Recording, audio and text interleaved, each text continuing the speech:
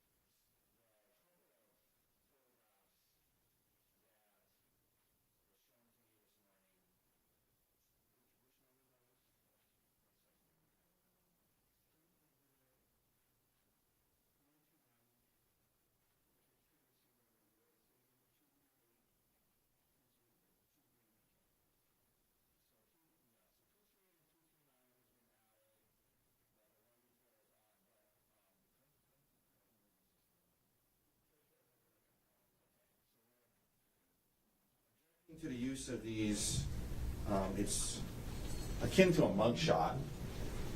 He's in some kind of prison garb or cell block garb.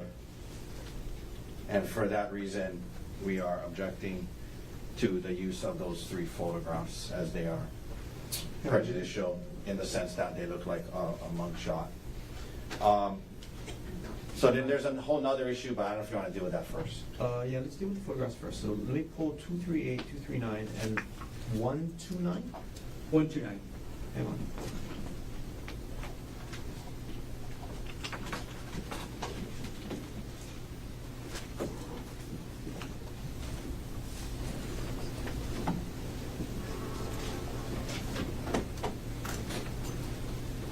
Well, they're all part of the same sequence.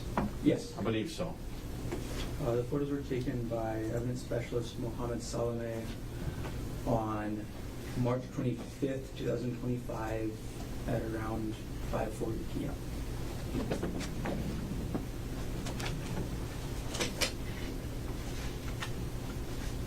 Okay. Mr. Garner, the state's position on the defendant's motion to preclude. Yes, Your Honor. First of all, State's Exhibit 129 was the head-on direct photograph of the defendant. The original intention for this photo was just as a documentation of who Mr. Salame recovered the buccal swab from. That being said, so State's Exhibit 238 and 239 show the defendant's side profile from right and left views.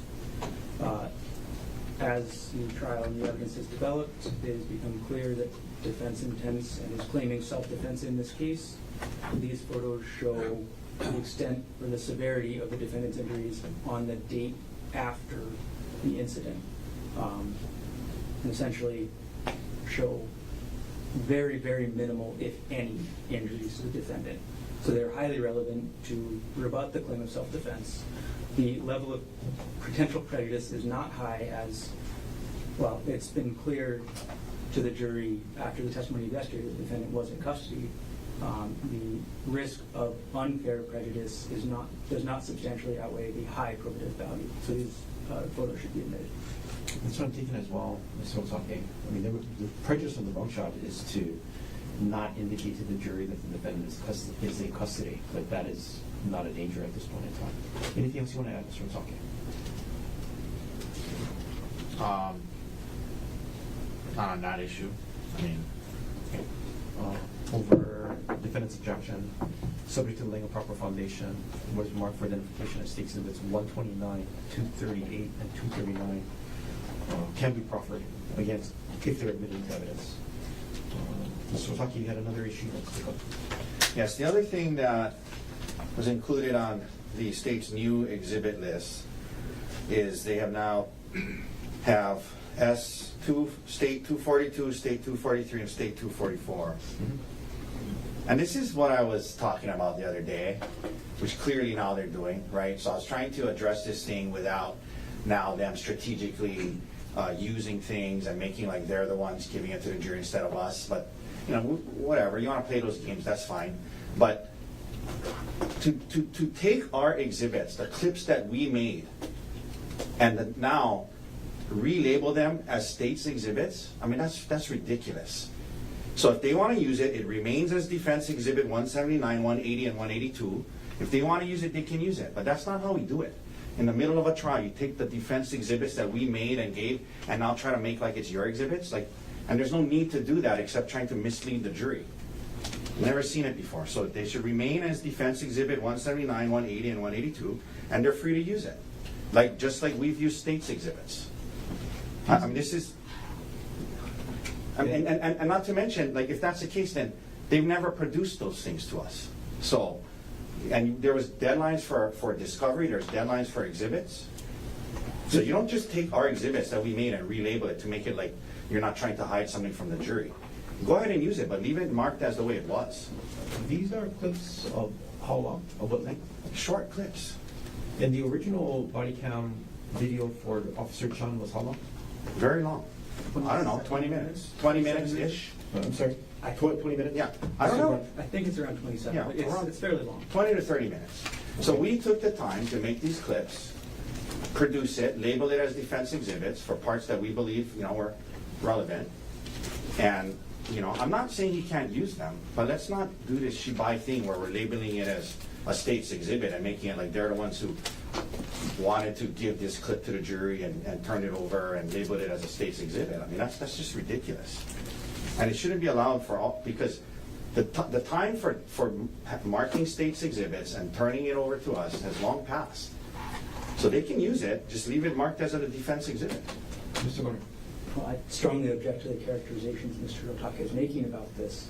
The reason the state added these exhibits to our exhibit list is we believe the defense's intention is to enter only a short clip of Officer Chun's body cam. And I want to note that by previous ruling of the court, the entire body cam of Officer Chun, which the state does intend to introduce, has been redacted entirely of audio. So what the jury gets from the state, the entire body cam, no audio at all. So we believe the defense intends to introduce some statements that were made for the purpose of trying to make it look like, or to try and minimize Ariel Konig's injuries by essentially saying she can talk okay. By essentially saying, oh, her voice is fine. These additional clips are a completeness issue. They show some of the difficulties that Ariel was having speaking that day. There's a non-hearsay purpose. I'm sorry. Let me catch up with you, Mr. Garner. Back up about 10 seconds. Sure. These clips show what? They show Ariel Konig speaking to Officer Chun at the Poly Lookout. So she is relating things related to the events. Just a moment, I'll get my sheet with my write-up.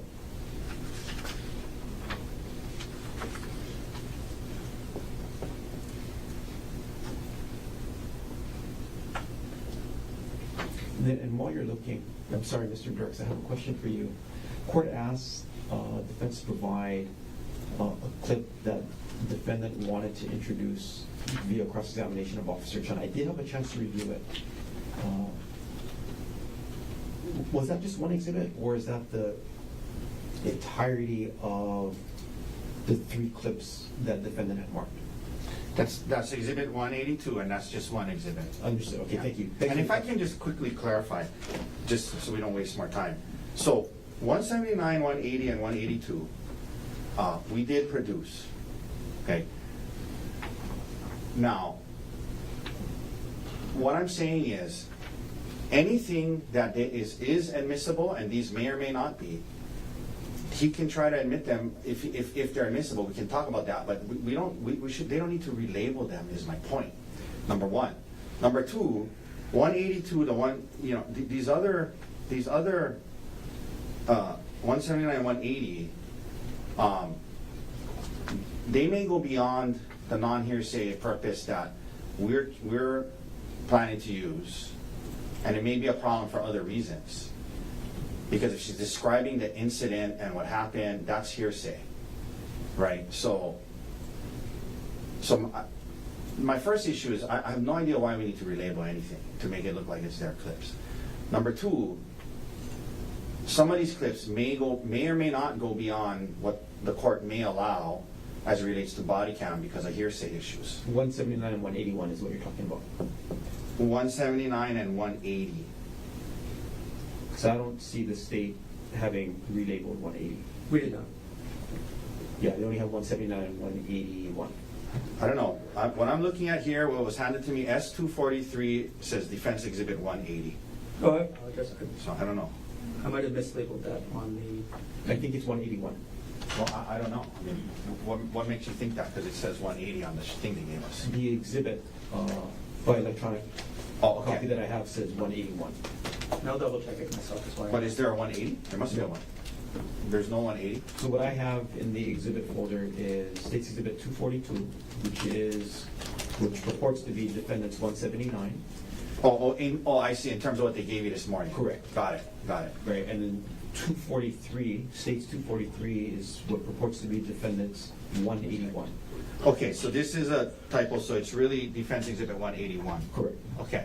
And then State's Exhibit 244 purports to be what has been marked as Defendant's 182, which the court did have opportunity to review. Correct. Okay. And, off the top of my head, it's been a while, I haven't memorized what's on 179, Defense 179 or Defense 181, but I'm just saying there may be other problems with that we need to address. But my point is none of these need to be relabeled, especially 182. But I would need a minute to go back and watch 179 and 181 to make other objections as far as hearsay, talking about the incident and things like that. Okay, you want to do that now? Because it's going to come up with Officer Chun, right? Or Corporal Chun. Yes, I think if we have a second to look at it now, that would be helpful. It would be helpful for the court too, because I did view 182 defendants. It's probably best for me to review 179, 181.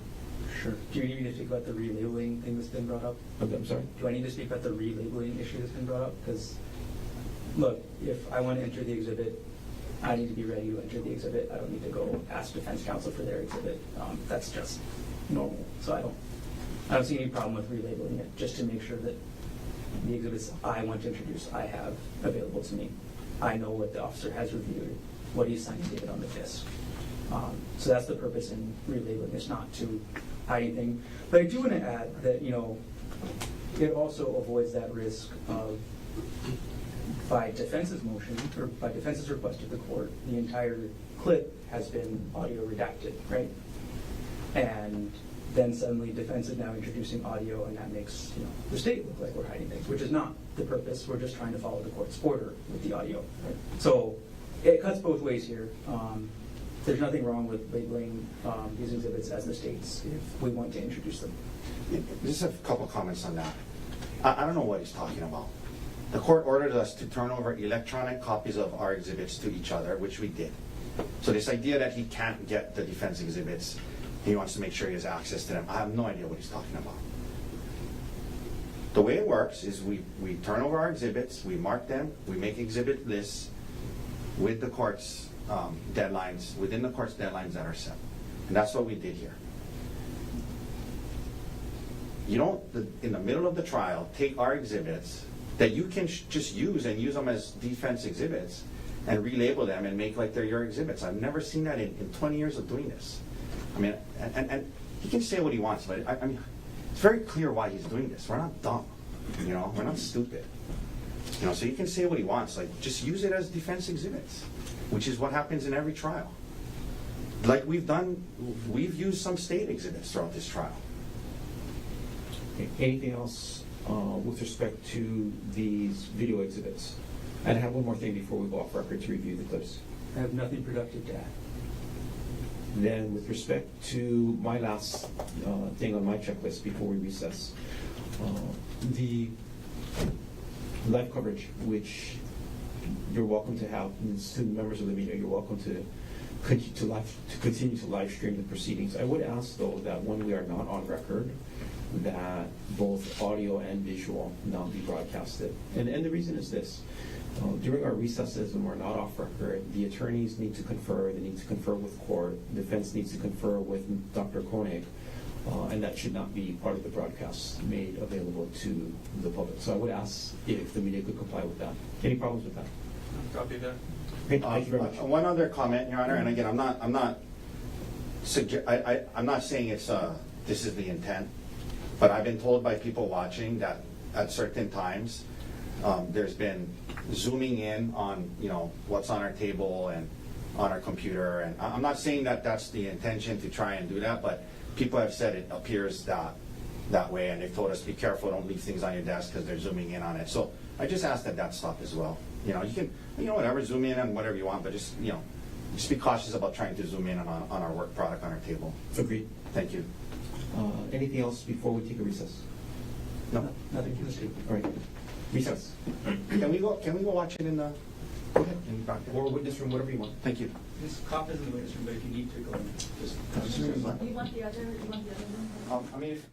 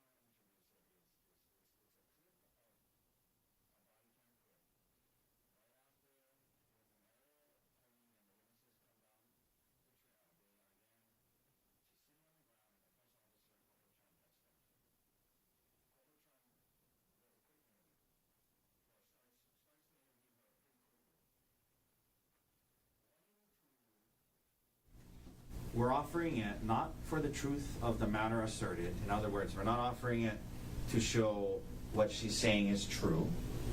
We're offering it for a non-hearsay purpose of demonstrating what her cognitive ability and situation was, what her physical consciousness was following the incident. And obviously that is incredibly important in this case. Self-defense, defense, her injuries, the amount of force used, her condition immediately following the incident, all goes to the reasonableness of the force that was used. So it's incredibly, incredibly important, and that's, frankly, the best evidence of her condition right after the fact. We purposefully chose 182 because the questions she's answering during that clip is non-substantive as to what happened up on the mountain. Okay, she's in 182, defense 182. He's asking her about what kind of clothing Gerhardt was wearing, his height, his weight. I think where he works is asked, his hair color, and the type of potentially the type of car that's I think I can't remember the car that they drove to there. So nothing to do with the incident up on the mountain. All about just non-substantive things that demonstrate how she was cognitively, how she was physically, how she was in terms of her level of consciousness. All proper non-hearsay reasons. And we were going to suggest that the court give a limiting instruction that it's only being offered not for the truth of the matter asserted if the state wants a limiting instruction on that. It's not being offered for the truth of the matter asserted. There's very little danger of the jury using that in improper ways because, again, it has nothing to do with anything she's already said or anything about what happened in the mountain. It is incredibly, incredibly important exhibit to our defense because it is the best evidence right down there, right after, of her consciousness, of her condition. Now, if the state now wants to use defense 179 and defense 181, the difference is 179 and 181, and just so the court is aware, we made those exhibits in case we needed to impeach her with it. In case she said something different. We weren't using those exhibits to show this issue of consciousness and physical whatever. Because it's very, very substantive what she's saying in 179 and 181. So we made those exhibits for the purpose of if she said something different, we could impeach her with those exhibits, right? So it was not going to be admitted unless it became impeachment. 179, she's, you can hear her saying, he said, you lying bitch, you whore, I can't do this anymore. Things that she frankly didn't even say on the stand, number one. 181, even more so. She's saying, I told him don't leave our kids without parents. He was, bashing my head with a rock, 10 times. So she's getting into the substance of what happened. And now we're getting into, if rules related to prior inconsistent statement and the foundation for that, or prior consistent statement and the foundation for that, which has not been laid. And there's a much greater risk that the jury is going to hear these things and not be able to consider it, for anything other than not factor it into their their decision about what happened up on the mountain in terms of, what is substantively being reported about it. So those are very, very different in that regard. So we are objecting to 179 and 181 coming in. And frankly, if you compare 179, 181 to our 182, she's got essentially the same demeanor. She doesn't seem any better or worse on those than she does in 182. And so this idea that we're going to put that in to show that she was worse or whatever, again, I think that's a farce. I think they want to get in these substantive statements, and there's rules related to that.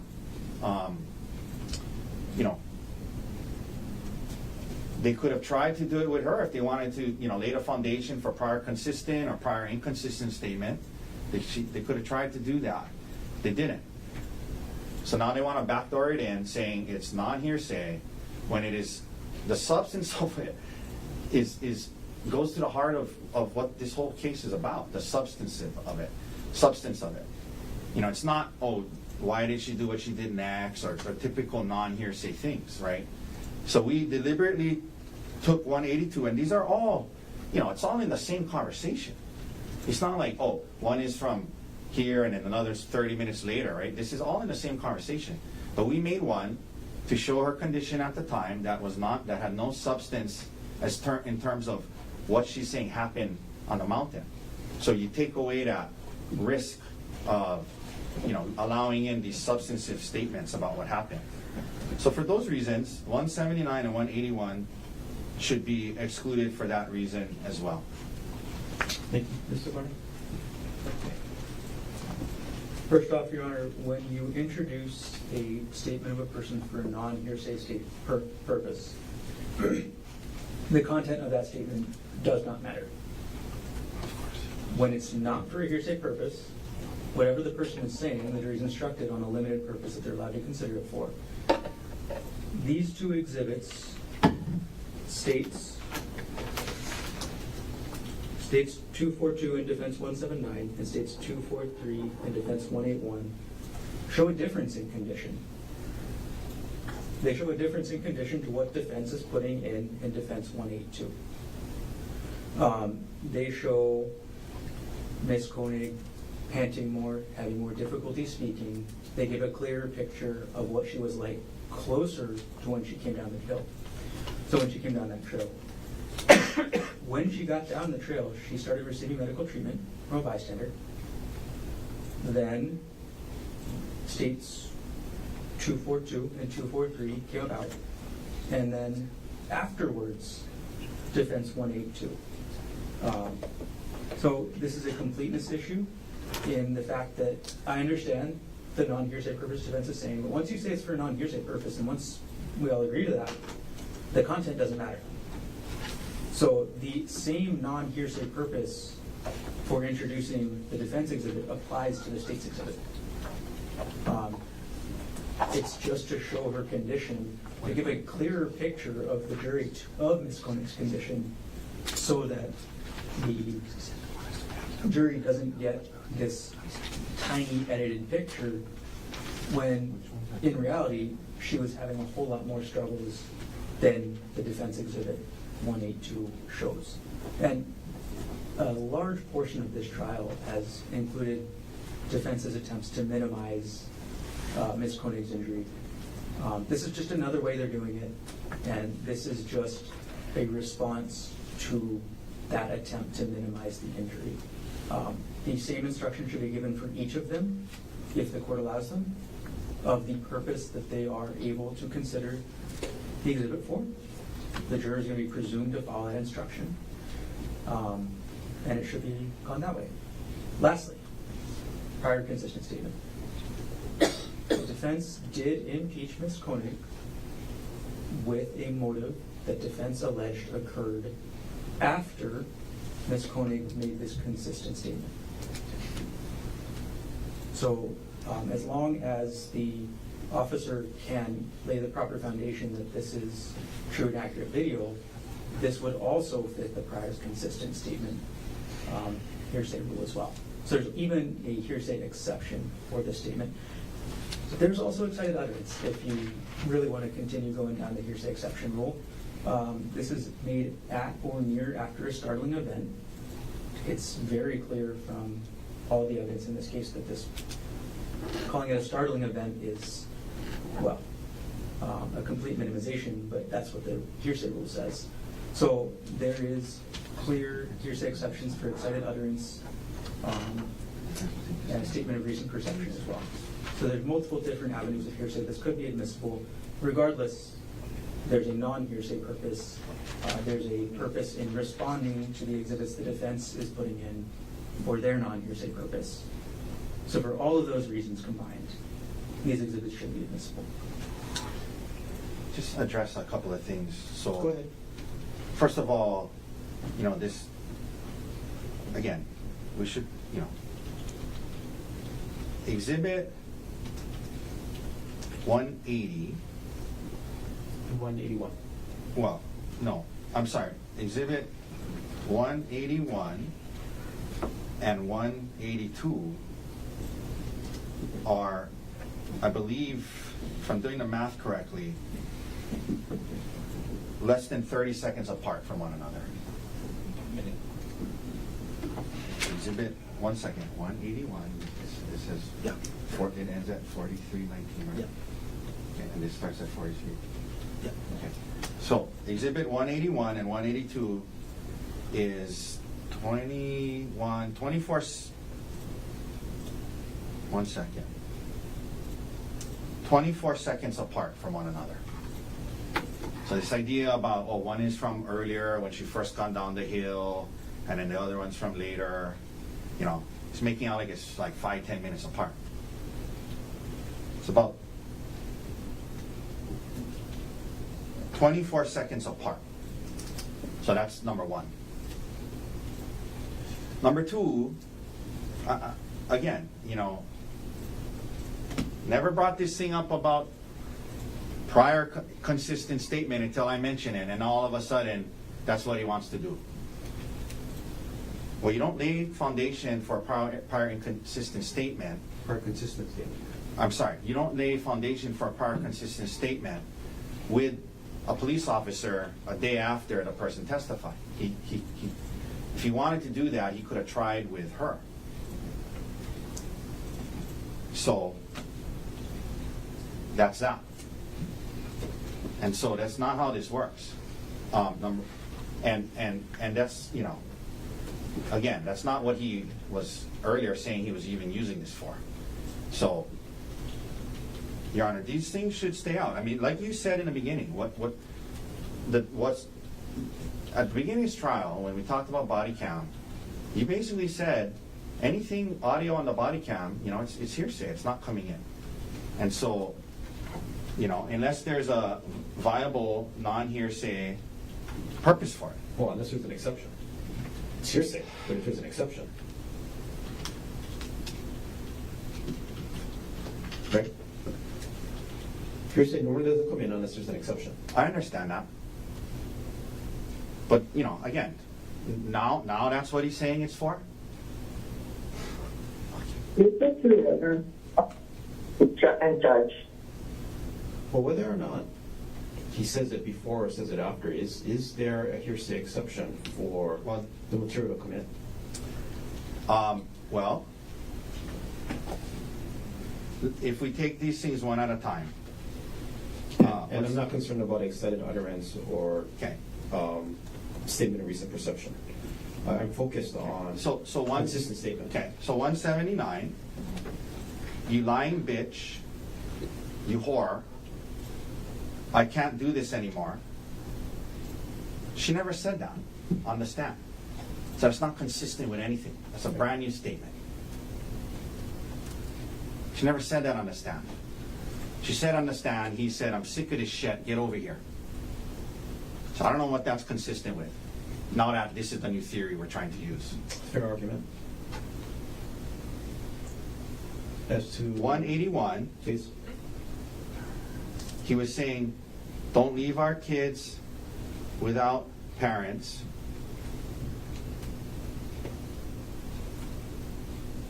And he hit me with the rock 10 times. That's actually, excuse me? She says, he hit me with the rock 10 times. I don't know. Well, that's different from what she said on the stand. She said up as many as 10 times, so that's different. So that would be a prior inconsistent statement. Well, she did testify up to 10 times. She wasn't sure, right?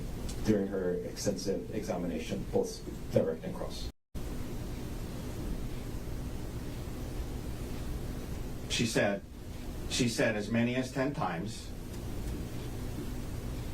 I don't know the exact amount. Right, and that's what she says in the statement. It's not what she said. She said 10 times. She didn't say up to or as many as 10 times. No, she said he hit me 10 times, I don't know. But Right. She doesn't know the number. And I'm suggesting that's different than saying he hit me as many as 10 times, and then later on, in a different, under different questioning, saying, I'm not sure of the exact amount. That's different. That's different. Maybe not, in your mind, it's not a huge difference, but it's different. So it's not entirely consistent. Wait, anything else you want to add?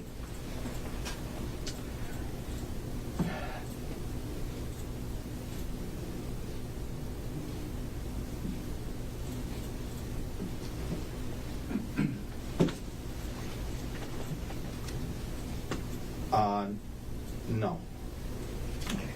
Council, I appreciate your thoughts. We might have to refine this further as well. With respect to what has been marked for identification as Defendant's Exhibit 182, again, subject to the laying of proper foundation through Corporal Chan, the clip can come in with the audio. It is for a non-hearsay purpose, and it will remain as Defendant's Exhibit 182. With respect to State's Exhibit 242, I'm sorry, which is Defense Exhibit 179. Yes. The objection is granted in part, denied in part. It is for a non-hearsay purpose, as we discussed in Defendant's Exhibit 182. The first portion of the clip, before she's describing the incident, when she's giving her name, her condition is different than what's displayed in Defendant's 182. And it indicates the condition that Dr. Rothstein was talking about when she first entered into the ER, when her respiration was 23 as opposed to 18 when she was examined by the medical professionals. Non-hearsay purpose, the first, I think, 10 or 11 seconds of the clip can come in. Again, it's not hearsay. The remainder of the clip, the objection is sustained, not a prior consistent statement, and will sustain the objection. So that exhibit needs to get recrafted and shortened, and it can be State's Exhibit 242.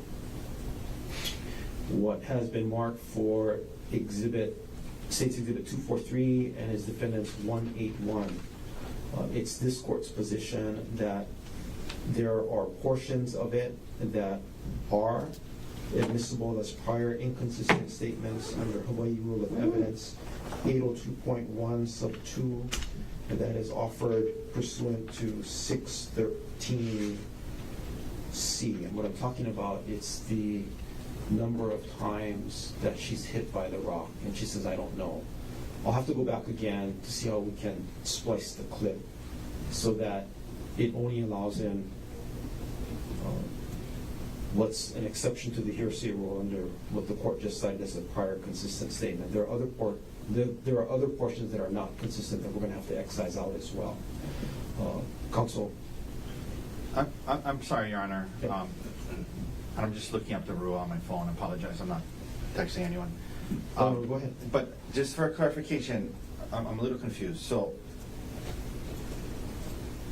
for Defense 181, I'm sorry, maybe I misunderstood, but you're saying that the part about how many times with the rock is consistent or inconsistent? Consistent. It's a Okay, prior so you're consistent saying that statement. it should come in under, it can possibly come in as a prior consistent statement? Yes. Okay, but, and the rest of it, so you just, so. I'm not sure, so I want to go back and listen. It's a short clip. But there are Correct. other things, and I understand the argument that you make, Mr. Talkin, and I agree with that. There are some things that are consistent. There are some things that are not. There are some things that cannot be consistent if she never testified to it previously. And that's what's driving the court's ruling. Okay. Okay, So this is kind of what I'm talking about the foundation. Okay. My understanding under HRE rule, 613C is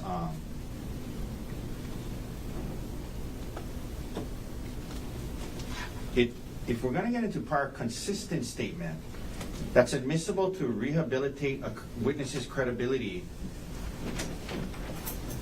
after there has been evidence of inconsistent statement.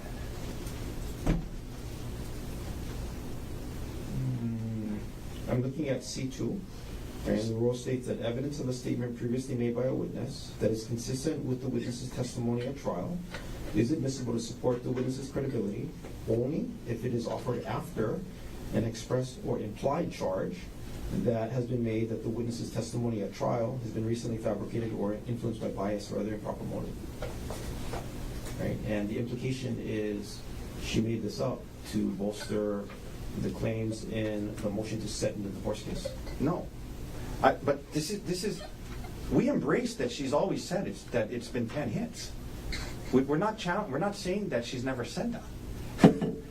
That's not what she said, though. We're not trying. She's always said it's been as many as 10 hits or up to 10 hits. She's always said that. We're not saying that.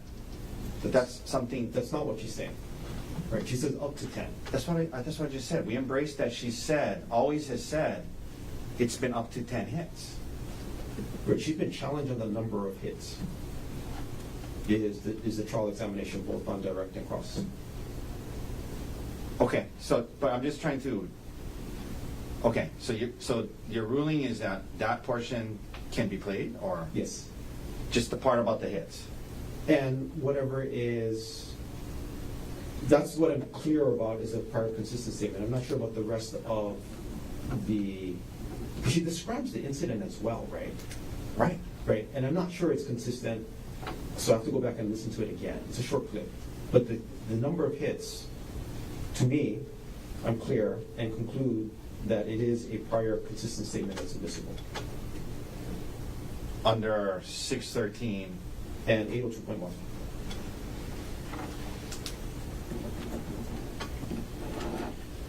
But I want to listen to the remainder of the clip. Assuming they can lay the foundation through this officer, but maybe. Correct. And I also want to go back and listen to other parts, because your argument makes sense to me, Mr. Osaki, that some things that are on it are not necessarily consistent because she never testified to it before. Right, or Which is the basis for the court's ruling on. Understood. Right, on defendant's 179, which is 242 for the state. So I want to go back and listen to 181 again to further refine the rule. Okay. Okay. As to the relabeling, 242 is state's exhibit because it's not a defendant's exhibit. You have to read that portion of it. the new when they make this new Yeah. clip. It's view 242. 182, defendant stays 182. And then 181. I think it's going to be 143 because it's going to have to get spliced. Because I don't think I'm relying all of it in. Okay. I think that's okay. So recess. Let me go take a look at it and we can figure out the timestamps. Okay, thank you, Your Honor. Thank you. Oh, Mr. Garner, you have anything else? While we recess, I'm going to go take custody of.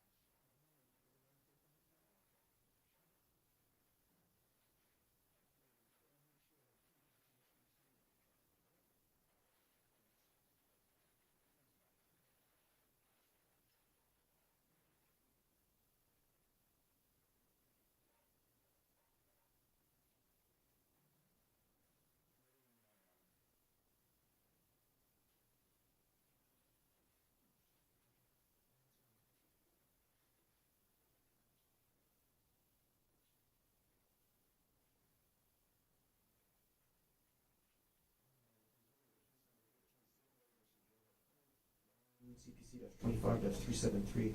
Dr. Konig is present in court with all four counsel of record. Jury is still absent from the courtroom. Go ahead, Mr. Otake. Thank you, Your Honor, and I apologize. I didn't have the rule up in front of me earlier, but this is what I was talking about the foundation. I know where you're going. 802.1 reference you to 613.2, right? Yes. And 613.2 says an express or implied charge has been made that the witness's testimony at the trial is recently fabricated or is influenced by bias or other improper statements. And this is the part. And a consistent statement was made before the bias, motive, or fabrication or other improper motives is alleged to have arisen. If you listen, I'm sure you did, when you heard my opening statement, what we've said is, we talked about unfaithful, unwilling, untrue, and we said that after she started this incident on the mountain, realizing a divorce was coming, she said many untrue things to the police to get the upper hand in the divorce. So this statement that they want to introduce is not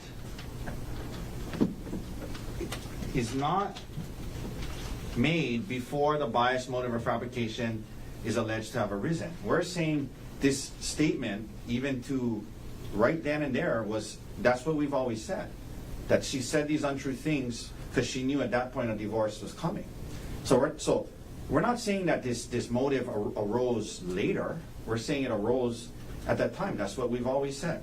So, it doesn't meet the exception. And further evidence of that is, as I stated, when we started this morning, that's not where he was going with this. It was only when I raised it that all of a sudden he's trying to say it applies. But it doesn't apply because the consistent statement, I guess what's on 181, would have to have been made before the bias, motive, or fabrication or other improper motive is alleged to have arisen.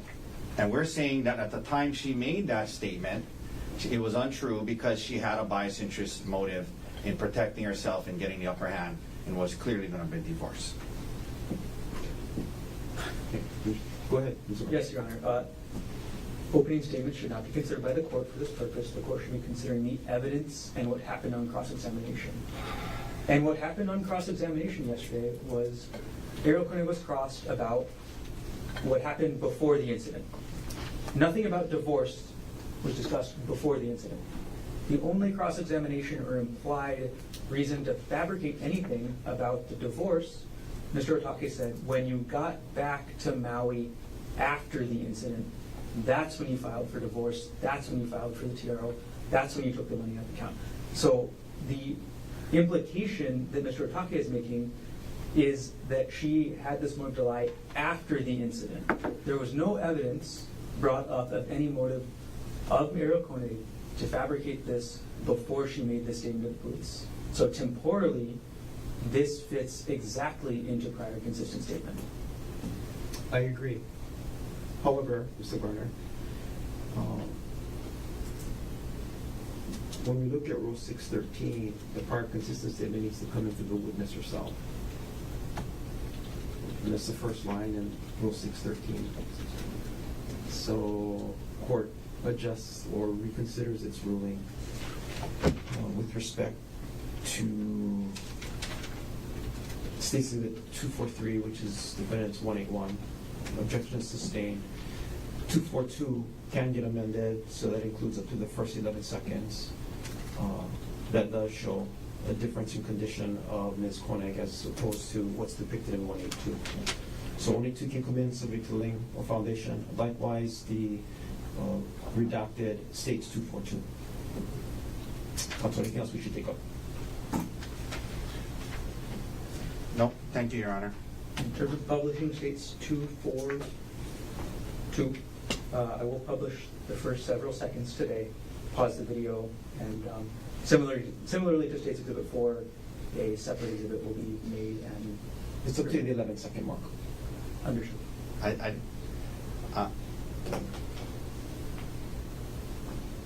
That's a little dicey in case we don't pause it at the right time and the rest, you know what I mean? Like, it's right after, so I mean, I understand we don't want to take a break, but I'm just, I just, if we're going to do that, we got to make sure that it's...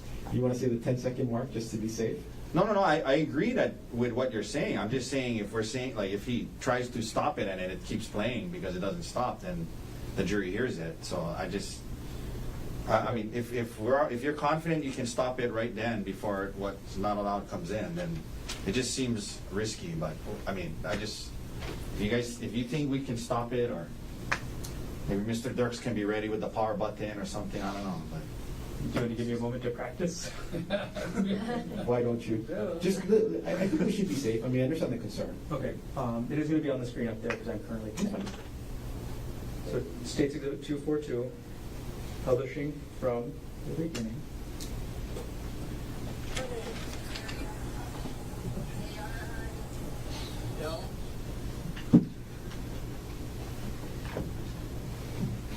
Your name? Gerhardt Konig, Gerhardt. Birthday is March 24th, 1989. all right. All right, we can do it. Counsel, anything else we need to fight about before the jury comes back? No, thank you, Your Honor. We weren't fighting. We're just talking. Don't get me wrong. I can't call it a fight, but I appreciate the advocacy. Yeah, and I apologize. I know sometimes I get animated, Your Honor. I mean no disrespect. Thank you. None is taken, and I appreciate the advocacy. Thank you. These trials bring up the best in everybody, so I appreciate it. Thank you.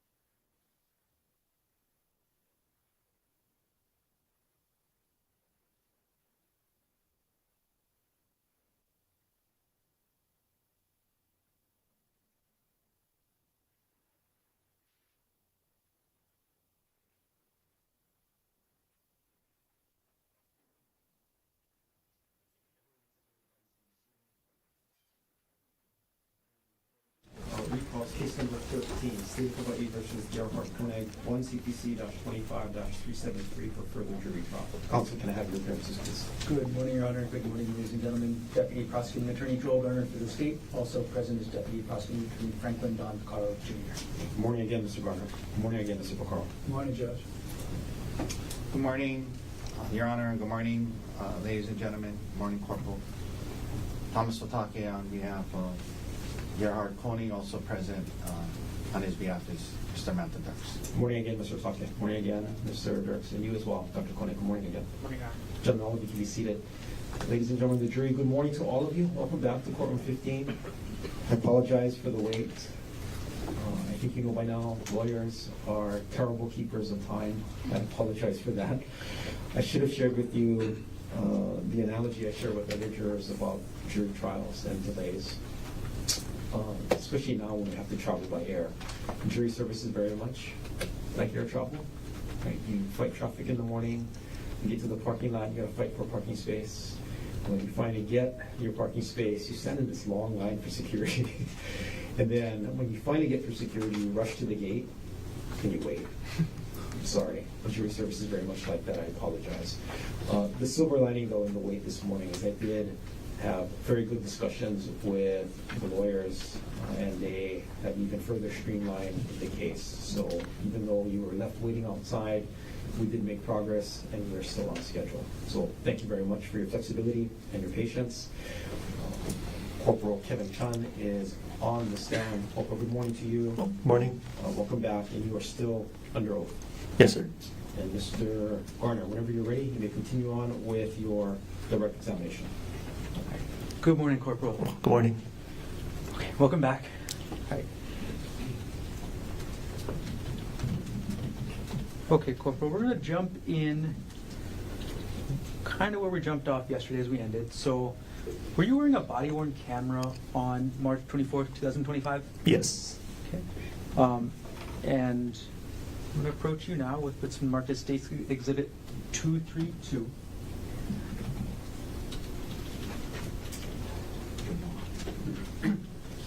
May I approach? Yes. Corporal, I'm going to approach you with what's been marked as State's Exhibit 232.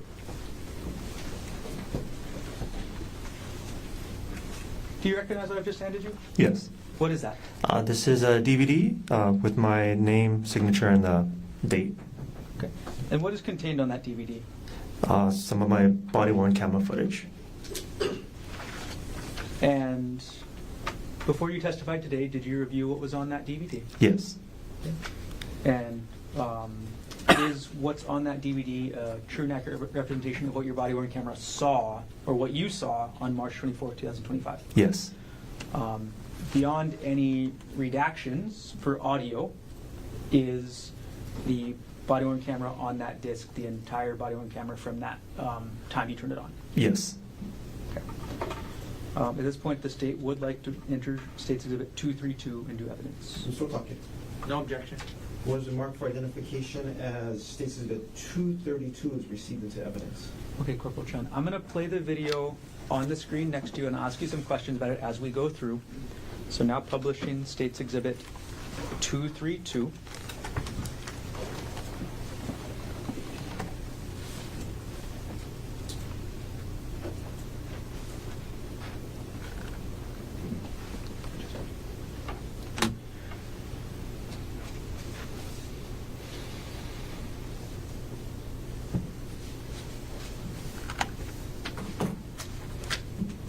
Okay, Corporal, what are we seeing right at the start of this camera?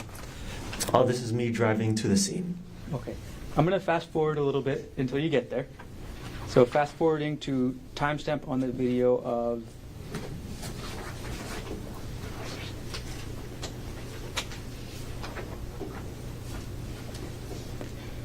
(10:38:04). So we're going to play at 10:38:04. And before I start playing, Corporal, what are we looking at before we start playing this on this freeze frame? Again, like in the photo, this is the entrance to the Polipuka Trail. And we're playing at 10:38:04.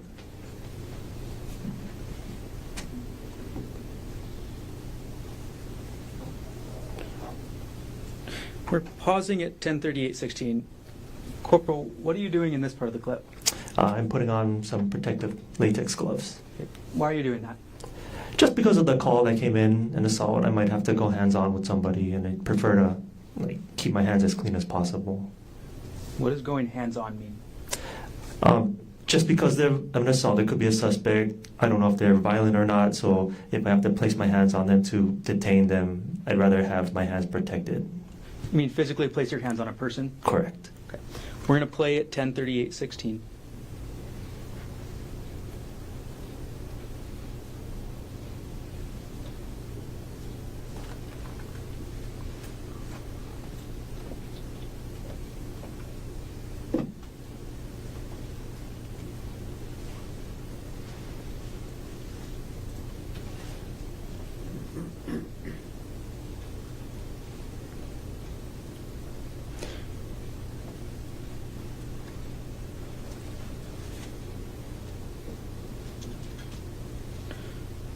Corporal Chun, I'm pausing at 10:38:50.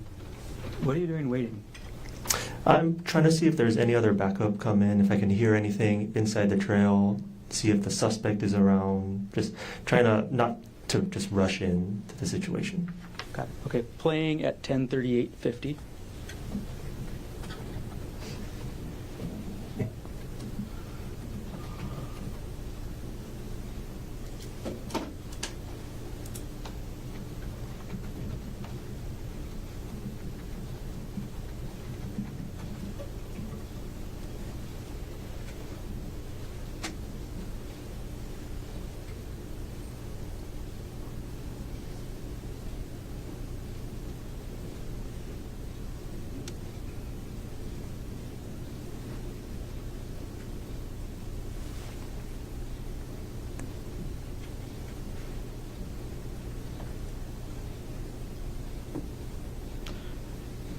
Corporal, what are we seeing at, I'm pausing at 10:39:33. What are we seeing in this portion of the clip? We're seeing the reporting person on the left, that's Sarah Bushbaum, the complainant, that Gerhardt Konig in the middle, and then the other witness, Amanda Morris, heading down the trail. I'm going to play at 10:39:33.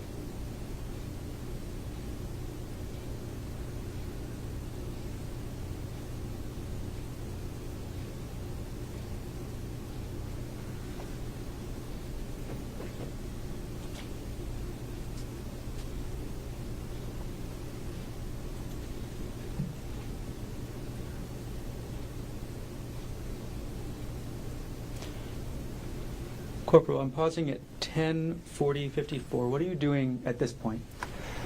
So right now I'm trying to determine if a crime had occurred. If a crime did occur, I'm trying to find out. Pause you right there. I'm sorry. What are you physically doing? I saw your phone in your hand just a moment ago. What are you doing with your phone?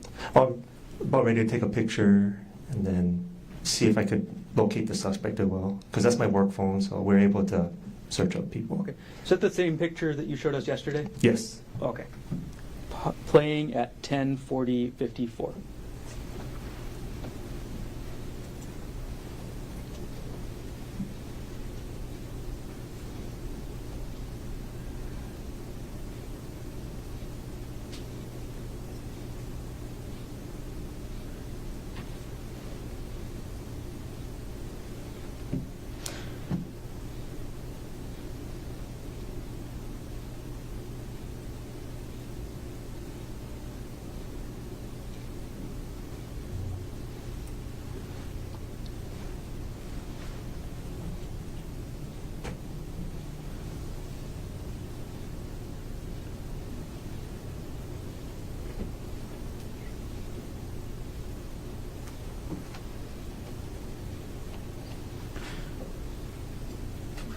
Okay, Corporal, I'm pausing at 10:41:45. Is it fair to say you see you kind of crouched down towards the ground at this point? Yes. Okay. What are you doing at this point? I'm trying to get any details on the suspect, what he was wearing, his description, so I can put it out over the radio. Okay. Okay, Corporal, I'm going to scoot ahead a little bit in time with the body cam. So now I'm scrolling ahead.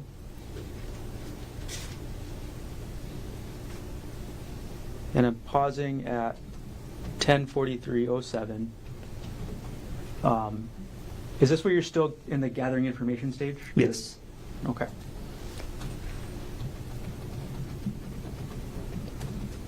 I'm going to play at 10:43:07.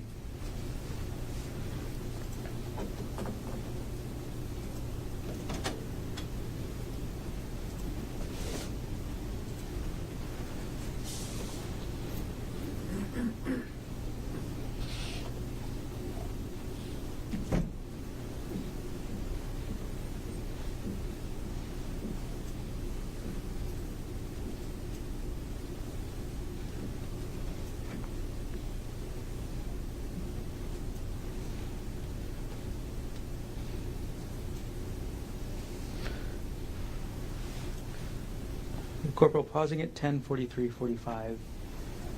Were you able to speak to Miss Konig at this time? Yes. Okay.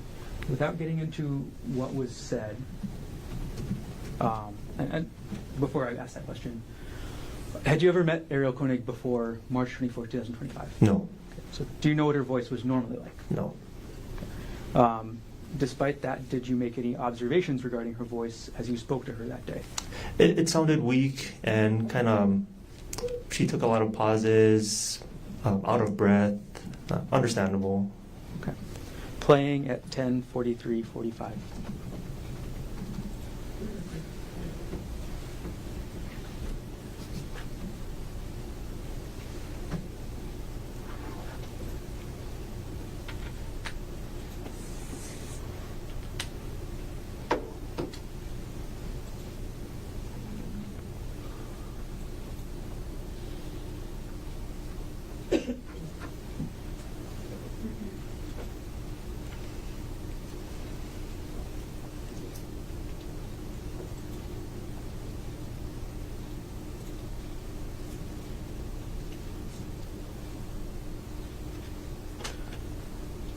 All right, now I'm pausing the video at 10:44:28.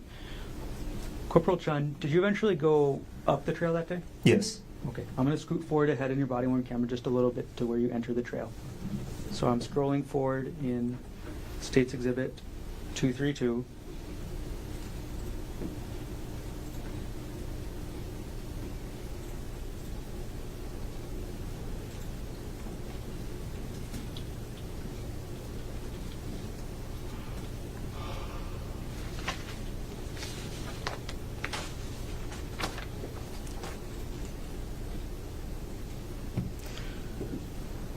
All right, and starting to play at 10:50:07, times down.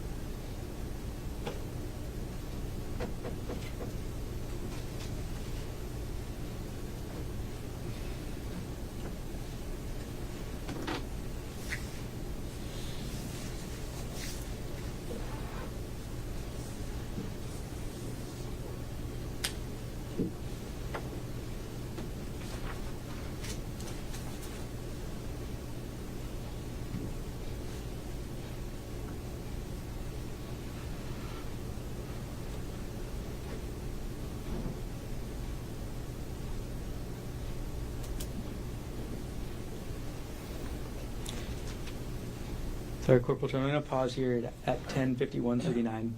Where's your hand right now? I believe it's on the ground. On the ground or your knee? I have no idea. I think I was just trying not to pass out. Corporal Chun, are you a hiker? No, no. Okay, sorry for that pause. I'll move on. We'll play at 10:51:39.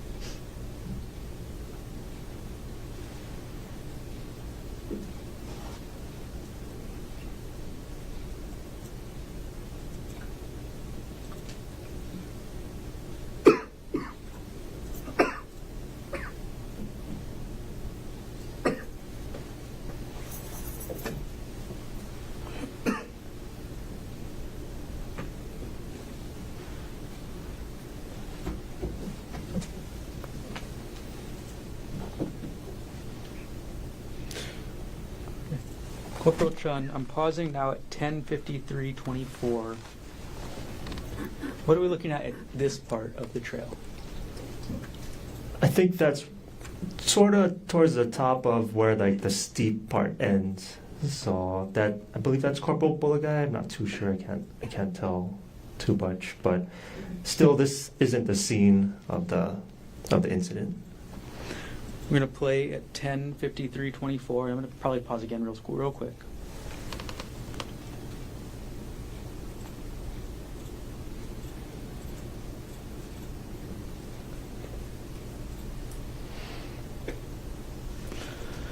Okay, Corporal Chun. On the right side of the screen, what do you see? On the far right. I see a sheer fall. Okay. Do you know how tall the drop is? No, not 100% sure, but it's very, very far.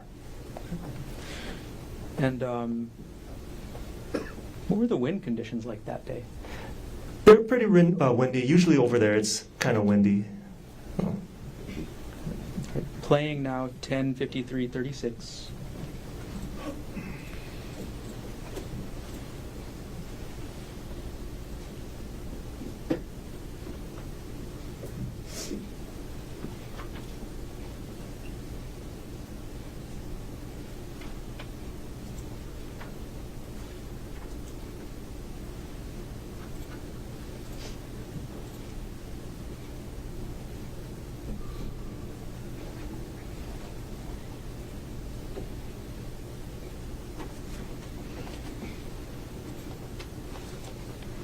All right, now I'm going to go back just a couple frames here, Corporal.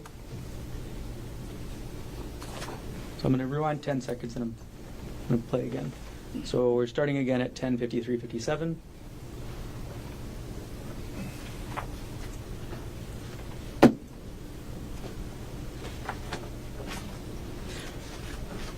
What's on the right side of the screen here?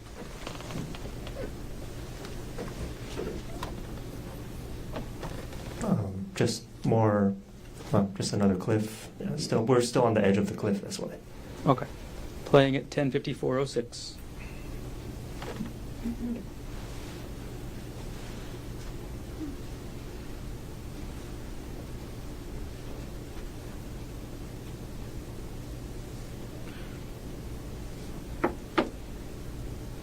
Okay, Corporal, and pausing at 10:54:22.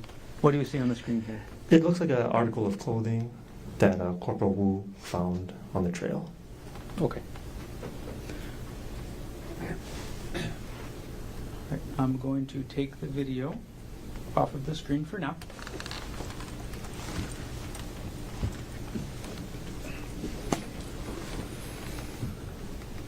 Okay, Corporal Chun.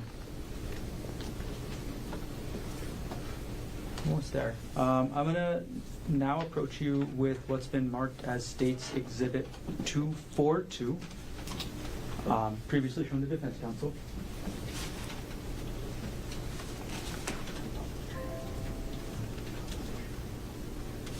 Okay, may I approach? Yes.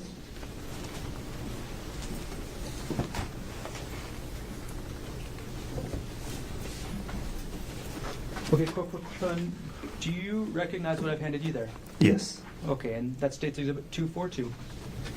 Oh, Can you check the back? yes. Okay. Do you recognize what is it? Yeah, it's more body cam footage. Okay. And is this your entire body cam or just a clip? Just a clip. And what does this clip fairly and accurately depict a portion of the earlier body cam we watched with sound? Yes. Okay. Is it a fair and accurate depiction of what you observed on March 24th, 2025? Yes. Okay. At this point, the state will move Exhibit 232 into evidence. You're still talking. 232 or I'm sorry, 242. 242? No objection given. Subject to the record that we made this morning, what has been marked for identification as State's Exhibit 242, received into evidence. Okay. I'm going to reserve publishing for the moment. I'm going to collect both exhibits from the witness. Please.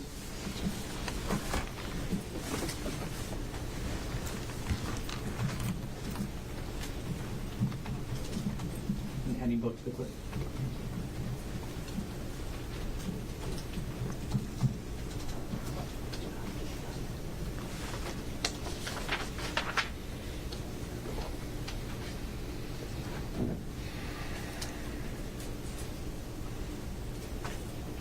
Okay, Corporal Chun, did everything you testified to occur in the city and county of Honolulu, state of Hawaii? Yes. Okay, thank you. I have no further questions at this time.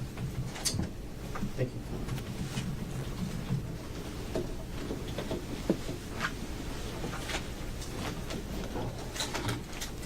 Cross-examination, Mr. Opato.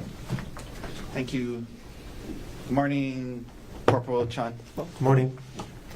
Did you meet with the prosecutor to, I guess, practice or prepare your testimony?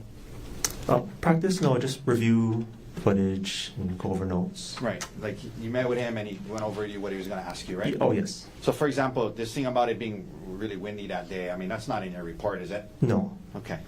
But I've hiked there before, and it's always pretty windy. No, I understand that. So I guess I'm just asking, like,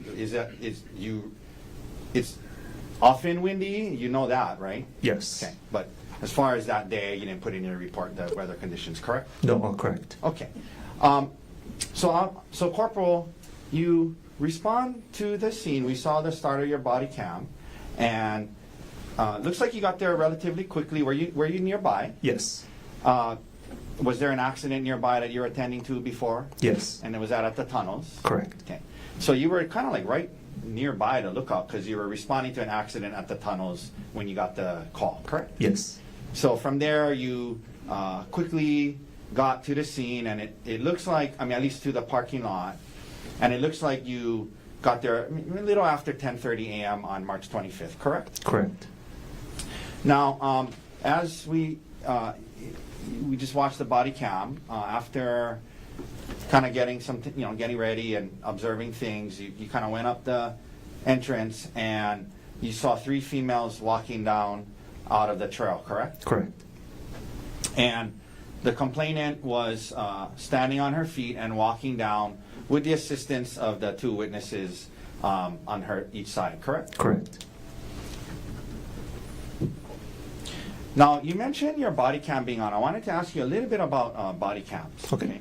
On that day, were you assigned to? Are you on what's called patrol? Yes. And at HPD, patrol officers wear body cams, correct? Correct. And the idea behind the body cam, when we say cam, it's camera, I guess, right?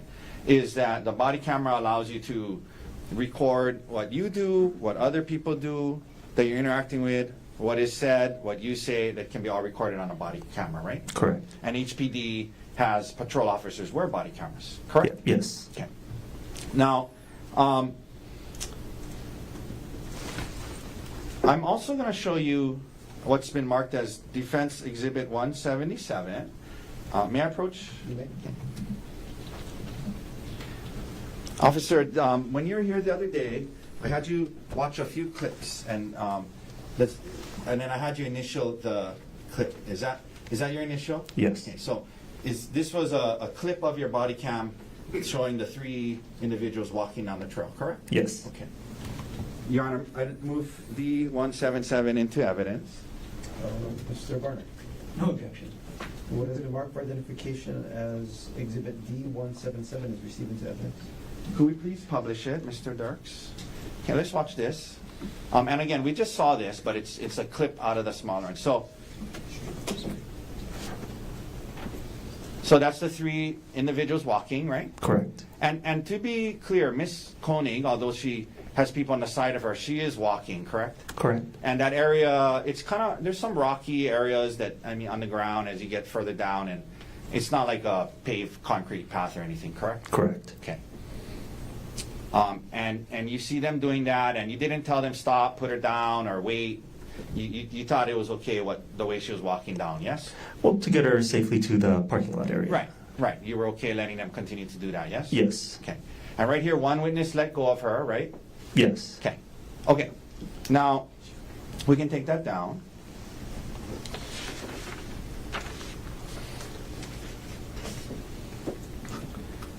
And at least from the time that you started dealing with Miss Konig, she was conscious, yes? Yes. You mentioned that you start to ask Ms. Konig some questions about what happened, correct? Correct. You mentioned part of it is you gather information to try to figure out what's going on, yes? Yes. Now, you said today that, her voice sounded, weak, but you never spoke to her before today, correct? Correct. Okay. But that being said, she was coherent, yes? Yes. Okay. And coherent means she was able to understand and answer your questions, yes? Correct. And again, you were right at the lookout, you get the call, you rush over there, and get there, and then you're interacting with her pretty quickly, yes? Yes. So coherent, able to answer questions, and your body cam recorded how she appeared physically, but also how coherent she was and how she was able to respond to your questions, correct? Correct. And you tried to collect some background information, ask her some things about, where her husband worked, what he was wearing, how they got there, things like that, yes? Correct. Now,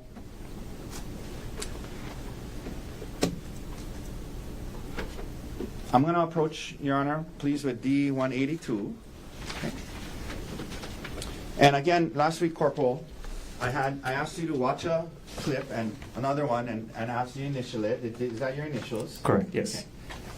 And this was a clip of at least not all, but a portion of when you were gathering background information from Ms. Konig, correct? Correct. And this would demonstrate, at least, how her ability to answer, her how coherent she was, and her consciousness at the time, yes? Yes. Okay.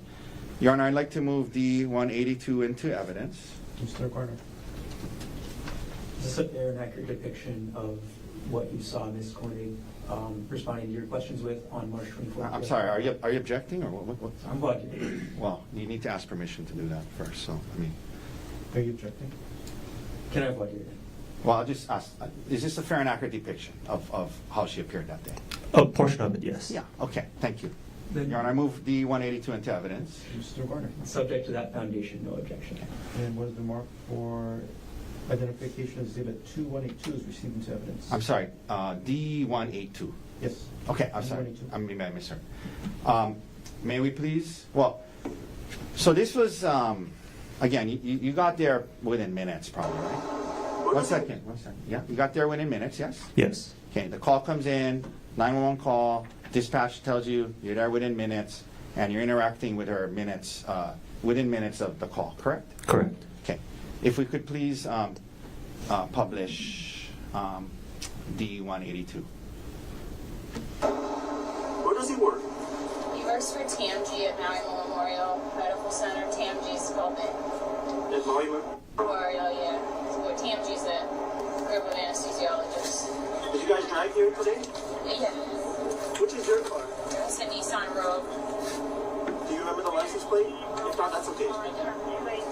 It's not our car. We live on Maui. What color is it? The Nissan? It's like black or it's gray. It's gray. Can somebody just wet my mouth? Go wet paper towel, turning my mouth over the rooms. I don't have any more hearing, so. Sorry, I know.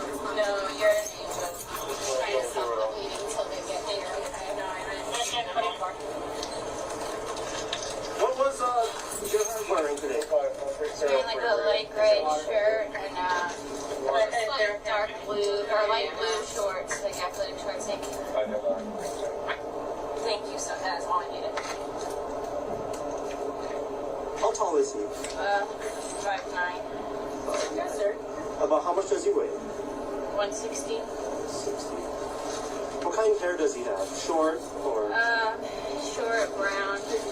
It's not super cropped. It's like a little longer on the top. No, he has a Short brown. Yeah. Does he have facial hair? no. Husband, wife. Okay, we can take that down.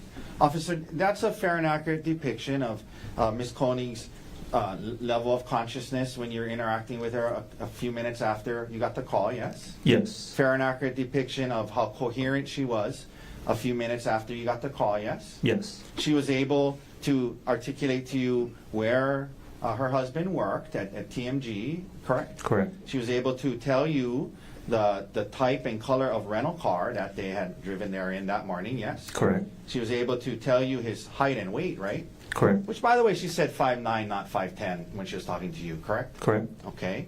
And she knew what he was wearing and could describe what he was wearing, right? Yes. Okay. All several minutes after you got the 911 call, yes? Correct.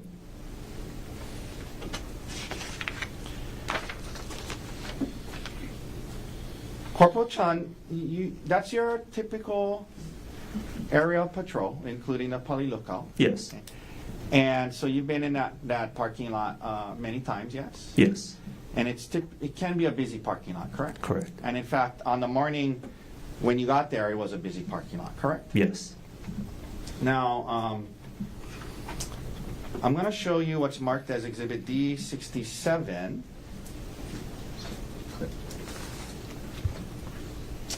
And may I approach? Yes. Okay.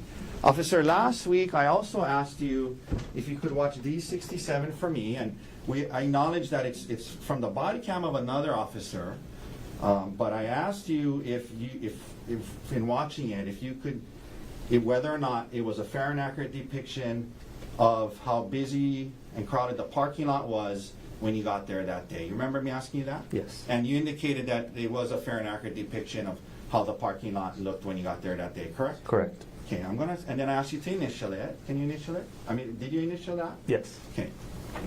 And this is a fair and accurate depiction of how crowded and busy the parking lot was on that morning, yes? Yes. Okay. Your Honor, I move D67 into evidence. Mr. Warner?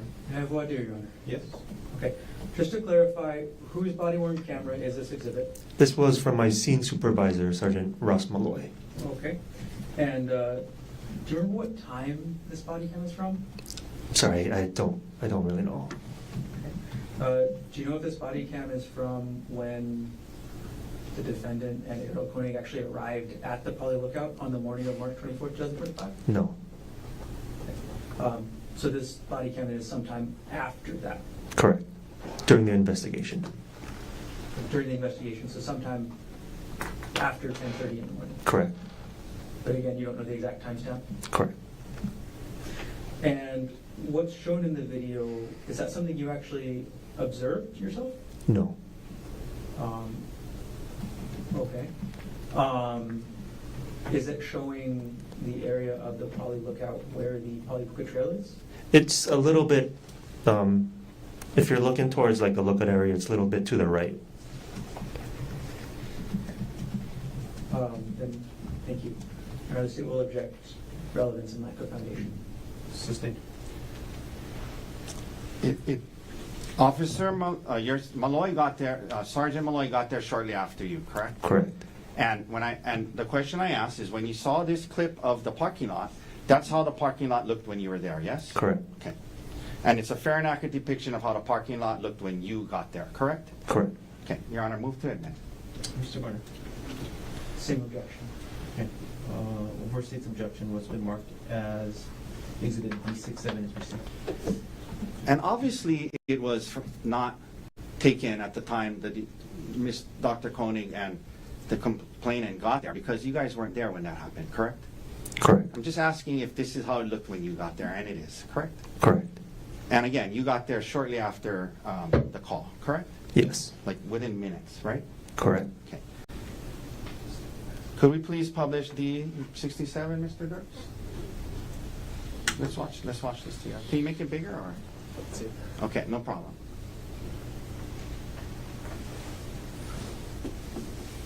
Can we pause, please? So, Corporal, this is the parking lot that people use to access both the Pali Lookout and the Pali Puka Trail, correct? Correct. Okay, please go ahead and continue to play.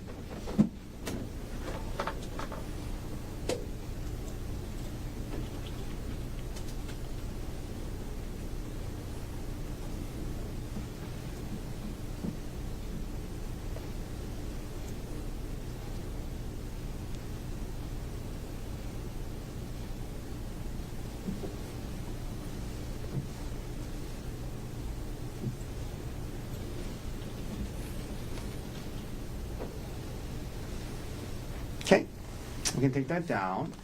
So, Corporal, that's how it looked. There was cars and people and tourists in the parking lot when you got there, right? Yes. And you hiked in to where you believe the scene was, and it didn't take you too long to get there from the parking lot, correct? Correct.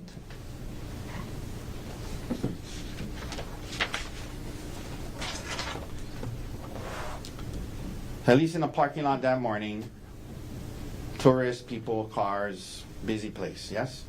Yes. All right.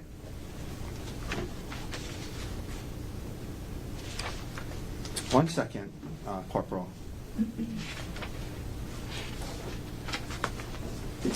Okay, thank you, Corporal Chun. That's all the questions I have for you this morning. Can you read that right? One moment, Your Honor. Of course.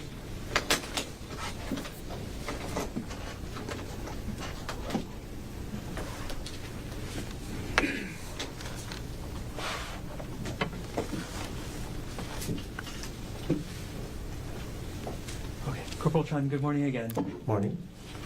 I apologize if I misspoke and said the wrong name when I was speaking earlier. Oh. My bad. Follow up real quick. So you met with Mr. Otake last week as well? Yes. So you met with both sides before testifying? Correct. In the video clip of Ariel at the end of the trail, on the Polipuka Trail, to your observation, was she walking normally? No. And you discussed with these videos or with the video about, you were asked about Ariel's cognitive state, or the video that would show how she was talking. You said a portion. Does the rest of your body cam video have other indications of Ariel's condition? Well, when I was talking to her, getting the information, she was sitting down, so she didn't have to worry about standing up and talking to me. So I believe that's what kind of helped her kind of concentrate on giving me the information that I needed. Okay. And I'll follow up. You said something about her voice and her breathing. What was that like again? She was breathing heavy, and her voice was a little bit weak to me.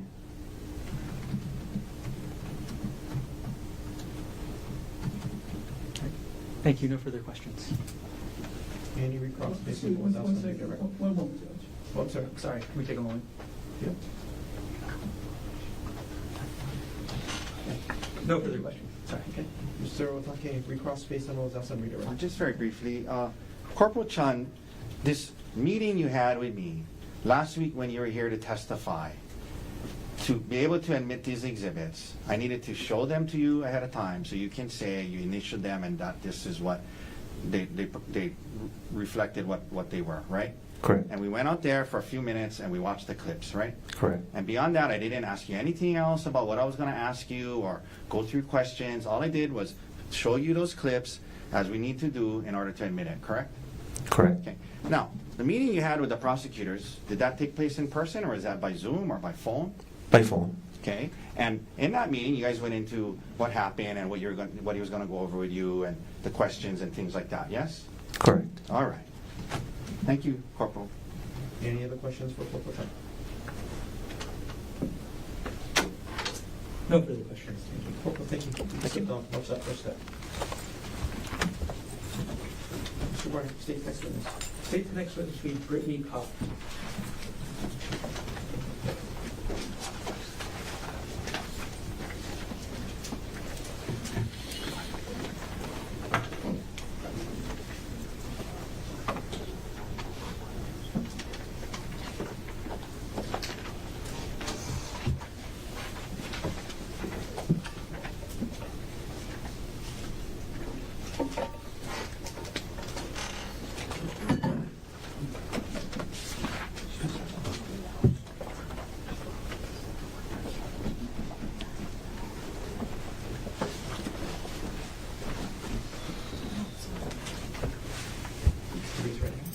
You do solemnly swear or affirm that the testimony about to give shall be the truth, the whole truth, and nothing but the truth? Yes.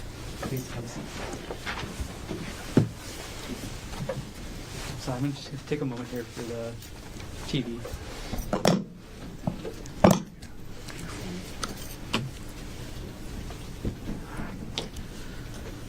Good morning. Morning. As you testify this morning, can you please keep the microphone as close to your face as possible and speak into the microphone as much as possible? Yes. Okay. Can you please state your name? My name is Brittany Kopp. Ms. Kopp, what do you do? I'm an evidence specialist with the Honolulu Police Department. How long have you been employed by HPD? 8 years. What was your assignment on March 24th, 2025 at around 1:43 p.m.? I was asked to report to the Pali Lookout to take photographs and possibly recover evidence. Taking a step back, in general, what are the duties of an evidence specialist? As an evidence specialist, we work alongside the detectives and they direct us into what kind of photographs we take, diagramming, and then recovery of physical and biological evidence. And one more time, on March 24, 2025, where were you dispatched to? The Pali Lookout. When you arrived at the Pali Lookout, where did you go? Once I got out of the car, I assumed that we would be going to the scenic route where what I know to be the scenic route, which is a flat ground, but we ended up taking a hike. So did you expect to be going on a hike on March 24th? No, I did not expect to be going on any type of hike that day. Okay. What was the hike that you actually ended up going on?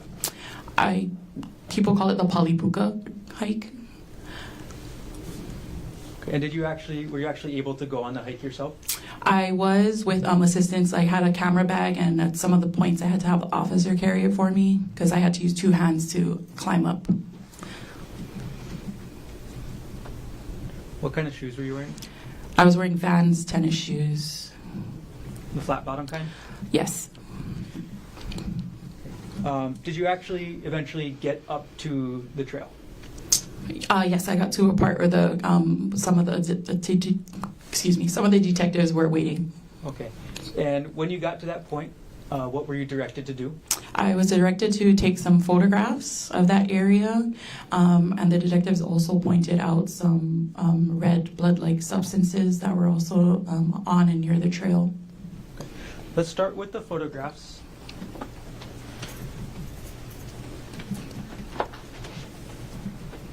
All right. Approach with what's been marked as States Exhibit 31 through 67, previously provided. Yeah.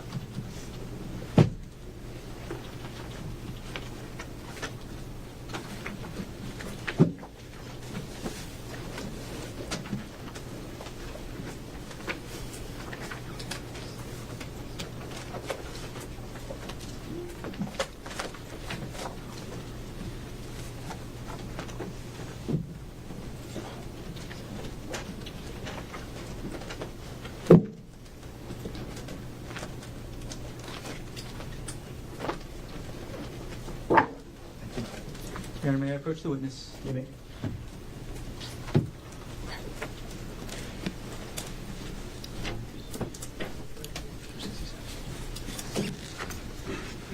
Ms. Kopp, I've handed you what's been marked as States Exhibit 31 through States Exhibit 67. I know that's a big stack, so could you just take a moment, look through, and when you're finished looking through all the exhibits, look up and let me know you're done.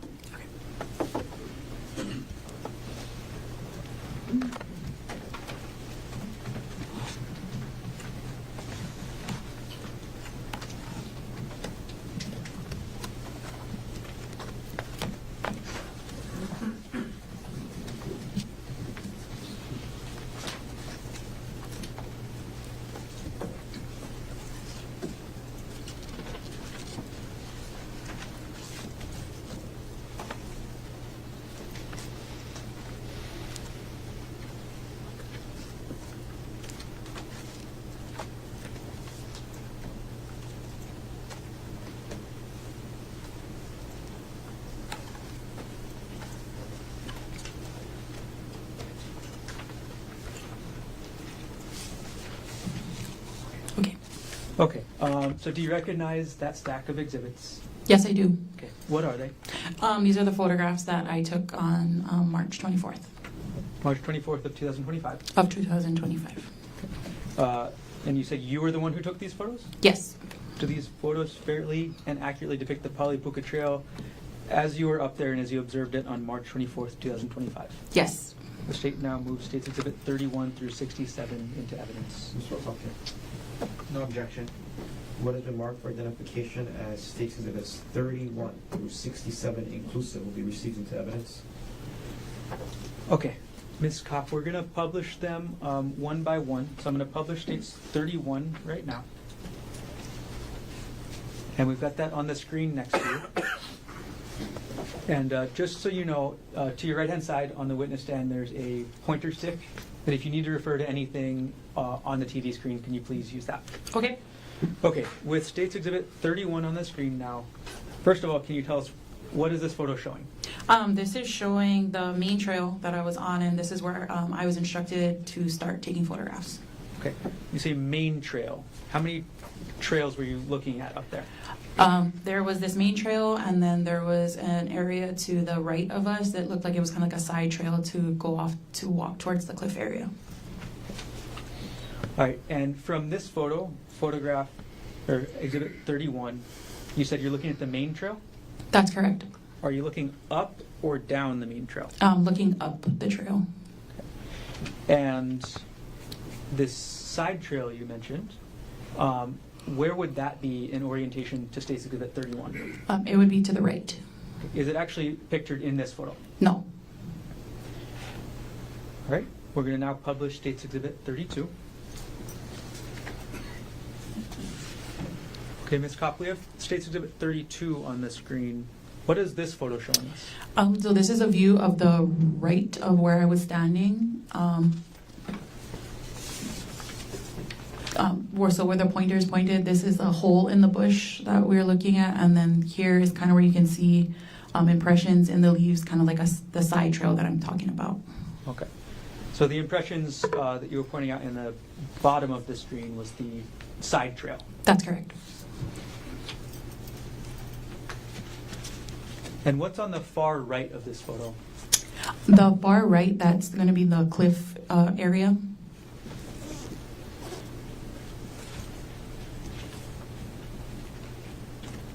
All right, moving on now to States Exhibit 33. Okay, Ms. Kopp, what are we looking at in States Exhibit 33?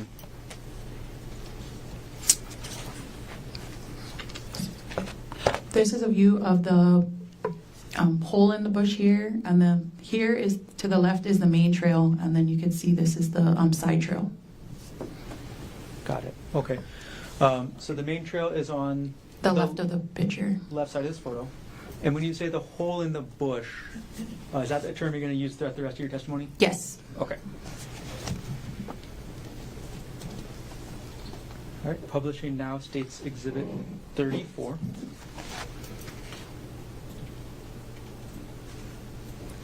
Okay, Ms. Kopp, what are we looking at in this photo? That is going to be in the top right corner. You can see the cliff area, and then here towards the middle bottom is the side trail. And closer to the left side of the photo, that's going to be the hole in the bush. Okay, so which direction are you facing then for this photo? Are you facing towards the main trail or towards the side trail for this photo? I'm facing towards the side trail. Publishing now States Exhibit 35 up on the screen. Ms. Kopp, what does this photo show? That shows a closer view of the cliff view area. At this point where you're taking this photo, are you on the main trail or the side trail? I am on the main trail, and I just zoomed in. I see. So between States Exhibit, I'm going to publish them both together. So the left side is going to be States Exhibit 32.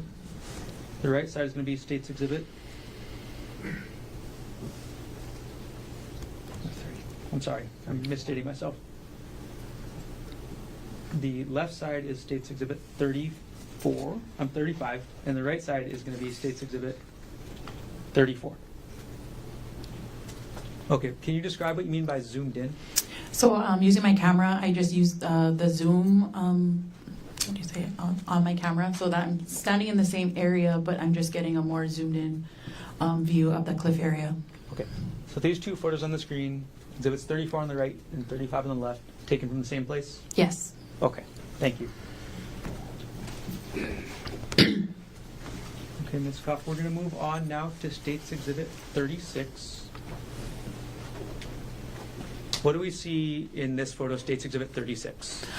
In the middle, you can see there's kind of like the depression or like where the side trail goes through.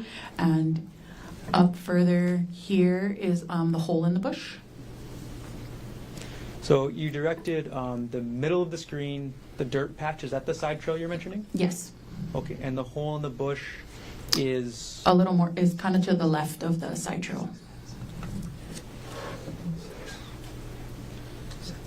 Publishing State's Exhibit now 37. Okay, what happened with this photo?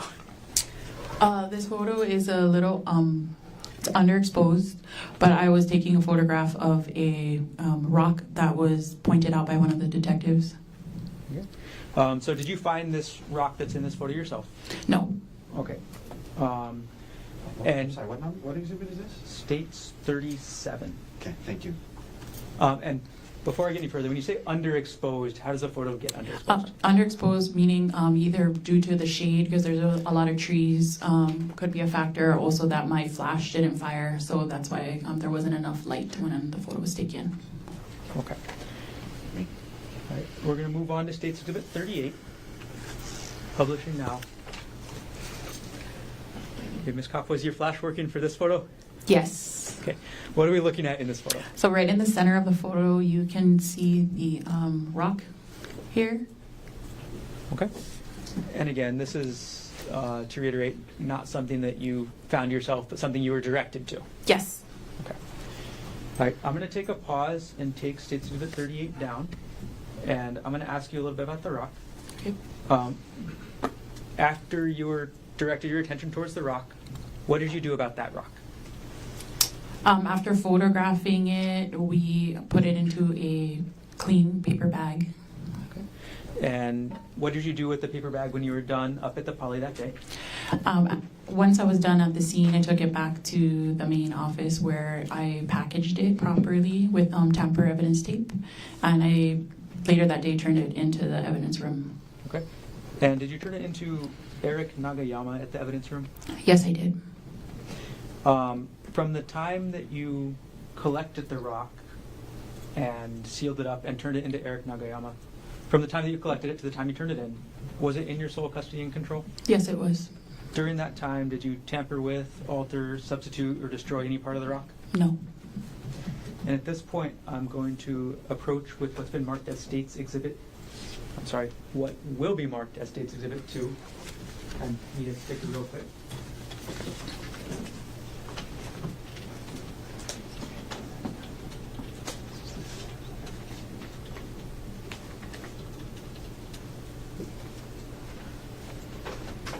All right, and this has previously been shown to defense counsel. Thank you.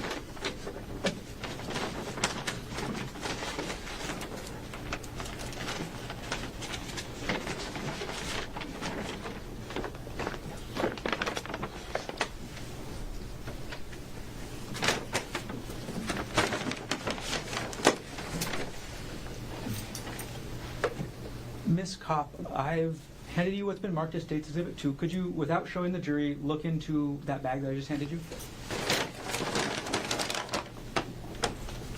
Okay. Do you recognize what's in that bag? Yes. What is it? It is item 2, the rock that I recovered. Is item 2 that rock in the same or substantially the same condition as when you recovered it on March 24, 2025? Yes. At this point, Your Honor, the state will move to admit State's Exhibit 2 into evidence. Mr. Otake. No objection. What has been marked for identification as State's Exhibit 2 is received into evidence. And Your Honor, I'd like permission to publish to the jury. Granted. And could I publish by handing it to the jurors to pass around for a moment? Is it sealed? Yes. Yes. Thank you.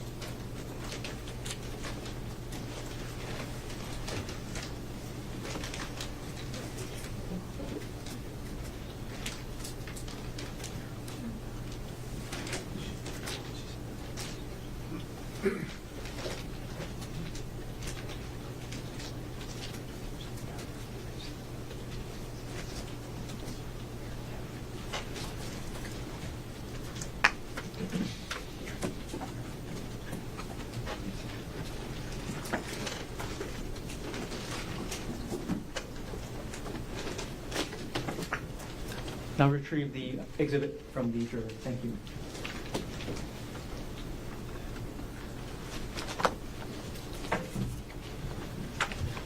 I'm going to hand exhibit 2 to the court clerk. Thank you.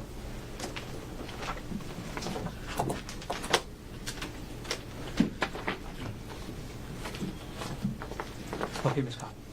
I'm going to get back into the photos you took that day. So I'm now going to publish on the screen State's Exhibit 225.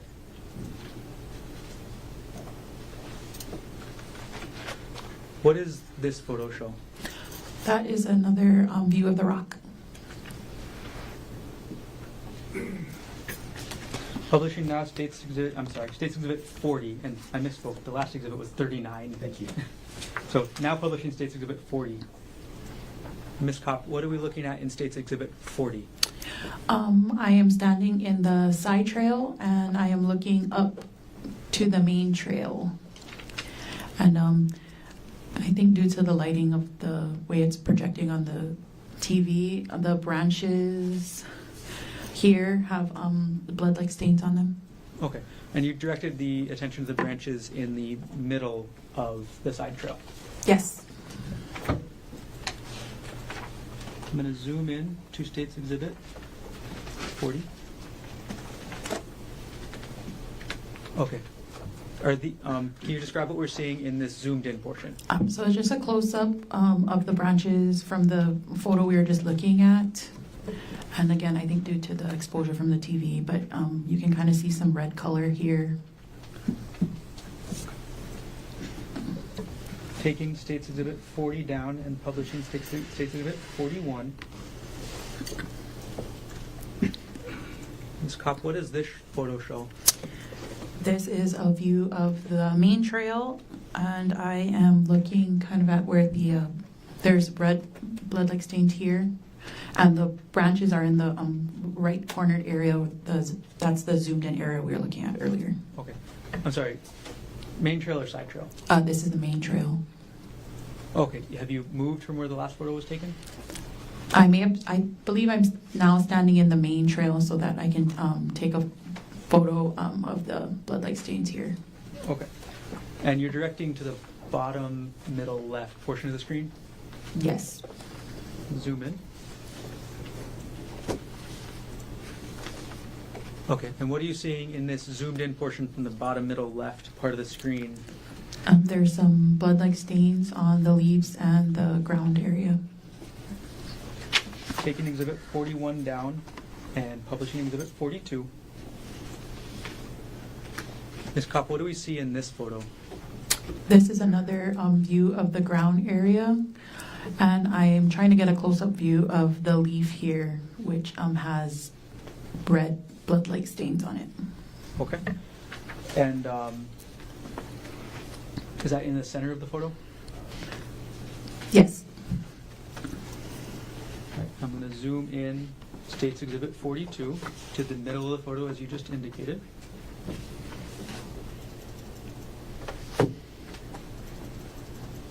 Okay. Can you describe for us what we see in this zoomed in portion of the middle? There are some red blood-like stains on the leaves there.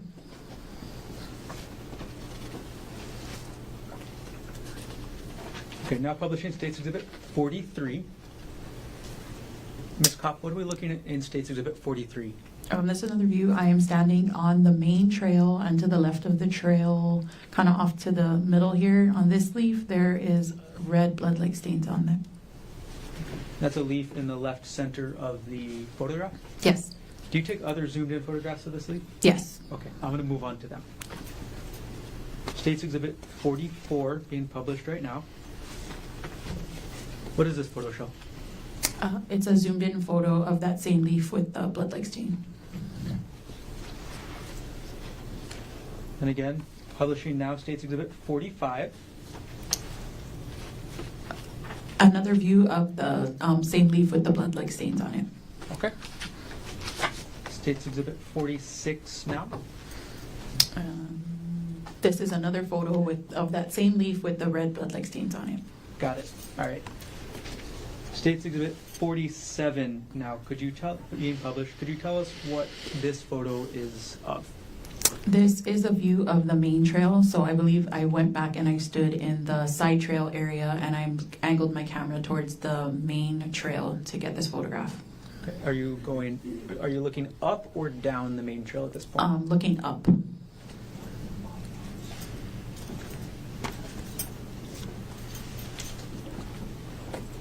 Now publishing States Exhibit 48. This is another, I'm standing in the side trail still, and I took another photo looking up at the main trail.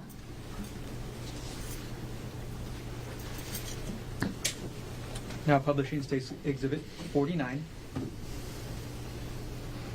Ms. Kopp, what do we see in this photo? I moved back into the main trail, and my camera is pointed up the trail. In the top right corner, you can see a white piece of clothing. Do you take zoomed in photos of this as well? I believe once I get closer to the item, I take close-ups of it. I'm just asking so I don't have to zoom in on Oh, this okay, yes, specific sorry. photo. Okay, States Exhibit 50 now. Publishing. What do we see in this one? I'm getting closer to that white piece of clothing, still on the main trail, walking up. Now publishing States Exhibit 51. This is a close-up view of that item of clothing. Okay. Publishing States Exhibit 52. Could you tell us what's in this one? I'm sorry. Okay, so in this photograph, I walked past the item, so I'm now kind of at the top of the trail, we're gonna call it, and the piece of clothing is now on the left side. Okay, when we say top of the trail, is this like close to the top as far as you went? Yes, Okay. And which direction are you looking at the trail at this point, up or down? I'm looking down.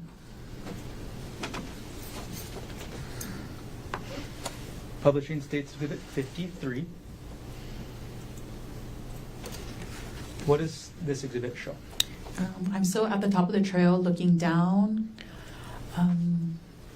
The clothing item is still in the photo, and that hole in the bush that I was speaking about earlier is going to be here to the left.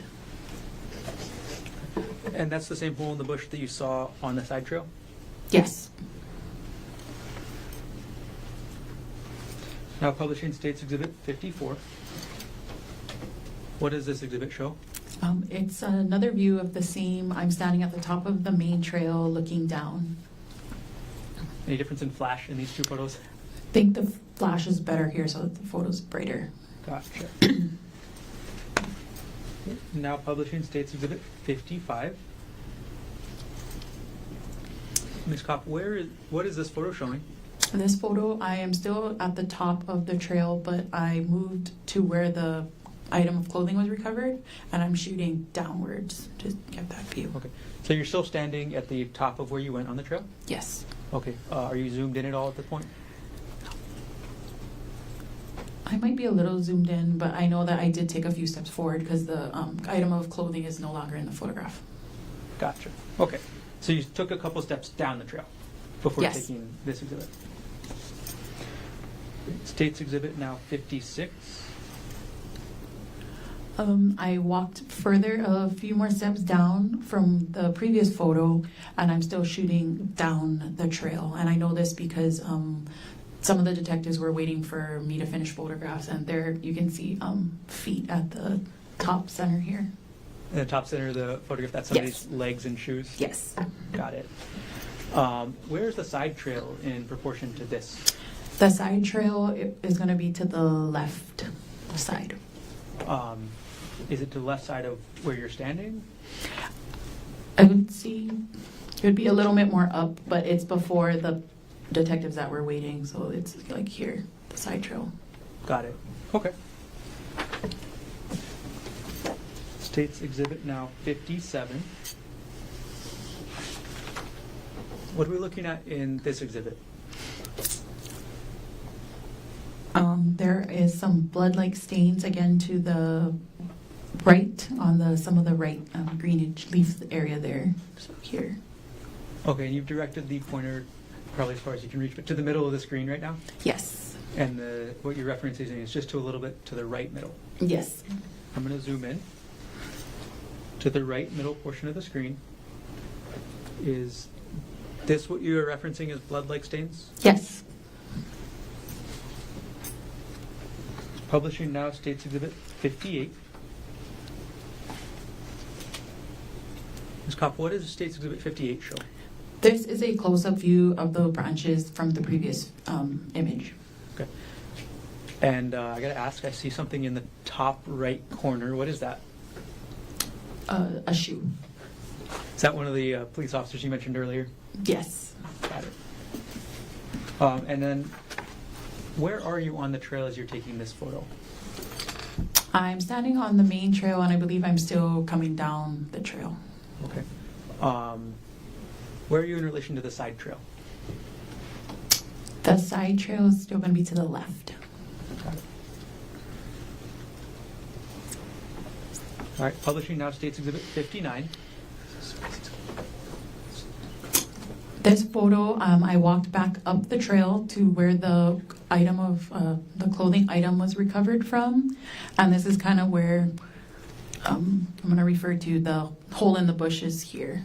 Okay, and you've pointed to the left middle portion of the screen, and that's the hole in the bush? Yes. Is that the same hole in the bush you referenced when discussing the side trail? Yes.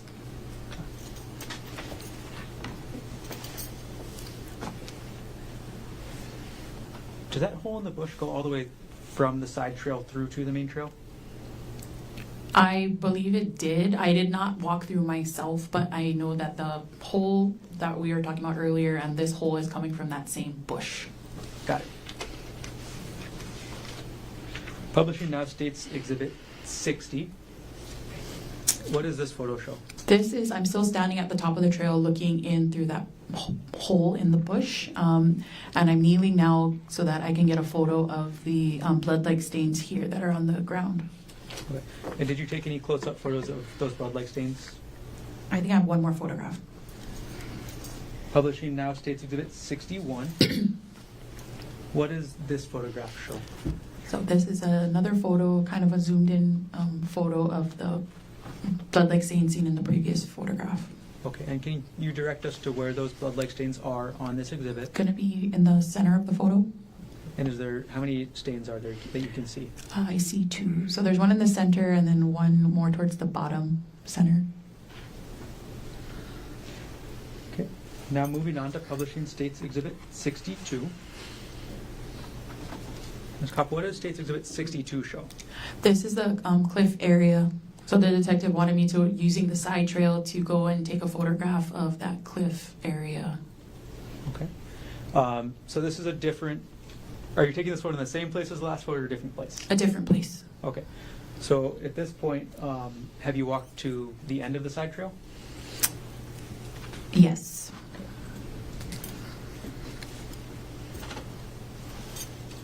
Publishing now, States Exhibit 63.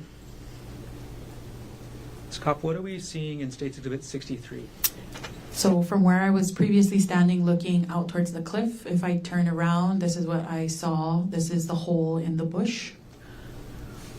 Okay. In the center there. Did you take any additional photos of this hole in the bush from the side trail or cliff side?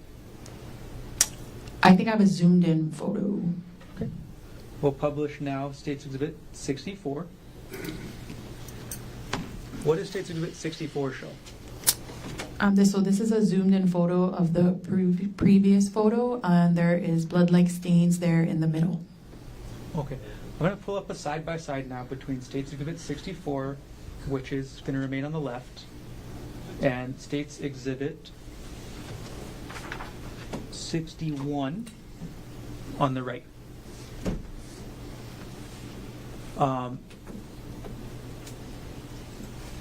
So States Exhibit 64, where was those stains located? Those are from the front view. That makes sense. Sorry, are these different stains or the same? I believe they're different stains. Are they? So you said they're both from the hole in the bush? Yes, so like they're, like I said, off of the main trail where I previously was taking that first pull under the bush, that it was a little further up. Got it. Okay. And then like this is from the front of that bush. Okay. Same hole in the bush or different hole? The same hole. Okay. All right. Now publishing States Exhibit 65. What do we see in States Exhibit 65, Ms. Kopp? 65, I am now back at the top of the trail, and here to the like left middle, that is going to be the hole in the bush. Right, and publishing now States Exhibit 66. What do we see in this exhibit? It's another view right there in the center is kind of like the hole in the bush. Got it. And last photo for now, States Exhibit 67. And that is just a zoomed in photograph of the previous image. Got it. All right. Take the photos down for a moment, Ms. Kopp. Mr. Barnett, can I call a quick recess here? Yes. We've been going for a while. So, ladies and gentlemen, we'll take a short recess, 10-minute recess. Ms. Alva Fisher will get you at 11:55. Then a short session up until 12:30 before we break for our lunch. Leave your notebooks on the chair. All right.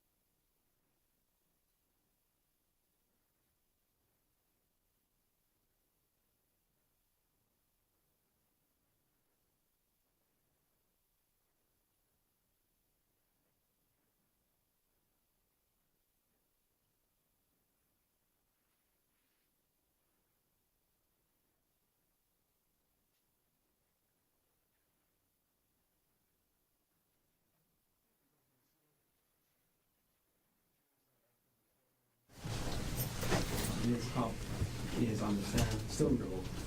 And Mr. Garner, you may continue on with your direct examination. Again, short session until we get to 12:30. Understood. Thank you.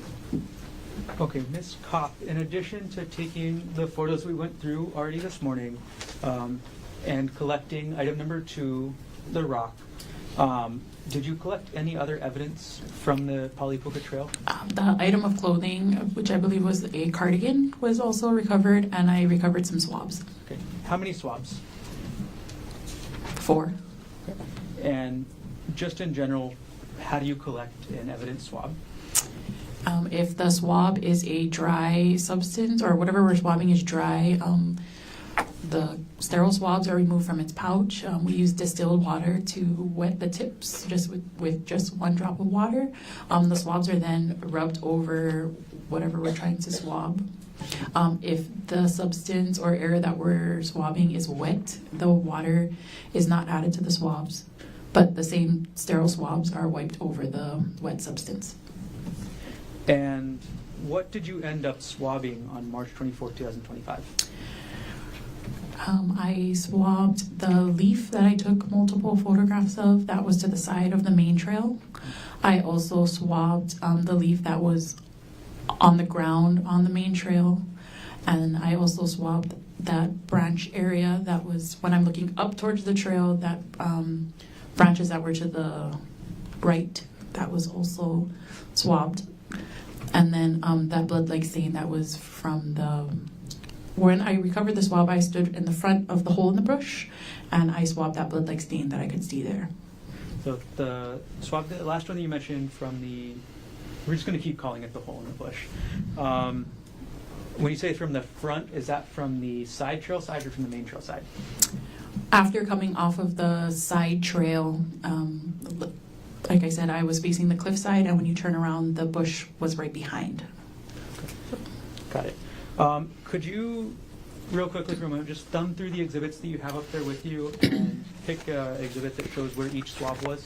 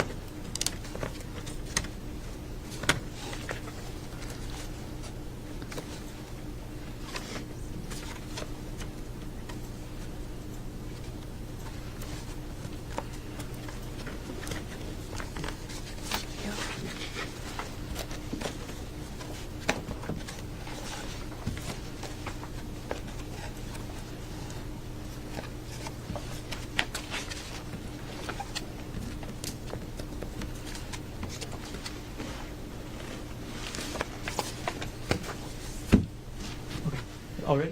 Yes. Okay. And the first swab you mentioned, was that the swab of a blood-like stain recovered from a plant off the trail? Yes. Okay. What exhibit is the photograph that shows that? Exhibit 46. I'm going to put that up on the screen. Publishing now states Exhibit 46. Okay. And could you direct us on the screen to the area you swabbed?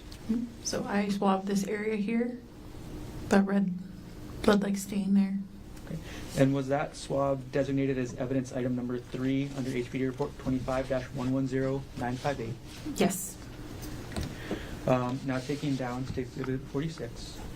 For the second swab you took, is that the one you mentioned was the of a blood-like stain recovered from a plant from the leaf on the trail? Yes. Okay. Could you tell us what exhibit shows that? Exhibit 42. Okay. Publishing now states Exhibit 42.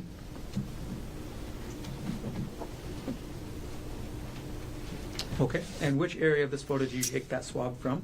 In the middle here, the leaf that's on the ground there. Okay. I'm going to zoom into this exhibit. Okay. Could you point us now to the leaf that you swabbed? Sorry, it's kind of blown out here, but right here you can kind of see the red color. And was this submitted as evidence item number 4 under HPD report 25-110958? Yes.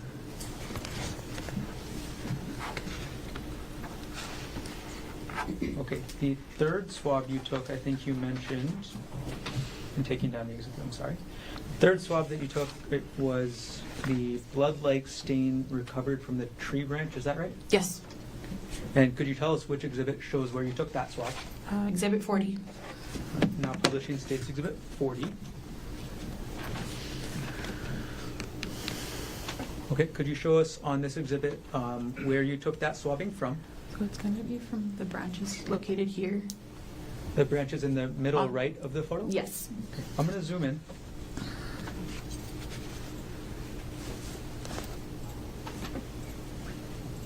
Okay. Could you point us out to where the blood-like substance that you swabbed was? That would be here, this area here. Okay. And you're directing us to the left side of those branches. Yes. And was this swab of the branches from right next to the trail, was that designated as item number 5 under HPD report 25-110958? Yes. Okay. And the last swab you mentioned, where was that from? I recovered it standing from the front of the, so using the side trail and then viewing the hole in the bush from that side, from the front of it. I swabbed the blood-like stain that was located where I could see from there. Okay. And what exhibit shows that best? Exhibit 64. 64. Publishing states exhibit 64.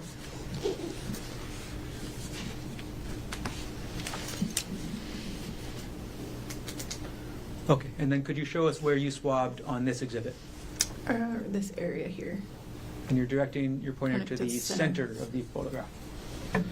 And was this swab of the blood-like stain on the ground under the bush, the hole in the bush as we've been calling it, designated as item number 6 under HPD report 25-110958? Yes. Okay, I'm going to take the exhibit down. Now, you've told us what a swab is, where you took it. After you take the swab, what do you do with the actual piece that you take? The swabs have like a capture over it, so it keeps it not sterile, but it protects it from getting contaminated. The swabs are then placed in a self-sealing pouch, and we later seal it with tamper evidence tape. And did you follow that procedure in this case? Yes. And then after you sealed up the swab in the pouch, with the cap, with the tamper-proof tape, where did you take it? Once getting back to the main station, I created evidence sheets and I turned it into the evidence room. And was that to Eric Nagayama? Yes. And from the time that you collected the swabs labeled as items 3, 4, 5, and 6, to the time you gave the swabs to Eric Nagayama at the HPD evidence room, were they in your sole custody and control? Yes. During that time, did you tamper with, alter, substitute, or destroy the contents of any of those 4 items? No.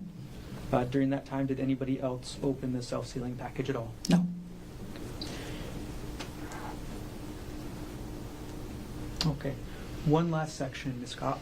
In addition to your work at the scene on the Pali-Puka Trail, did you also participate in the execution of a search warrant on a black Nike bag listed as item number 47 under HPD report 25-110958? Yes. What was your role in the execution of that search warrant? I was assisting taking photograph of its contents. Okay. I'm going to approach now with what's been marked as States Exhibit 87 to States Exhibit 103, previously shown to defense. May I approach the witness? Yes. And I'm going to collect all the other exhibits from this.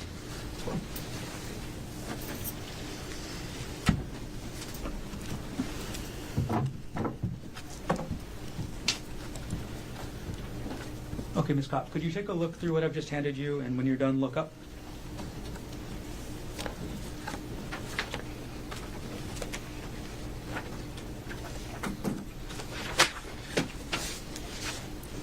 Okay. Do you recognize what I've handed you? Yes. What are these? These are photographs from the search warrant I assisted with.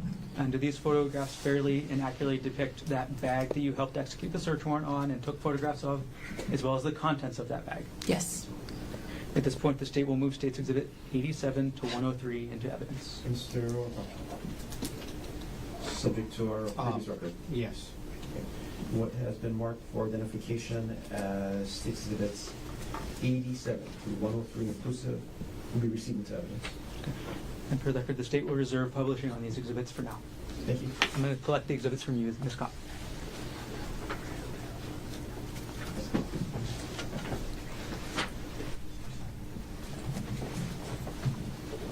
Okay. Ms. Kopp, did everything you testified to occur in the city and county of Honolulu, state of Hawaii? Yes. Thank you. I have no further questions at this time. Thank you. Can I hand the exhibits to the clerk? Please. I'm going to hand exhibit to the clerk as well. Thank you.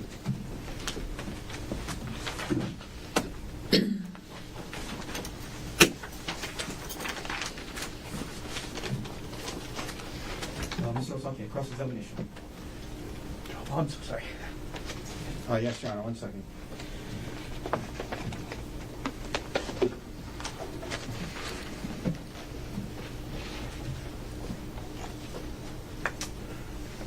Good afternoon, ma'am. Hello. Hi. Just a few questions for you. I know it's getting close to time to eat. I'll keep it quick. Now, how long have you been an evidence specialist? 8 years. 8 years. And part of that, you received training and from HPD about how to go about your job, yes? Yes. And on the date of this incident when you went there and took these photographs that we've been discussing, you were not that morning, you didn't know you were going to have to go on a hike that morning, correct? That's correct. And so you were in, I think you said Vans, tennis shoes. Yes. And you walked up the hike. Yes. Now, you arrived at the scene at 1:43 p.m. in the afternoon, yes? Yes. Okay. And we know that because you document that in your report, yes? Yes. Okay. So 1:43 p.m., that was approximately, well, that's a little over 3 hours after 10:30 a.m., yes?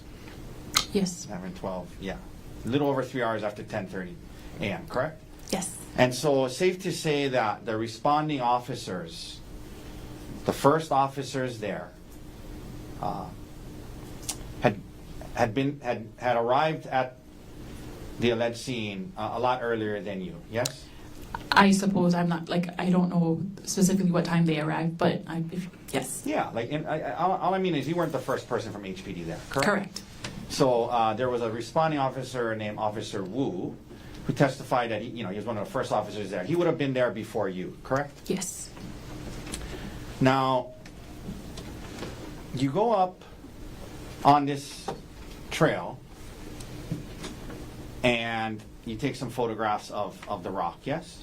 Yes. Let's, if we could we please pull up State's Exhibit 37? Okay. Let's maybe go to number 38. Sorry. Okay, 38. So this is a picture of the rock that you took, correct? Correct. And let me ask you this: when as an evidence specialist, do you agree, and part of your training, you want to document and photograph evidence, ideally in the location it was initially discovered, correct? Yes. Okay. In other words, that's part of what you're doing. You're there to document evidence and show where it was when the police first got there, yes? Yes. Okay. And so when you got up there, you took a picture of this rock, and it was right in that area there with the leaves around it and whatnot, yes? Yes, sir. Okay. And this would have been after the first officers, including Officer Wu, got there, correct? Yes. Could we please, Mr. Dirks, pull up what's already in evidence marked as State's Exhibit 6?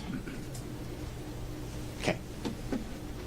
So you see here, this is State's Exhibit 6.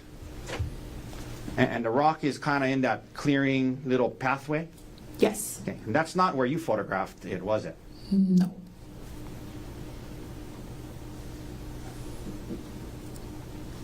Can we put Exhibit 6, this was introduced for Officer Wu. Can we put Exhibit 6 next to Exhibit 34 if that's possible, Mr. Dirks? If possible. If not, it's okay. Exhibit 6 and 38. Okay. So, when you got there, you took a photo of it on the right, this one on the right, correct? Yes. You left the rock there, yes? Correct. Exhibit 6 shows it in the middle of the walkway, yes? Yes. Okay, we can take that down. When you testified today, the prosecutor didn't ask you about that. Did you know that it had been moved before you photographed it? No.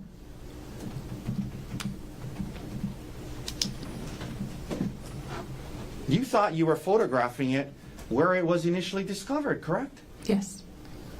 And that's kind of an important piece of information, isn't it, ma'am?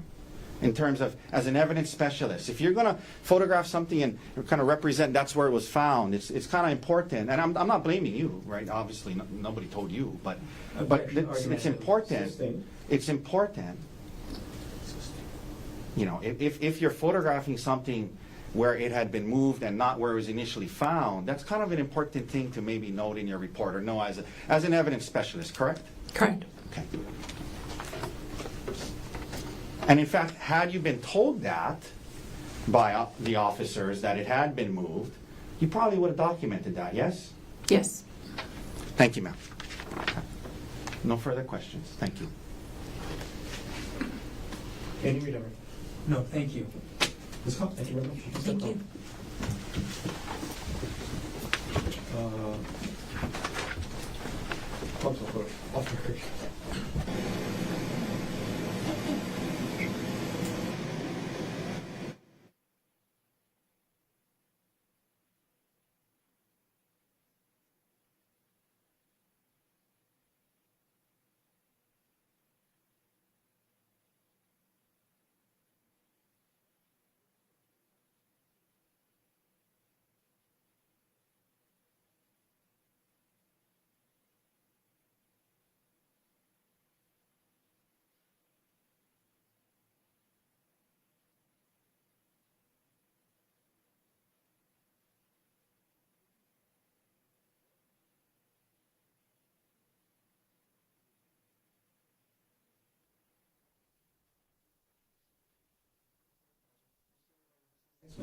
Stage next witness will be Mohammed Salame.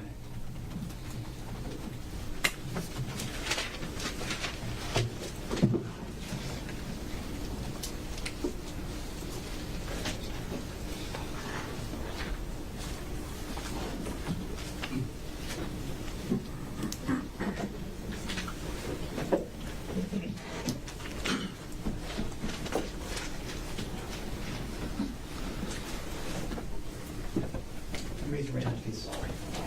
You do solemnly swear affirm that the testimony about to give shall be the truth, the whole truth, and nothing but the truth? I do. Please have a seat. Thank you. Good afternoon. And before you start testifying, could you just take the microphone as close to you as possible and speak into the microphone as much as possible, okay?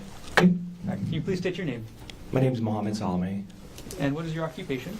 I'm a police evidence specialist with the Honolulu Police Department. How long have you been employed by HPD? About 3 years. What was your assignment on March 25th, 2025 at around 5:40 p.m.? To take photographs and collect evidence, DNA reference sample. In taking a step back, in general, what are the duties of an evidence specialist? To process and document crime scenes, including individuals, through the use of photography, diagramming, and evidence collection. And on that date at 5:40 p.m., what type of evidence were you assigned to collect under HPD report 25-110958? A DNA reference sample or a buccal swab. And what is a buccal swab? Buccal swab is a swab sample used to reference a known DNA sample. And where would you collect a buccal swab from? The interior cheek area of the mouth of an individual. And who did you collect a buccal swab from in this case? Mr. Gerhardt Konig. And before you collect the buccal swab, do you document or photograph the person you're collecting the swab from? I do. Mm-hmm. At this point, Your Honor, I'm going to ask to approach with what's been marked as States Exhibit 129, States 238, and States 239. Yes. Previously shown.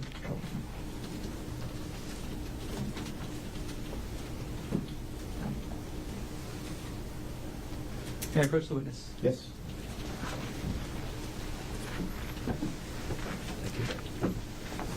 Mr. Solomon, I've handed you what's been marked as States Exhibit 129, 238, and 239. Could you take a look at those three exhibits, and when you're done, look up? Do you recognize what I've handed you? Yes. What are these? These are photographs of Mr. Konig. And you took these photographs? I did. And again, was that on March 25th, 2025 at around 5:40 p.m.? Yes. Do these photographs fairly and accurately depict Gerhardt Konig on that date and time? Yes. At this point, the state will move States Exhibit 129, 238, and 239 into evidence. Mr. Otake is subject to our previous record. No objection, thank you. What has been marked for identification as States Exhibits 129, 238, and 239 will be received into evidence.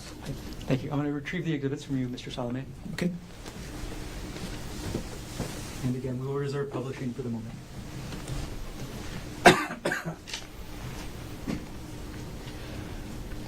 Okay. Could you walk us through the mechanics of how you actually collected the buccal swab from Mr. Konig? Of course. Or Dr. Konig, I'm sorry. Yeah. I start with a new pair of gloves, new pair of swab.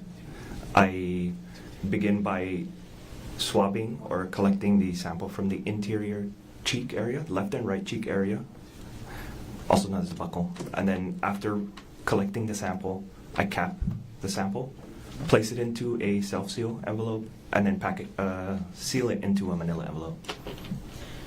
And is that the way you actually collected the sample on March 25th, 2025 in this case? Yes. After you collected the swab and sealed it, what did you do with it? I submitted it to the evidence room. Okay. And who did you give it to at the HPD evidence room? Ms. Jeanette Moses. Okay. And did you do that on March 26, 2025? I did. From the time that you collected the buccal swab from Gerhardt Konig on March 25th, 2025, to the time that you submitted it to Ms. Moses on March 26, 2025, was the swab in your sole custody and control? It was, yes. And also, was the swab designated as evidence item number 45 under HPD report 25-110958? Yes. During that time, from the time you took the swab to the time you submitted it, was it in your, I'm sorry, repeating myself, did you tamper with, alter, substitute, or destroy the contents of the packaging in any way? I did not, no. Tamper with the swab in any way? No. During that time, did you or anybody else open the self-sealing package at all? No. Okay. Did everything you testified to occur in the city and county of Honolulu, state of Hawaii? Yes, it did. Thank you. I have no further questions at this time. Thank you. I'm going to hand the exhibits to the clerk.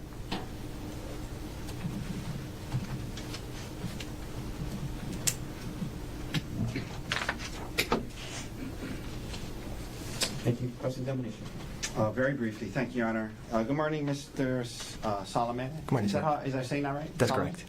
Thank you for being here. I just had a couple of questions. The photographs that you just, you were just shown, 238, 239, and 129. Did you take those at the same time that you were doing the buccal swab? Yes. Okay, so you indicated that on March 25th, 2025, the buccal swab you took at 5:40 p.m. roughly, yes? Yes. And you would have done the photographs roughly at that same time, correct? Yes, prior to collection. Right before. Okay. Yes. So 5:40 p.m. on the 25th of March is 10:30 a.m. on the 24th of March. 5:40 p.m. is about 31 hours later, correct? I wouldn't be able to. Yeah. So if we go 10:30 a.m. on the 24th, Okay. then we go to 10:30 a.m. on the 25th. That's 25 hours, right? Okay. And then from 10:30 on the 25th to 5:30, that's 7 hours, right? 10:30 to 5:30, right? 10:30 to 5:30. Yeah. Okay. So you took these photographs, 24 hours plus 7, 31. You took these photographs 31 hours after 10:30 a.m. on the 24th, correct? Sorry, 25 plus 7 is 32. 24 plus 7. 24 plus Yeah. 7, 31. Yes. Yeah, Okay. Yeah, 31 hours after 10:30 a.m. on the 24th, correct? Okay. Yes. Okay. And let's publish it. Let's publish these now, since they're in evidence. Okay. So if we could, Exhibit 238, it's going to be on the screen here. Okay. So that's a photograph you took when you were doing the buccal swabs of Dr. Konig, yes? Yes. And this was at the Honolulu Police Department The central receiving does. Central Receiving, correct? Yes. Okay, 31 hours later. Let's go to 239. Okay. Can we zoom in on his ear and his cheek? Is that possible? Okay. Okay. So that's his ear and his cheek, 31 hours later. And then if we could go with 129.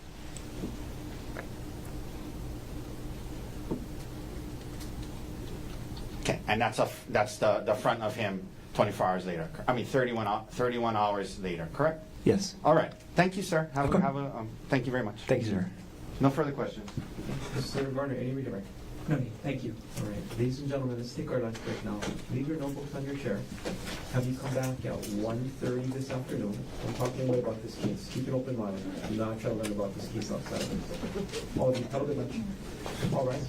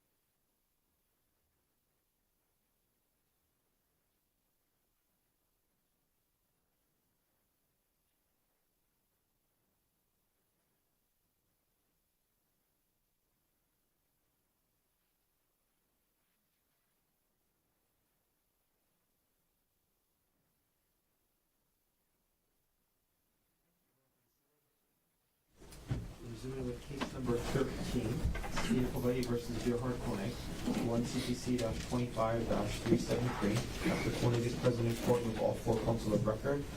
All jurors are back in the courtroom. Good afternoon, ladies and gentlemen. We'll continue on with the presentation of the evidence. Mr. Garner, State's next witness. The state calls Chauncey Nicola.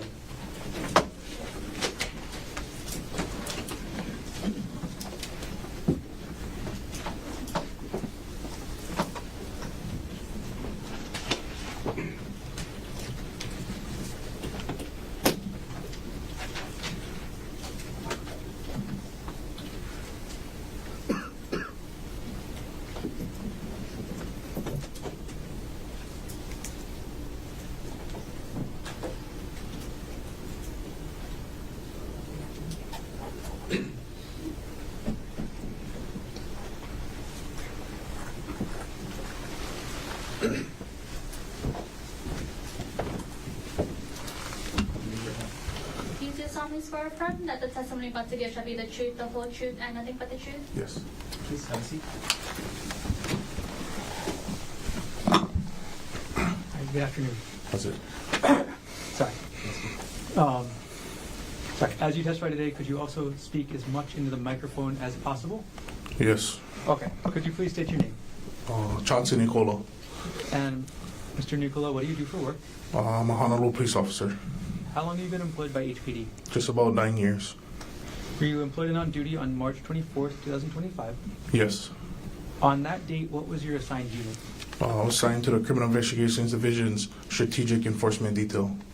And what does the Strategic Enforcement Detail generally do? We either handle cases or we assist other detectives or other details within the Criminal Investigations Divisions. And on about 12:45 p.m. on March 24, 2025, where were you dispatched to? The Palipuka.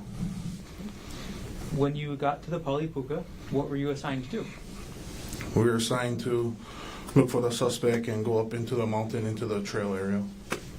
And did you actually do that? Yes, I did. Okay. And when you say go up into the mountain, where exactly did you go?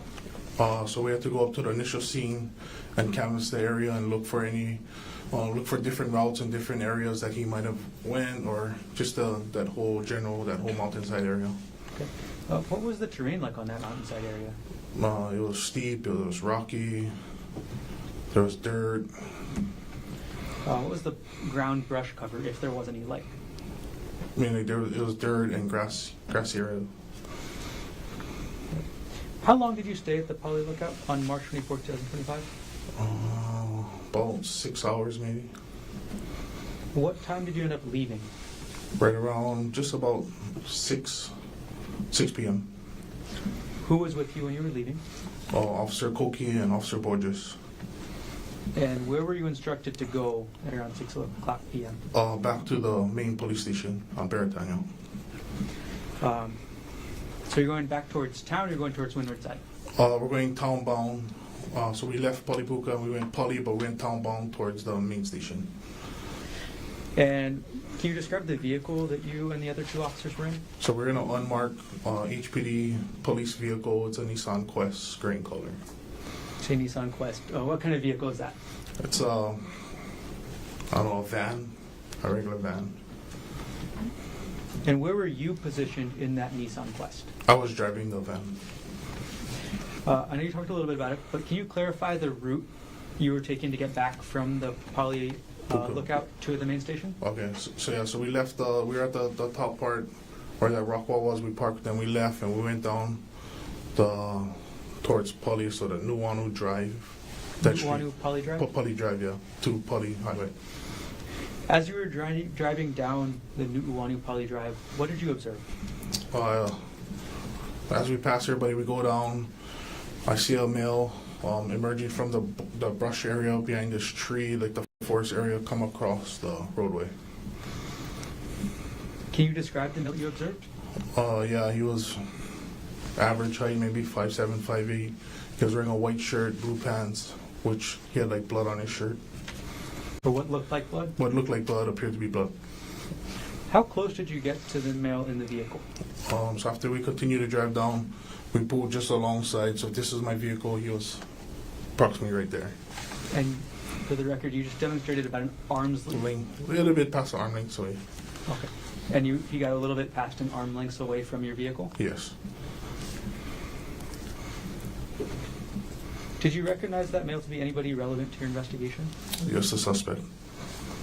And that's based on the description you were given? Yes. If that person is, if you were able to see that person again, would you be able to recognize them? Yes, I would.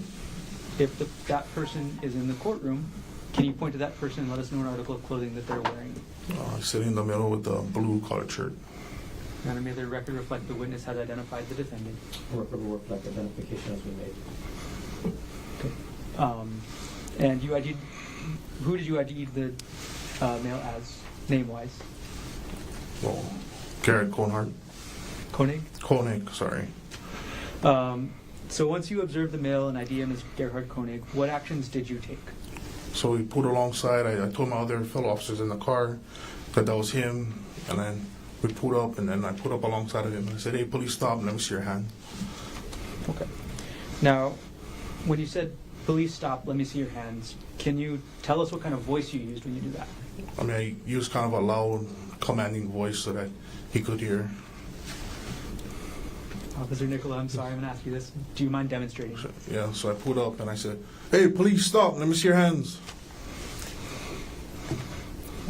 And after you said that, did you give the defendant a chance to comply? Yeah, so he looked at me. He looked back. Because now we're I'm looking at him and he's looking at me when I said that. Okay. So he's looking at you when you say, "Police, stop"? Because he's up the van approaching because he runs in front of us because we come down. Okay. And how long did you give him to comply with that demand? I mean, I at that point, I'm just looking at him. Could have been, I don't know, 15, 20 seconds. He's just looking at me. Okay. And after you see the defendant, you pull up, you tell him to stop, you guys look at each other, then what does the defendant do next? Then he turns and he runs away from my vehicle to this brushy, like the grassy area because we're still in the roadway. Okay, you say he runs to a brushy or grassy area. Can you describe Like the area? it's just like it's the road and it's like grass and dirt area and then there was like bushes beyond that. Okay, as the defendant ran toward the road and the grassy area and the bushes, what did you do? And then put my vehicle in park. I exited my vehicle and I gave chase after him. Did anybody else pursue as well? Yeah, my other two partners are with me, but they were on the other side of the vehicle, so I didn't see when they came out or anything. I was just focused on running ahead of me. So of the three officers, who got to the defendant first? I did. What happened when you got to the defendant? So as I got closer, I reached out and I grabbed his right arm to try. I'm still yelling, "Police, stop, police, stop," and I was able to grab onto his right arm. Okay. After you grabbed the defendant's right arm, actually, pause that. Yes. Restart the question. You said you kept yelling, "Police, stop"? Yes. How many times? I just kept yelling as I was running. I could multiple times. I just was yelling, "Police." Okay. And going forward again now, Yes. after you grabbed the defendant's arm, what did the defendant do? He tries to pull break my grip, so he tries to pull out and continue running away from me to get away from me. And as the defendant's pulling away from you, Right. when you're grabbing his right arm, what happens with you and the defendant? We're in this like grassy, like muddy area, so I lose my balance and he loses balance, so we both fall on and I fall on top of him. Right, who falls on top of who? I fell on top of him. Okay, so now at this point, you and the defendant have both fallen, and you fall on top of him. What did the defendant do next? Starts reaching for it. He has this like black, I don't know, side bag, I don't know what you call it. It's like he has it around him. He starts to grab for it. Okay. And once you see the defendant reaching for this bag, what do you do next? I'm trying to use my physical strength to pull the bag away from him, which I was able to, and I'm able to pull it off of him and get it away from him. And so were you actually able to get the bag away from him? Yes, I did. So what did you do with the bag once you got it away from the So defendant? once I got it away, I threw it on the side of me to get it away from me and him, away from arm length reach from anybody, so he couldn't grab the bag again. Right. So at this point, now that you've gotten the bag away from the defendant, what happens next? Well, he's still trying to push and fight, and he's trying to like grab all over. So I don't know what he's going for. He's reaching for his waist. He's going for his pants. So I don't know if he has a weapon or not. So I continue to try to gain control of him. And as defendant's doing this, as he's reaching for his waist and all this, how do you attempt to gain control of the defendant? So I give him some distractionary strikes to his large muscle tube area. Okay. And when you say distractionary strikes, could you explain for us what that means? Well, I give him close fist strikes. And when you say large muscle groups, what do you mean by that? I'm trying to hit his arm areas and his legs. And how many distractionary strikes did you do? About 6 of them. Ultimately, was the defendant apprehended Yes, he was. and arrested? Yes. After the defendant was arrested, what happened with his backpack? So then, after he was arrested, I went back and grabbed the bag. I put it in a brown paper bag and I secured it until the detective came. Okay. And once the detective came, what did you do with the backpack? I then transferred custody and gave him the bag. Did you take any photographs of the defendant and his physical condition on March 24th, 2025? Yes, I did. Your Honor, may I approach with what's been marked as States Exhibit 132, 235, and 237? Yes. I'm sorry, 236. 132, 235, and 236, or what was the wrong one? 237 or 2? I apologize. There's 4 photographs. I missed one. So we have 132, Okay. 235, 236, and 237. Thank you. Thank you. All right, may I approach?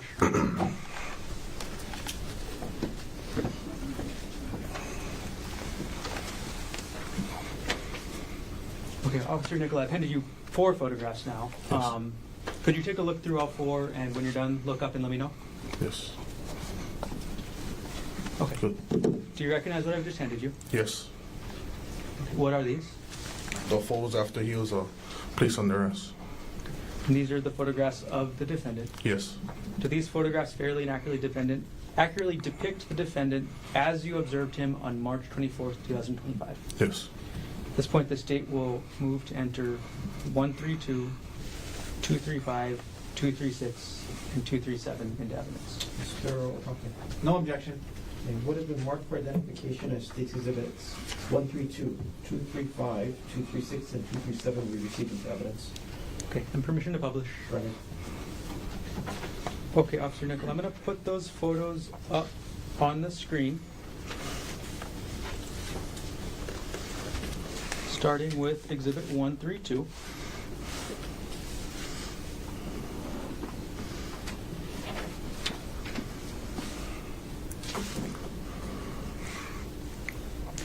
And now rotated correctly. Officer Nicola, what does this photograph show? Full body picture of the suspect. And what's that in the background of this photo? Just the kind of grassy area that he ran into, or we ran to. And how big are the trees back there? Very big. Publishing now States Exhibit 235.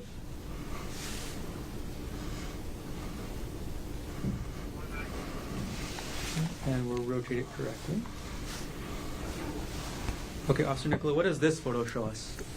Closer view of his kind of upper chest area. And now publishing States Exhibit 236. And apologies, I might have to rotate it again. Okay, what does this photo show? This is a left profile. And lastly, Exhibit 237. And again, we'll rotate it upright. What does this photo show? This is right profile.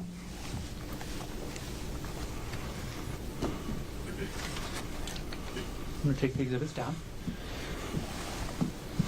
Okay. After you arrested the defendant, Officer Nicola, where did you take him? Took him to Straub Hospital. Why did you take the defendant to the hospital?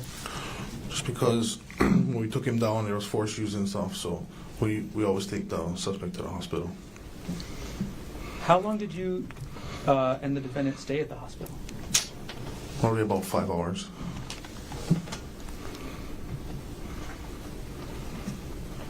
A couple more questions. What were you wearing that day, Officer Nicola? I was in a plainclothes attire, so I had a t-shirt, pants, and I had my badge from my neckline, and then I had my gun belt underneath my shirt and stuff. Sorry, where was your badge actually displayed on your body? It was on my chest area. And last couple of questions. Officer Nicola, how tall are you? About 6 feet, And approximately how much did you weigh on March 24th, 2025? 300 pounds. Did everything you testified to occur in the city and county of Honolulu, state of Hawaii? Yes. Thank you. No further questions at this time.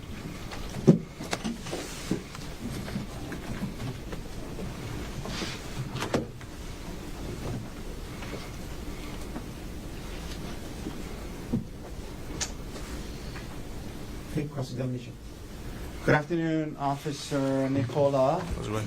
Just a few questions for you. You mentioned that you, on the day of this incident, were part of something called the Strategic Enforcement Detail, is that right? Yes.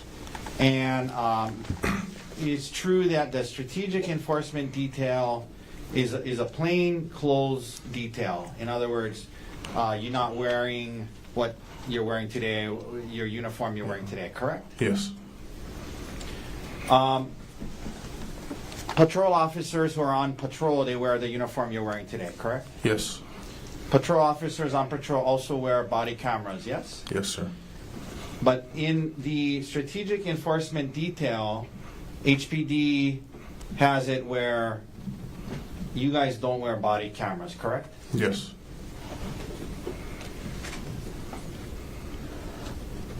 So the patrol officers who have body cameras on, it records the interaction, it records what you guys did, what the suspect did, what was said, what wasn't said, correct? For a patrol officer, right? Yes, sir. But you guys, no body cameras, correct? No, sir. And that's a decision by HPD, yes? Yes. You mentioned being in an unmarked van, is that right? Yes, sir. And when you say unmarked van, sir, you just mean it's just like a van, like it doesn't have any HPD? No logos, no lights and sirens, nothing like that. No sirens? Nothing. And no dash cam either? No, sir. No body cam, no dash cam, unmarked vehicle, correct? Yes, sir.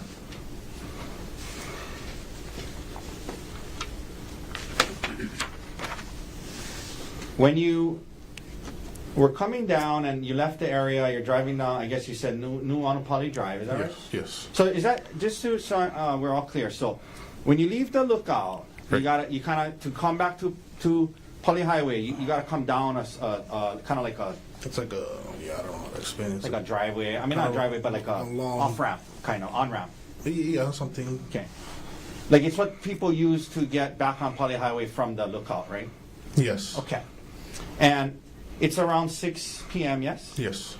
And so this was about a year ago, so it's a similar time of year. So, it's 6 p.m. this time of year. It's not dark yet, right? Not at all. It's still lit, yes? Yes, sir. Okay. So it's 6 p.m. It's still lit, and you see who you believe to be the suspect walking down the street in the light, correct? Yes. And when you first saw him, he was walking, not running, correct? When he ran across from the trees for the brushy area, he ran across to us. But when you first saw him, he was walking down Pali Drive, right? Well, he first ran across out of the bushes, he runs across, and then we come up alongside of him, and then that's when he's walking. Okay.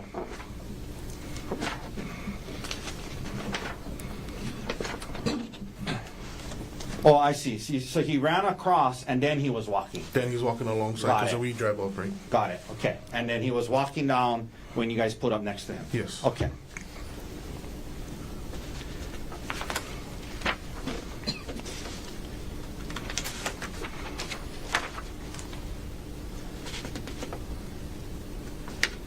You mentioned some of the force that you used in apprehending Gerhardt, yes? Yes, sir. You mentioned that you, at the time, weighed about 300 pounds, is that right? Yes, sir. And you were with Officer Koki Koki. and Officer Borges? Yes, sir. And they're also pretty big guys, yes? Yes, sir.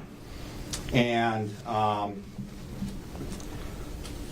you mentioned some strikes to his large muscle area to get compliance. I think you said maybe about 6 strikes to his large muscle area, correct? Yep.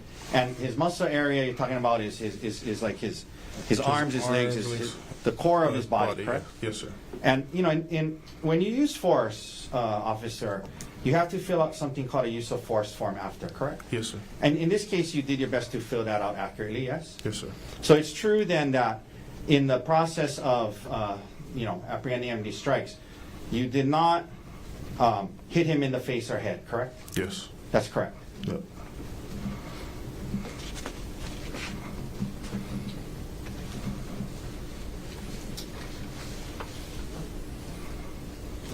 You mentioned taking him to the hospital. He had visible injuries when you were dealing with him after, yes? Yes, sir. But you believe that those injuries came from the hike, yes? Or the incident, correct? The incident from when we both fell down. Yeah, and from the hike, yes? Sure. Yes. And then you took him to Straub. Straub Hospital. And then at Straub, did you stay with him the full 5 hours? I stayed with him up until about the last hour. Then Officer Koki came and relieved us, and we went back to the station. Okay. 1 second. But to be clear, you never hit him or struck him in his face or head, correct? Yes. All right. Thank you, officer. No further questions. Any redirect?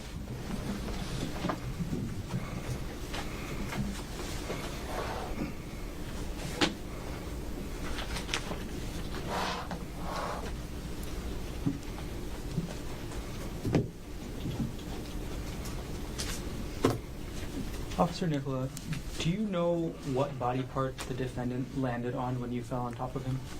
So we went forward, and he landed on his head area, like, because I went down and I was trying to grab him to stop, and we both just fell down. Thank you. No further questions. Any rebuttals? No. Thank you, officer. Officer, thank you. You said no. I think that's what we. You can go ahead and step. One step further.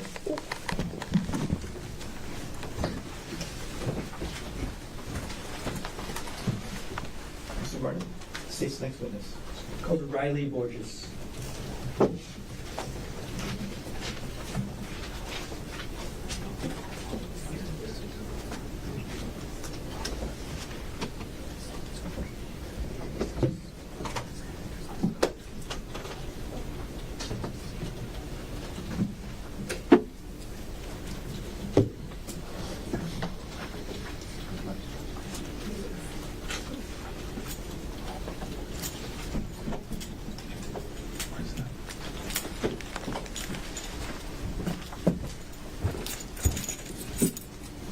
You do solemnly swear affirm that the testimony about to give shall be the truth, the whole truth, and nothing but the truth? That's right.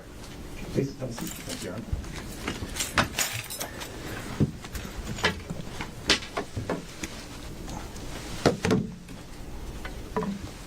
Good afternoon. Good afternoon. Could you please state your name? Riley Borges, Okay. Mr. Borges, what is your occupation? Honolulu police officer. How long have you been employed by HPD? Almost 6 years. Were you employed on duty on March 24th, 2025? Yes. On that date, what was your assigned unit? I was part of the Criminal Investigation Division, Strategic Enforcement Detail. And at around 12:45 p.m. on March 24th, 2025, where were you dispatched to?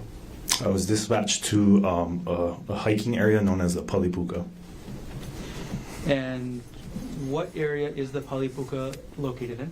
It's located off of Pali Highway on New Anu Pali Drive. And before you get to the puka, do you got to go to the lookout? Yes. When you got to the area that day, what were you asked to do? I was asked to canvass the area, the forestry area, to look for the suspect or evidence or anything that stuck out to us. When you say you were looking for the canvas for the suspect or evidence, what was the primary objective? Primary objective for myself and like our small unit was to look for the suspect. Did you actually go up the Polipuka Trail? Yes. How far up the trail did you go? I went all the way to the Puka, which is approximately about a 20 to 30 minute hike if you're going pretty fast. And can you describe the trail and the condition of the trail up to the Puka? Yes, it's all dirt, some grass, loose footing, areas that have a steep incline. There's some areas that previously people tied up ropes because it's very steep to get up there. And then some areas where it's very narrow, that the cliff is right to your right. Which side, so when you say it's to your right, is it the windward side or the town side? It'd be windward side. And do you know how big the cliff was? I would say approximately close to 1,000 feet. And when you were up there that day, what was the wind level like? It was very windy. What was the terrain, you mentioned that you hiked up to the Puka. Did you canvass any other areas as well? Yes. Okay, what areas were those? The kind of landing area where the incident had occurred. And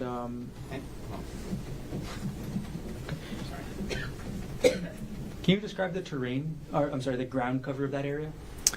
That area was like a small opening, relatively flat, and grass and some brush around there. And then can you describe the ground cover generally of the area you canvassed? Generally, the trail itself is kind of a beaten path. You know, it's got some grass, but overall dirt and some rock. But as soon as you go off the trail, it gets to dense forest, dense bamboo, and other shrubs and bushes. Did you search the bottom of the cliff yourself? The windward side, you're asking? Yes. No, we weren't able to access that area. How long did you stay at the Poly Lookout area on March 24th, 2025? Around 5 to 6 hours. And what time did you leave? Approximately 1800 hours, 6 p.m. Thank you. Who was with you? I was with Officer Nicola and Officer Koki. And where were you instructed to go? I was instructed to go back to the main police station. And that's 801 South Beretania Street? Yes. What was the route that you guys were taking? So we exited the parking lot of the lookout, and we're on New Honolulu Road, headed townbound towards Poly Highway. Can you describe the vehicle? We were in a Nissan Quest, gray. It's like a van. Is this a police car or no? It's an unmarked vehicle. No police lights or sirens. Where were you positioned in the vehicle? I was in the second row, and I was in the middle, so I could see like the windshield. Yeah. Sorry, could you describe a little bit about this type of van and what you mean by that? I guess the best way to describe it is like a soccer mom van. It's, you know, a passenger van. It can hold like 7 people. It's got the automatic sliding doors, that kind of stuff. Got it. Okay. And then, so second row, was there a row behind you? Yeah. And as you were driving down New Wanupali Drive in the middle seat, what did you observe? From about 100 yards away, I could see a male exit what appeared to look like he exited the brush area and onto the road. Can you describe the male that you observed? From about 100 yards away, I could just see that it was a male, lighter in skin color, and I saw like blue clothing of sort. How close did you get to him in that vehicle? From 100 yards, when we first saw him, we drove right up to him. And then once you drove right to him, what window of the vehicle were you seeing him out of? The windshield, primarily. And were you able to make any other visual observations as you got right up close? Yes. While we were still driving, from about 20 yards away, I was able to identify who the suspect was. Who did you identify him as? Gerhardt Konig. And how did you identify him? I previously looked at his Hawaii driver's license on our computer system to familiarize myself with his appearance. If you were to see that person again, would you be able to recognize them? Yes. If that person is in the courtroom today, could you point at an article of clothing and let us know what they're wearing? Yes. A blue long sleeve button-up shirt. Your Honor, may the record reflect the witness has identified the defendant. Record reflect identification was made. Okay, so Officer Borges, you observe the male and identify him as Gerhardt Konig. What actions do you take next? From there, Officer Nicola parks the vehicle. Okay. And he exits first, and well, simultaneously we're all trying to exit, but I have to exit through the right side, which is the passenger side, and that is the opposite side that the suspect is on. Were you saying anything as you exited the vehicle? Yes, I was saying, police, stop, resisting. Could you tell us the type of voice you were using when you were saying police stop? Loud, commanding voice to announce my presence and to stop. Officer Borges, if you could, maybe you lean back from the microphone before you do this, but could you demonstrate? Yes. Police, stop! Thank you. Did you give the defendant a chance to comply? Yes. About how long? A few seconds. And how many times did you say police stop? I don't know exact number, but we're trained to just continuously say that until we get compliance. What did the defendant do after you said police stop? And as I was saying police stop, I noticed that he was trying to go further into the brush area, which is immediately off the road is the forest. Okay. And after you see the defendant going towards the forest, what do you do? That's when, at that time, I'm still on the passenger side trying to wrap around, and I briefly break visual contact, and by the time I come around, that's when I see Officer Nicola close to the suspect. Okay.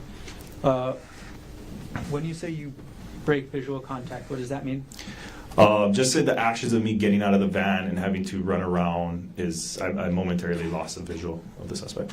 Got it. So like as you were exiting at the passenger side, you couldn't see him? Yes. Okay. So you mentioned Officer Nicola. Was anybody else pursuing the defendant at that time? Yes, Officer Koki.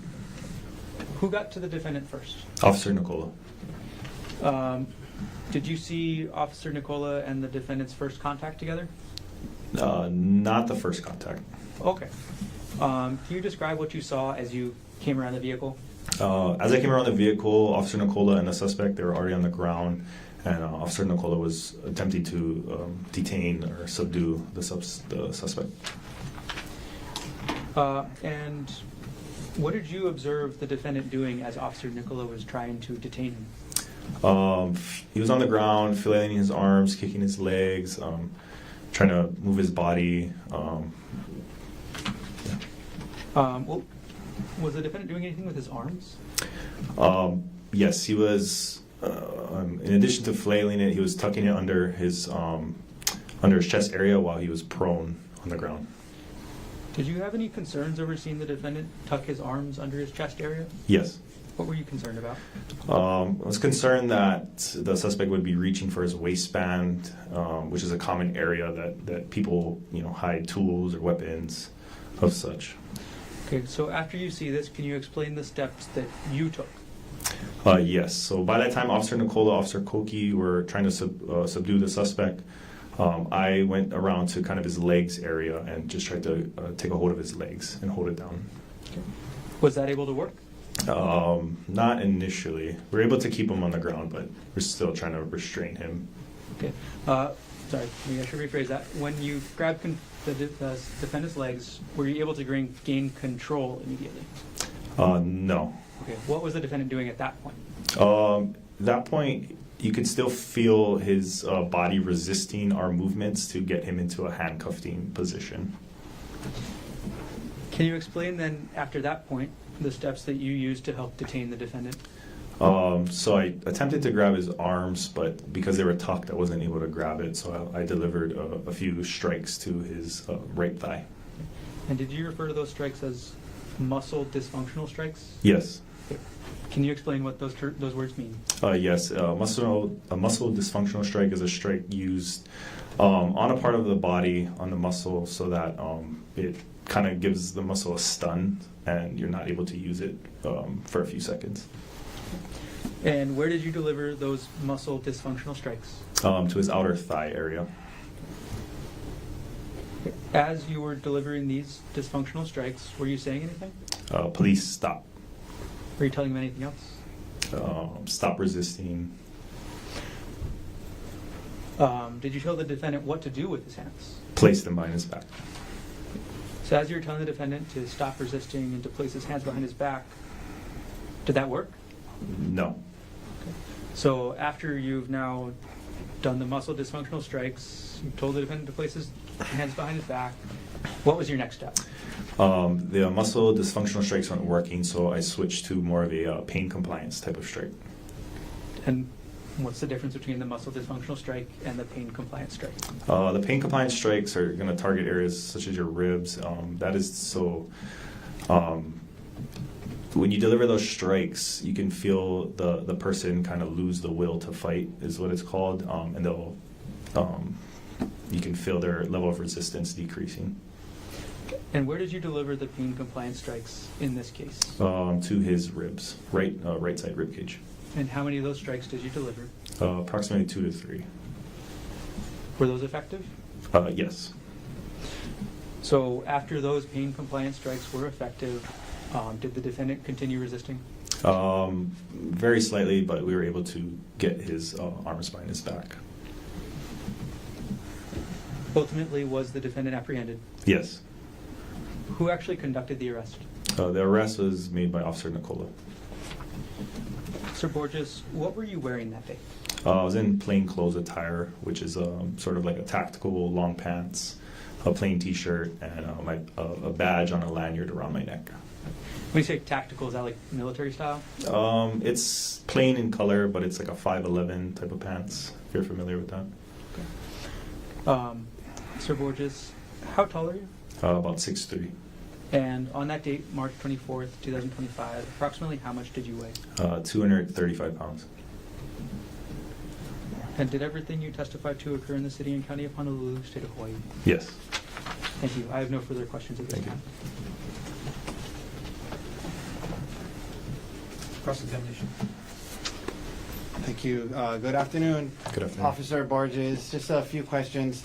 So you mentioned unmarked vehicle, correct? Yes. No sirens, no HPD, soccer mom type of van, yes? Correct. And also not in your uniform, plain clothes, yes? Yes. And as part of that, you were part of the strategic enforcement detail that day, yes? Yes. And so the strategic enforcement detail, HPD, you guys don't wear body cams, correct? Correct. So you're in an unmarked car, you're in plain clothes, no dash cam, correct? Correct. No dash cam, no body cams, and now you come up upon this suspect, yes? Yes. And you understood that by this point that in terms of just some of what was in your head and the actions you took, you understood that there was an allegation that about syringes, yes? Yes. Okay. And obviously, when you're apprehending a suspect, officer safety is one of the, very, very important, yes? Yes. You don't want to take any chances, correct? Correct. So the three of you, and you mentioned did you say at the time you were 6'3"? Yes. 6 foot 3 inches tall. Correct. And 235 pounds. Yes. Officer Nicola told us he's 300 pounds at the time. And I guess we're going to hear from Officer Koki, but he's a good-sized guy too, correct? Yes. So the three of you get out of the unmarked car in plain clothes, roughly at the same time, and the three of you move towards Gerhardt, correct? Yes. Okay. And you said when you guys do that, getting out and go towards him, you described him, kind of backing away towards the bush area and described what happened, and you described the sequence of events from there. Following an incident like this, or whenever force is used, you have to fill out a use of force form, correct? Yes. And you do so accurately and honestly, yes? Yes. And isn't it true, Officer Borges, that in this process of apprehending him, as you described, you did not strike him or punch him in the head or face, correct? Correct. Okay.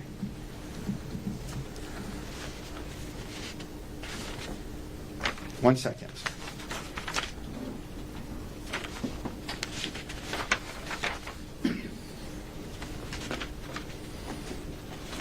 All right, that's all the questions I have for you, Officer. Thank you. Thank you. Can you redirect?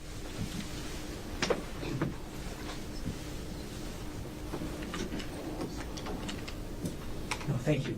Officer Borges, thank you very much. Thank you, Step Your down. Watch that first step. Yes, thanks.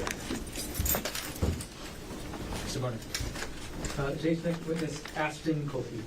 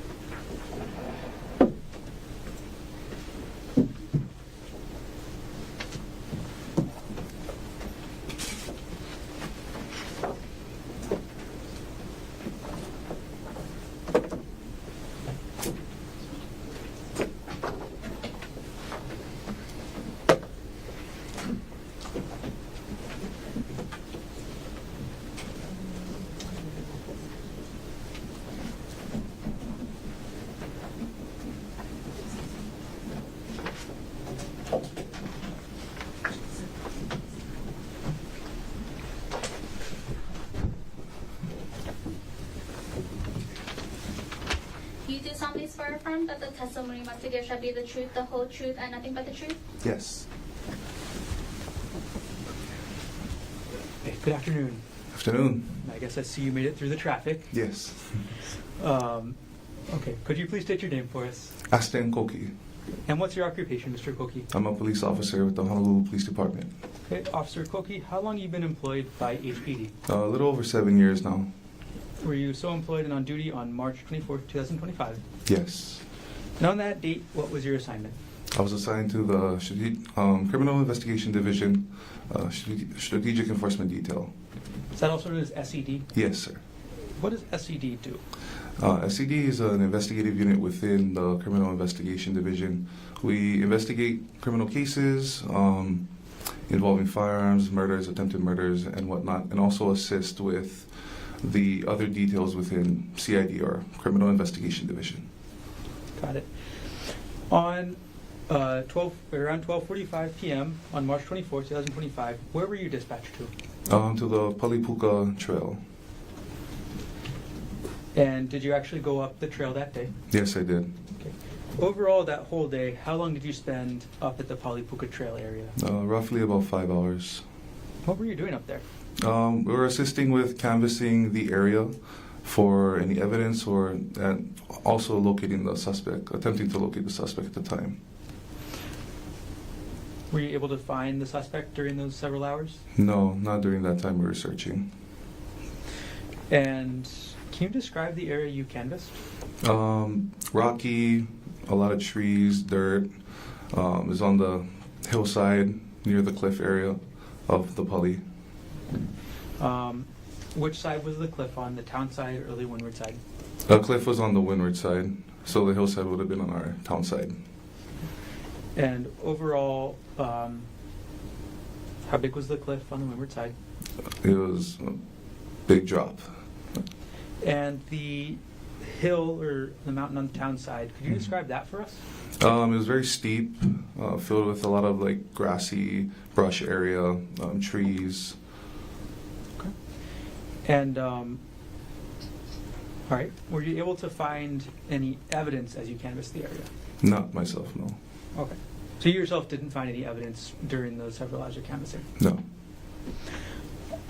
And you said you stayed there for, I'm sorry again, about 6 hours? Roughly 5 to 6 hours.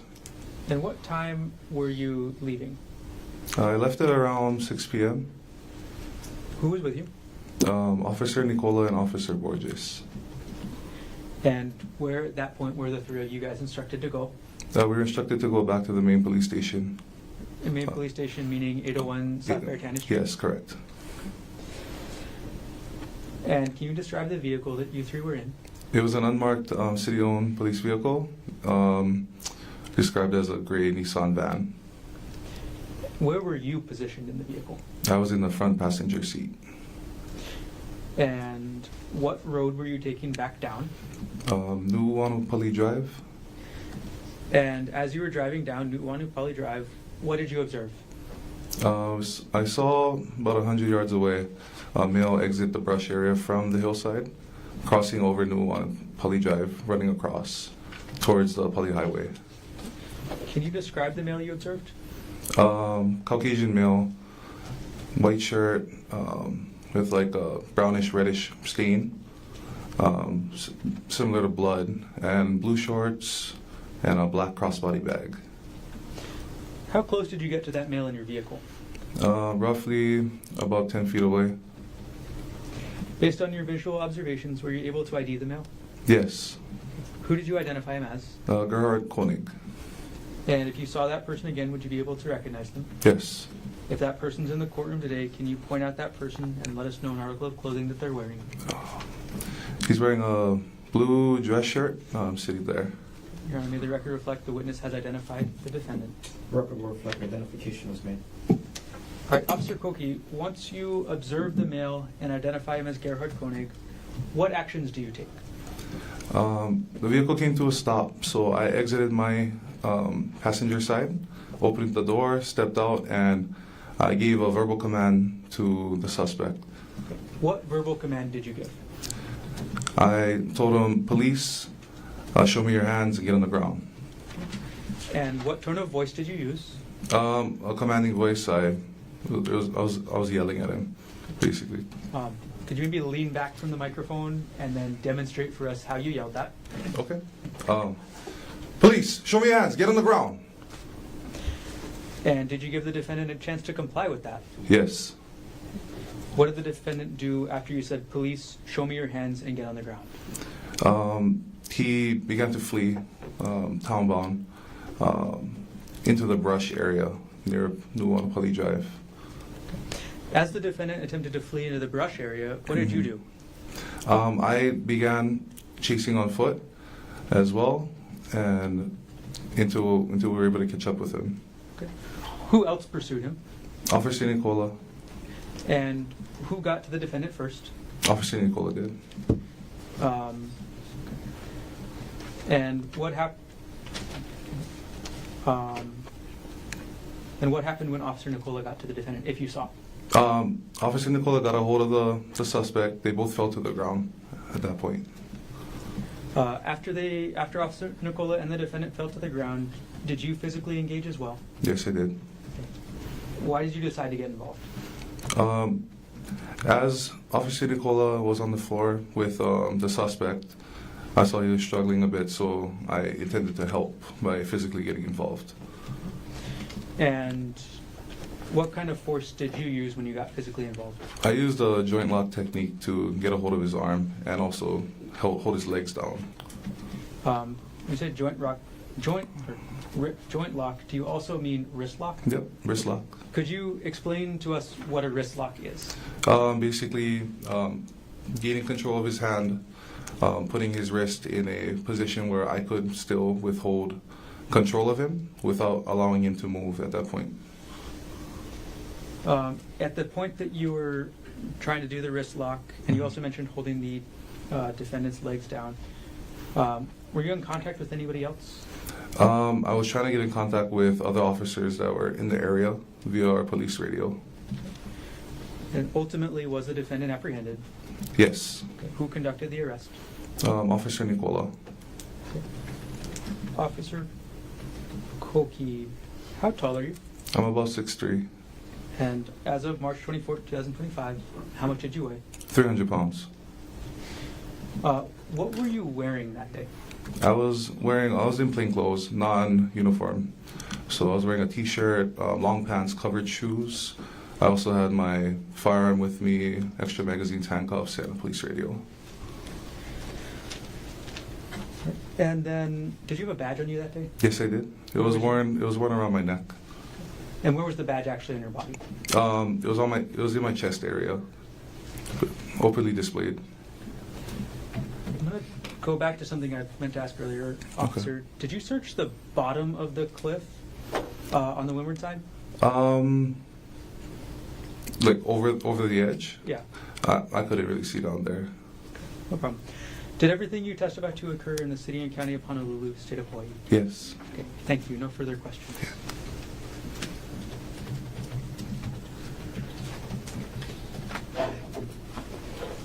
Cross-examination.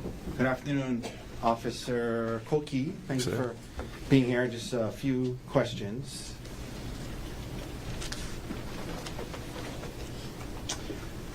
Officer, you indicated you were part of the strategic enforcement detail of the Honolulu Police Department on the date of this incident, correct? Correct. We also heard from Officer Nicola and Borges, who are also part of the strategic enforcement detail of the Honolulu Police Department, correct? Correct. You, at the time when you were in the strategic enforcement detail, were 6'3", 6'3", 300 pounds, yes? Yes, sir. Officer Nicola, who was part of the strategic enforcement detail, testified today that he was 300 pounds. That's about right too. He's 6 foot, 300 pounds, Officer Sure. Nicola? Yeah. Roughly? Roughly. Officer Borges testified today. That's your partners, right? You work with them, right? Yes, correct. Yeah, 6'3", 245 pounds, sound about right? Yes. Okay, so three of you, 6 foot, 6'3", 6'3", 300 pounds, 245 pounds, 300 pounds, correct? Yes. All part of the strategic enforcement division, yes? Yes, sir. Okay. Your Honor, I'd like to ask if he could stand next to Dr. Konig. Okay. Officer, please come stand down here on this flat ground, please. Okay? So have this right here is fine. Good, thank you. Dr. Konig, please stand. Okay? So, okay. You're roughly the same height as Officer Koki?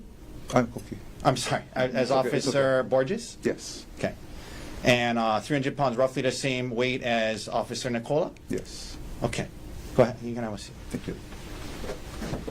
Now, your testimony is that the three of you had some struggles apprehending him, correct? Yes.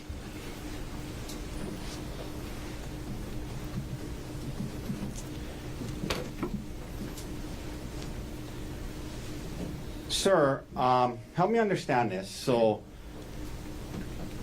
you're coming down in the car on Nuuanu Pali Drive, yes? Yes. And at some point, the suspect, Dr. Konig, is spotted up ahead, correct? Correct. And is he on the right side of you or the left side of you? He is on the immediate right side when he comes out of the brush. Okay, and then, as you approach, did he cross the street? Yes, he did. He crossed prior to us arriving closer to make identification. Okay. And then he was on the right side of you as you guys approached, correct? No, he was on our left side. Okay, I apologize. No He came out and he crossed, and he was on the driver's side of you as you guys approached, yes? Correct. And Officer Nicola was closest to him, right? Yes, he was driving. And from when you guys pulled up to him, you're on a roadway, yes? Correct. And he was on the roadway on the left of you, right? He was just off to the side, right off of the roadway. Right. And then the roadway ends, and then there's it's just a 2-lane roadway there? Yes. Okay. And you guys are in the right lane heading down? Yes. Is it a one-way? If that's a one-way street, right? There was 2 lanes. Okay. Yeah. Well, is it a one-way street or is it a two-way? No, it's a 2-way. Okay. So you guys are in the lane on the right, going down, right? Correct. And he's on the left in the other lane. He's not in the lane. He's on the side. On the side in the nearest to the brush area. He's on the grass. Grass, yeah, sorry. Okay, grassy area. so where you are Yeah.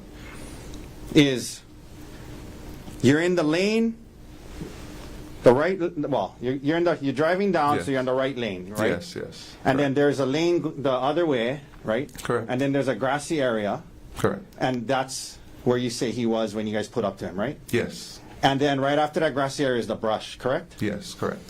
And your testimony, well, and from the three of, well, when the car pulls up to him, right? Yes. And Officer Nicola is in the driver's seat, right? And he gets out. And then you got out. Yes. Which side did you get out of? The passenger side on the right. And you had to come around, right? Yes, I came around the front side. Okay. And then when Officer Nicola got out, according to you guys, he started to try to flee towards the bushes, right? Yes. Can we please pull up? But Officer Nicola, as he's fleeing towards the bushes, when he's on the grass and you guys are getting out of the car, Officer Nicola gets to him before he gets into the bushes, according to you guys, right? Yes. Okay, can we please pull up 132, which is already in evidence? Okay. You can look at this, sir. This is Officer Nicola said this is where the incident took place, basically, roughly? Yeah. And that's the grassy area on the bushes, right? Yes.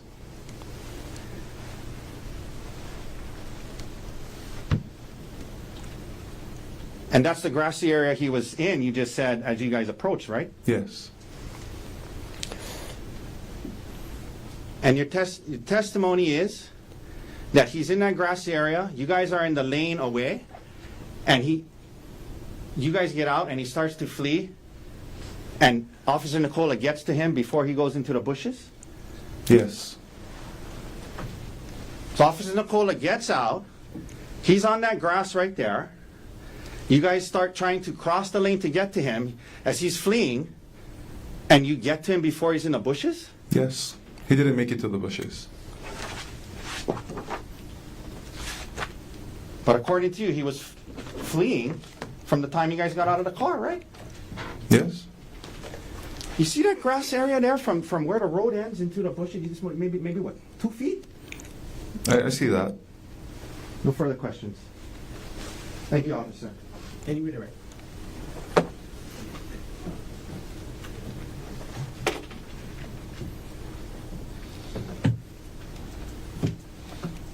Mr. Koki, how fast are you?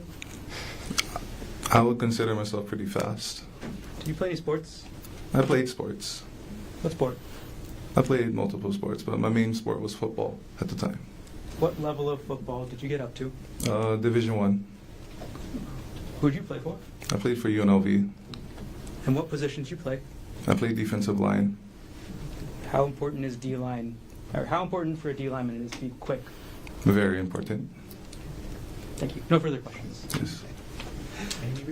Yes. So first of all, it wasn't you who got to him first. It was Officer Nicola, right? Correct. And he's 300 pounds, right? Correct. And no matter how fast you are, if you know from where you are to where I am, do you think I can get to this table before you got to me? Even though you played D1 football, you think I could probably get there before you got to me? Probably, right? Probably. All right. Thank you, sir. Any other questions? No more questions. Thank you. Ladies and gentlemen, let's take our afternoon recess. We'll start back up at 2:45. Leave your notebooks on the chair. All right.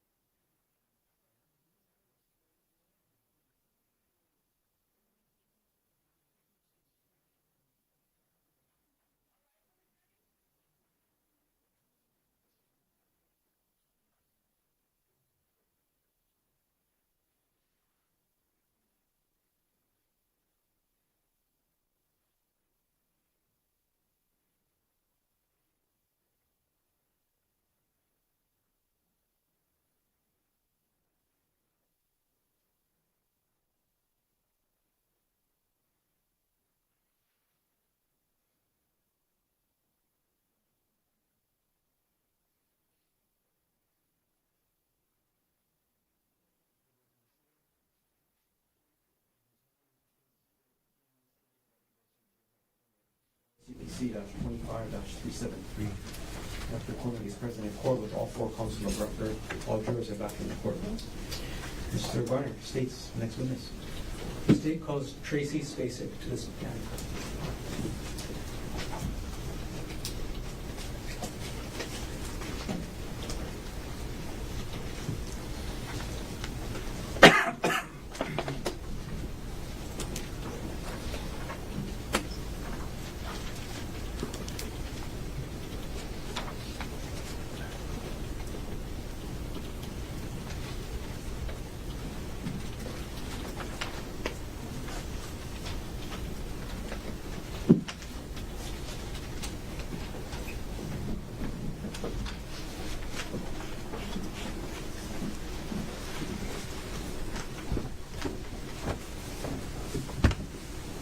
You do solemnly swear or affirm that the testimony about to give shall be the truth, the whole truth, and nothing but the truth? Yes.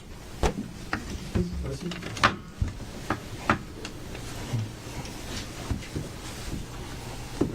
All right, good afternoon. Before we start with your questions, can you pull the microphone close to yourself and then try to speak into the microphone as much as you can? Yes. Can you please state your name? Tracy Spacek, And what is your occupation? detective for the Honolulu Police Department. How long have you been employed by HPD? Just shy of 21 years.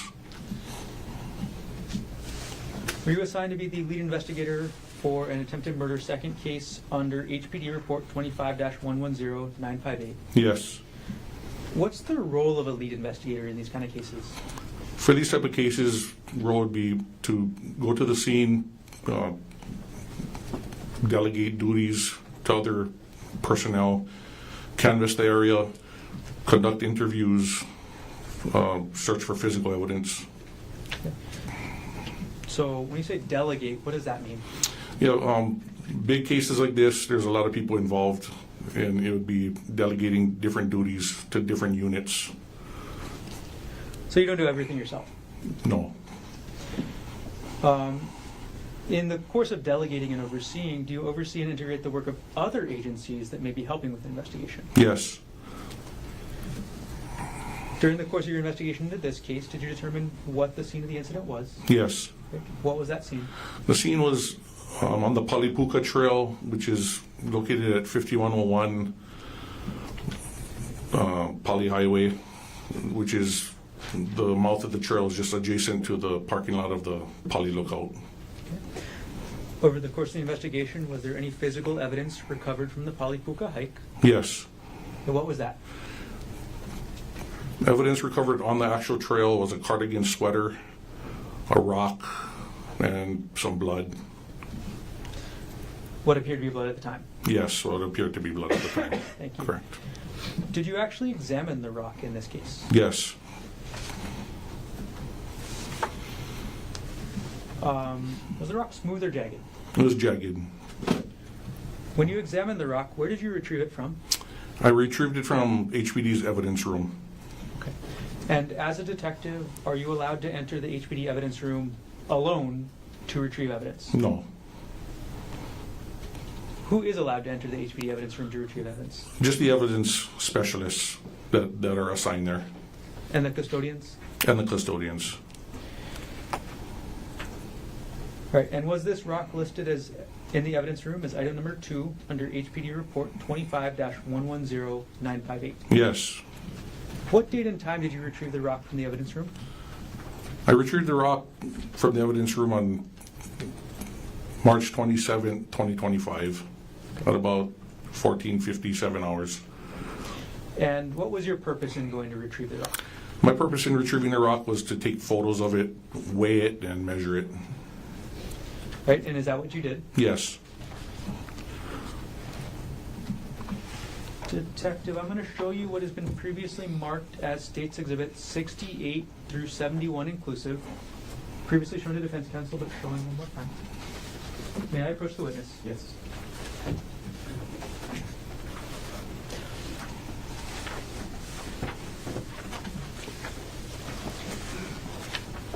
Okay, Detective Spacek, I've just handed you what's been marked States 68 through State 71. Could you take a look at those exhibits, and when you're done, look up? Are you done? Yes. Okay. Do you recognize what I've handed you? Yes. What are these? These are photos of the rock. And who took these photos? I did. And do these photos fairly and accurately depict the rock as you observed it and were weighing and measuring it on March 27th, 2025? Yes. At this point, the state will move states 68 through 71 into evidence. Okay. No objection. What is marked for identification as States Exhibit 68 through 71 received into evidence? Okay. We're going to publish them in a row, Detective. So we're going to start putting state 68 on the screen. Okay. And you can see it up there, but you can also follow the exhibit that you have with you. Okay. What does this photo show, Detective? Shows a photo of the rock. In which part of the rock? The jagged side with blood, well, or what appears to be blood on it. Okay. And why did you take this photo? Just to get, I just wanted to take this photo just to, so you can see the side of the rock that possibly had made contact with human skin. Okay. We're going to now publish States Exhibit 69. Detective Spacek, what does this photo show?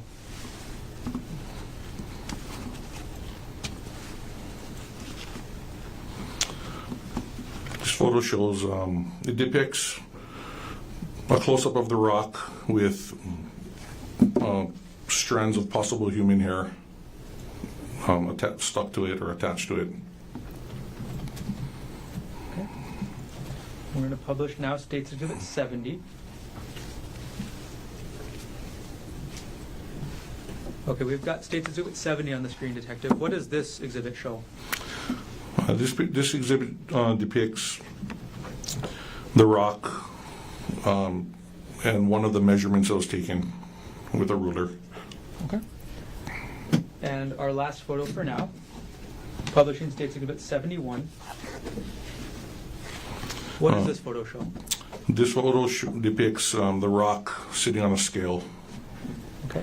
Now, was this, super technically calibrated scale? I don't believe so. No. Okay. What was the purpose in taking the photo? Purpose in taking the photos was just to show the consistency of the surface of the rock, what was on the rock at the time it was recovered, and also to show the dimensions of the rock, the width and the length, and also the weight. Okay. When we're speaking about weight, we're speaking generally, right? Generally, yes. So the general weight of the rock. Okay. And what was the general weight of the rock? The general rate of the weight of the rock was a little over a pound, maybe like a pound, 1.2 pounds. Okay. I'm going to zoom in on the screen on the scale right there. Does that say, and you can look at the screen here, Detective, Okay. say 1 pound, 2 ounces? Yes. Okay. I'm going to take the exhibit down. Okay, and I'm going to actually walk up and retrieve those exhibits from you now, Detective.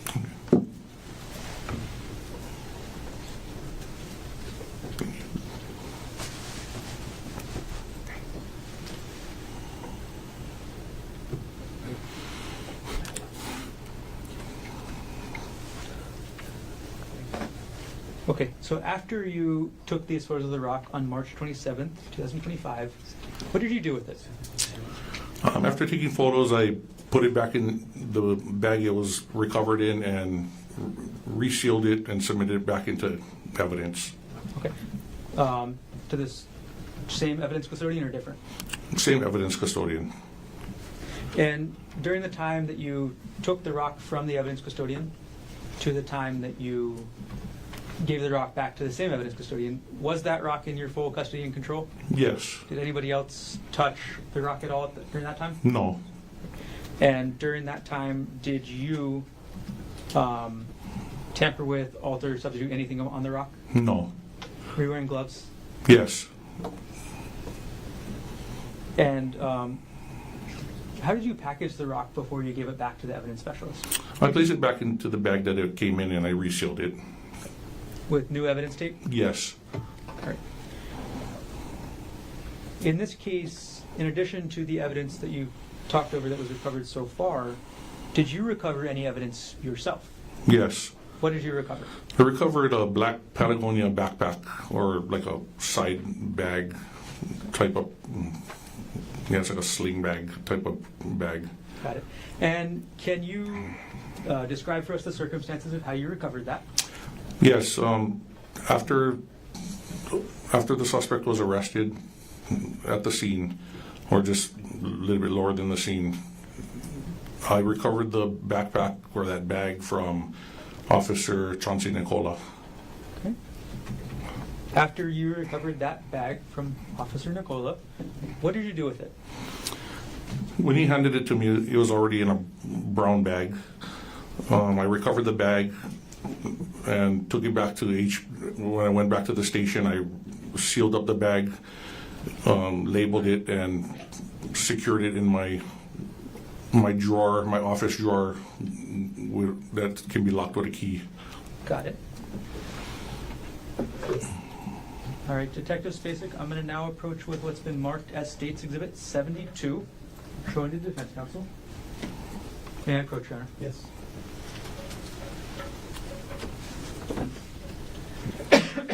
Okay, Detective, I've just handed you what's been marked as State's Exhibit 72. Do you recognize what I've just handed you? Yes. What is it? It's the bag that I sealed and labeled. Okay. Is it a photograph of that bag? Yes. Okay, and where's the bag in the photograph? It's in the drawer that I secured and locked it in. Okay. And does this photograph fairly accurately depict the bag after you put it in that drawer at your desk? Yes. Okay. At this point, the state moves Exhibit 72, State 72, into evidence. Mr. Otake. No objection. What has been marked for identification as State's Exhibit 72 is received into evidence? Okay, and Detective, I'm going to put it up on the screen next to you and ask you a couple questions.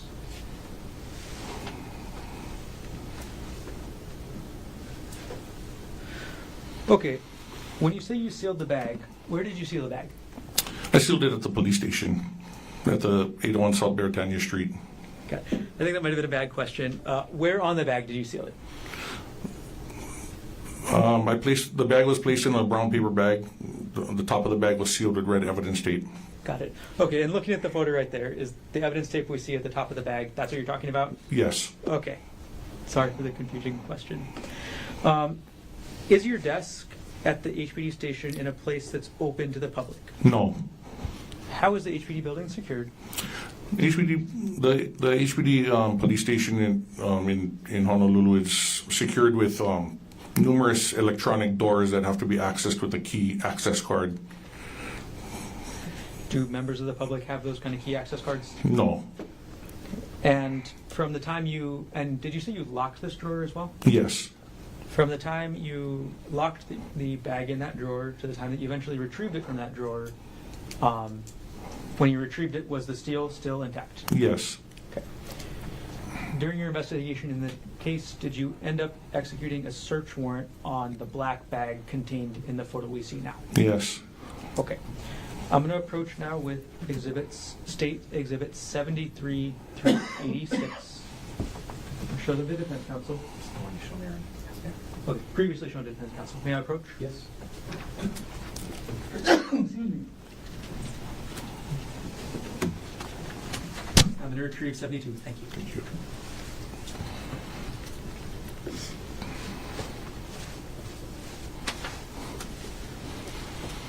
Okay, Detective Spacek, I've handed you what's been marked as State's Exhibit 73 through 86. Could you take a minute and flip through and make sure you see every exhibit?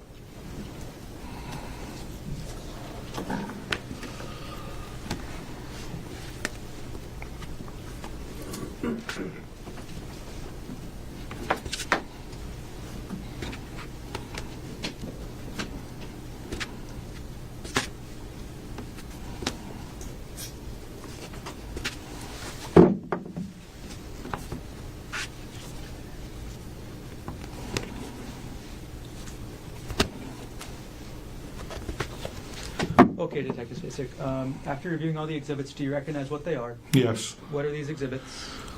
These exhibits are pictures of the items that were recovered from within the Patagonia bag upon the execution of the search warrant. Okay.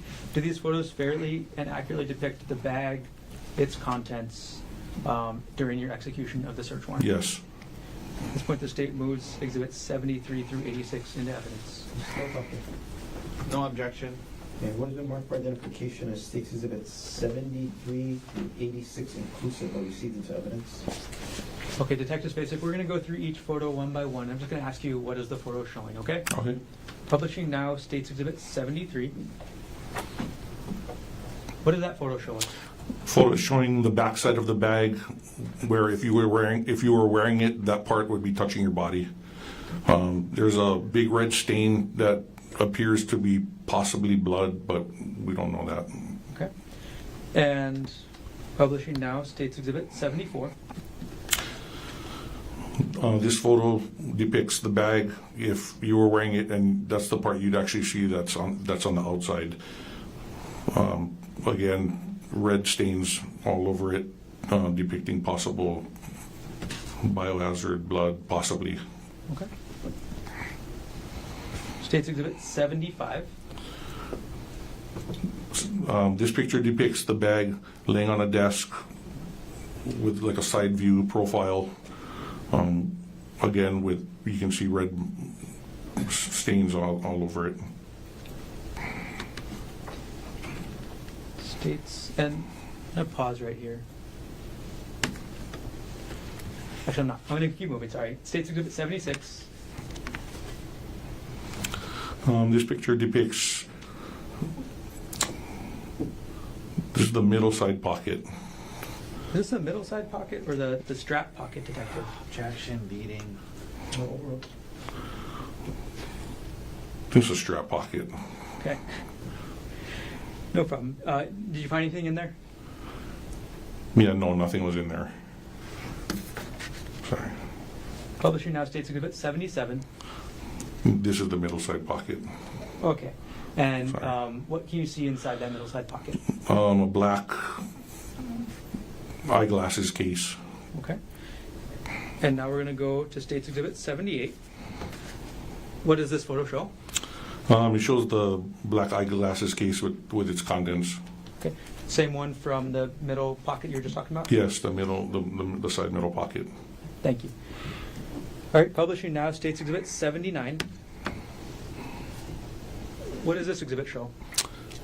This shows an orange whistle with the lanyard along with the sunglasses case. Okay. Which pocket did the orange whistle with the lanyard come from? Came from the middle side pocket. Same pocket or different pocket as the sunglasses case? The same pocket. Publishing now, State's Exhibit 80. What does this photo show? And this photo depicts two sunglasses and lactase tablets in packets that came out of the sunglasses case. Okay. Next photo, State's Exhibit 81.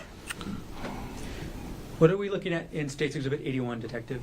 This photo depicts a large side pocket with contents in it. Okay. In terms of size of the pockets in the bag, could you rank the ones we've done so far? Yeah, so the first one was the strap pocket. The second one was the middle side pocket, and this one that we're currently looking at is the large side pocket. Okay. And, all right, do you later photograph the contents? Sorry. Did you later photograph the contents of this pocket? Yes. Okay. I'm going to publish now State's Exhibit 82. What does this photograph show? So this photograph depicts the contents that came out of the middle side pocket, or the large side pocket. Excuse me. Okay. Were there any other contents of the large side pocket other than these? No, just that. Publishing State's Exhibit 83. What does this photo show? This photo depicts an Apple iPhone. Okay. And from the same pocket we've just been seeing? Yes. Publishing now State's Exhibit 84. What does this photo show?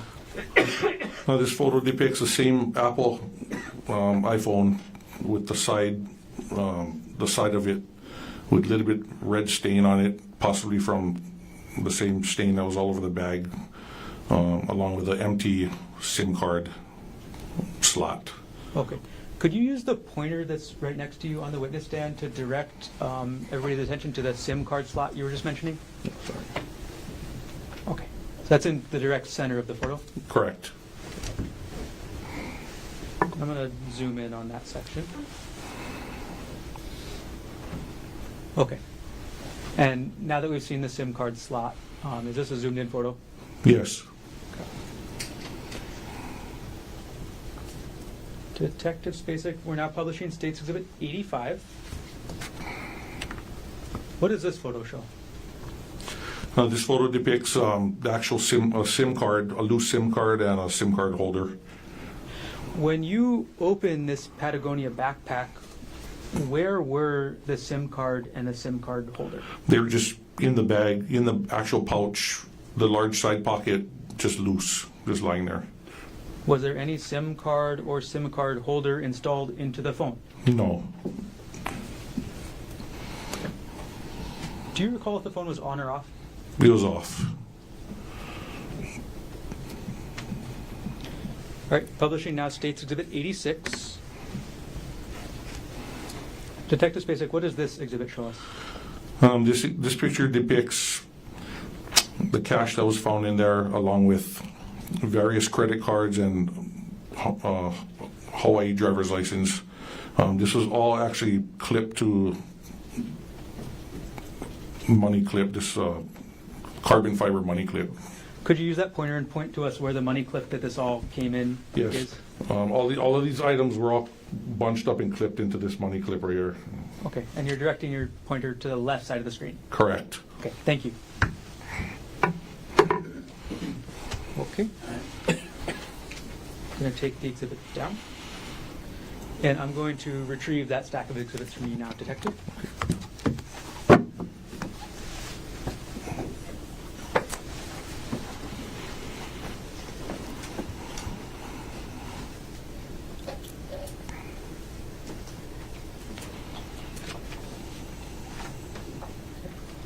Detective Spacek, did you recover any syringe from that black Patagonia backpack? No.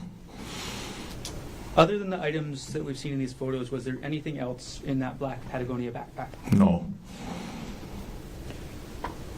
Detective Spacek, with regards to the iPhone and the SIM card that you found in the backpack, did you take any other action regarding these items during your investigation? Yes. Okay, what did you do about the SIM card and the iPhone?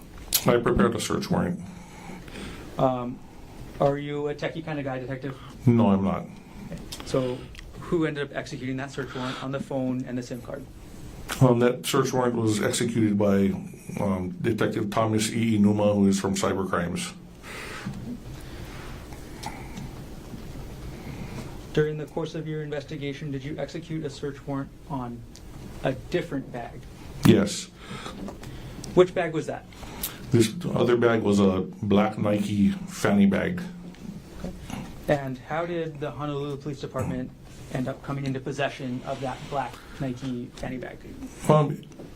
We were notified that Gerhardt Konig discovered the bag at her residence in Maui, and she, after discovering after she discovered what was in it or whatever, she ended up notifying Maui Police Department, who then recovered it as evidence, and that's how it ended up getting shipped to us. Okay. Did HPD give the Maui Police any directions? Yes. Okay, what did you direct the Maui Police to do? If they could, if their evidence custodians or specialists could box it up and ship it to us. Okay. And did you actually inspect the shipment that was gotten back? Yes. Okay.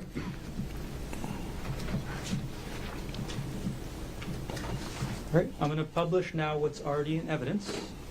State's Exhibit 87.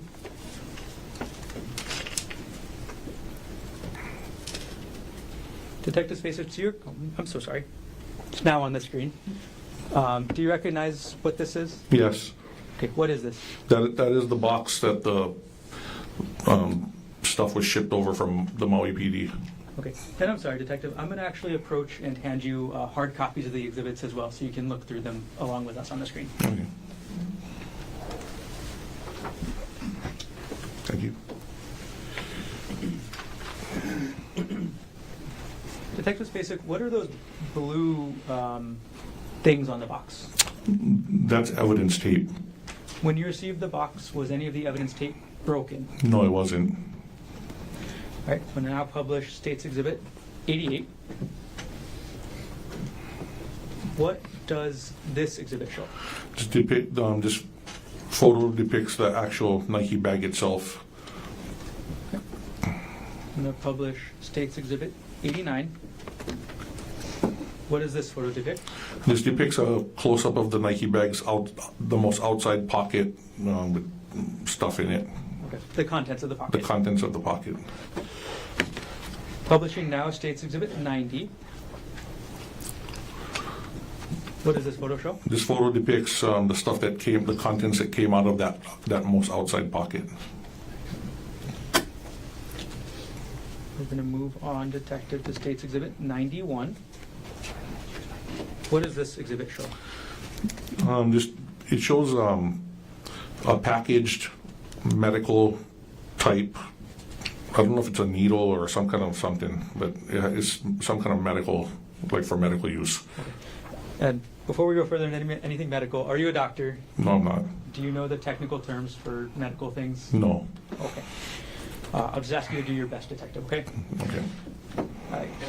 Publishing now State's Exhibit 92. What is this? This is the front side of the item that was from the previous photo. And it's just the packaging and the label of what it is. Okay.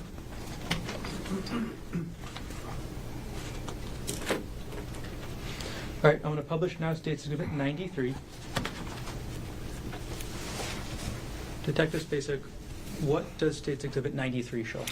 This one depicts in the big pocket, just a bunch of bags and a bunch of medical supplies.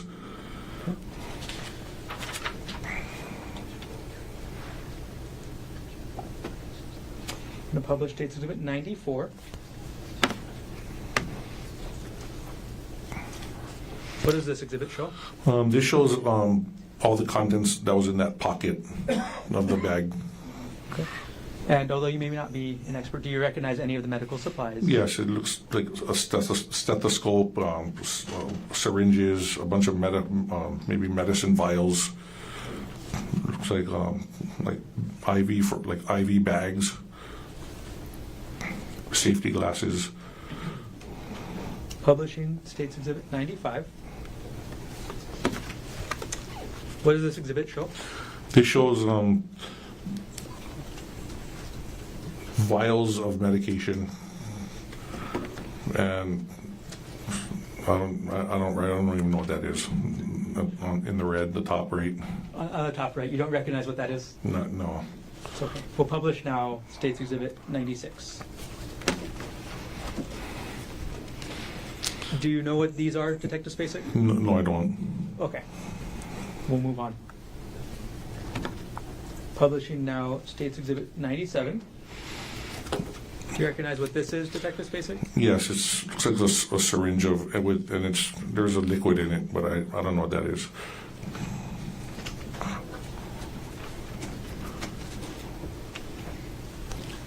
Publishing now State's Exhibit 98. Could you tell us what this exhibit shows? Yeah, Exhibit 98, it depicts a Ziploc type bag with like 3 syringes and 2 medicine vials in it. Publishing now State's Exhibit 99. What does this photo show? 99 shows, also shows a Ziploc bag with different type of syringes and 2 medicine vials. Publishing State's Exhibit 100. What does this show? It also shows another Ziploc with looks like big syringes, maybe some small ones, and a medicine vial. State's Exhibit 101. What does this exhibit show? This one depicts a Ziploc bag with a bunch of unopened syringes in packages. All right, and publishing State's Exhibit, we're almost at Detective. State's Exhibit 102. What does this photo show? This photo shows the very back pocket. Like if you was wearing the bag closest to your body, that's the contents of that back pocket. And publishing State's Exhibit 103. And this photo depicts,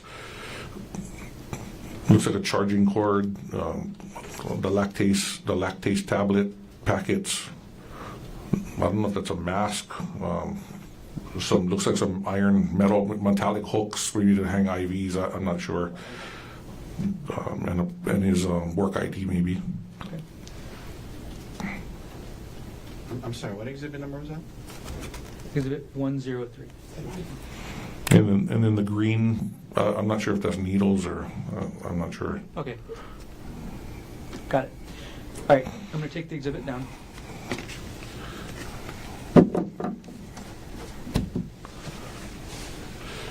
Okay. In addition to this black Nike fanny bag that was shipped from Maui, was anything else shipped over? Yes, in the box was along with the bag was a laptop computer. Okay. And what actions did you take with regards to the laptop computer? I prepared another search warrant. Did you execute the search warrant on that laptop yourself? No. Okay. Do you know who did? Detective Thomas E. Numa from Cybercrimes.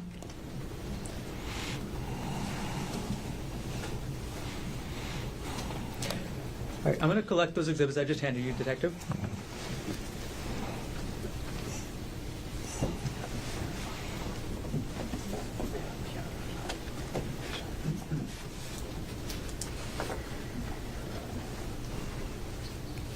Okay, Detective Spacek, did you respond to the Poly Lookout on March 24th, 2025?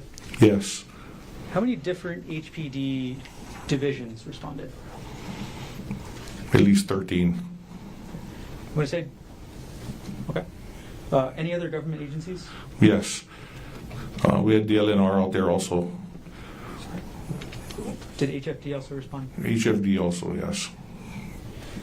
Did you direct officers to search for any evidence at the scene? Yes. What did you direct them to search for? I directed them, all the units involved, to, of course, we were searching for the suspect, but at the same time we're looking for any type of evidence that may have been connected to the incident. Syringes, vials. Did you, as a result of all that search up at the Poly, were any syringes recovered? No. Were any vials recovered? No. Was a phone belonging to Ariel Konig ever recovered? No. Was a purse belonging to Ariel Konig ever recovered? No.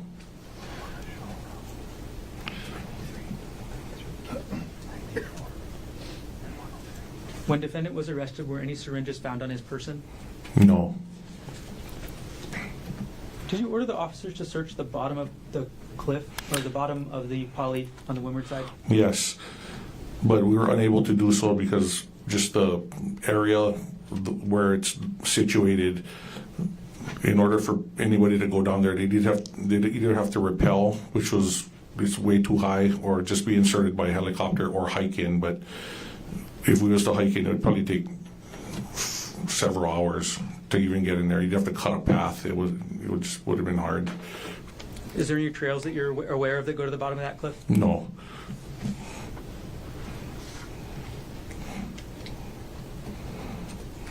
Okay, Detective,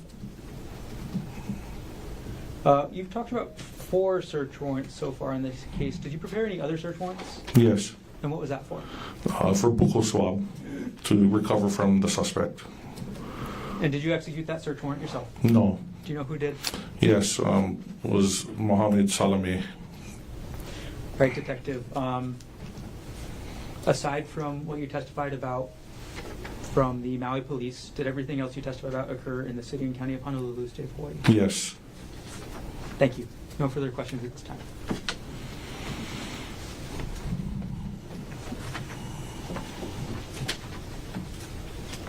Cross-examination. Good afternoon, Detective Spacek. Just a few questions.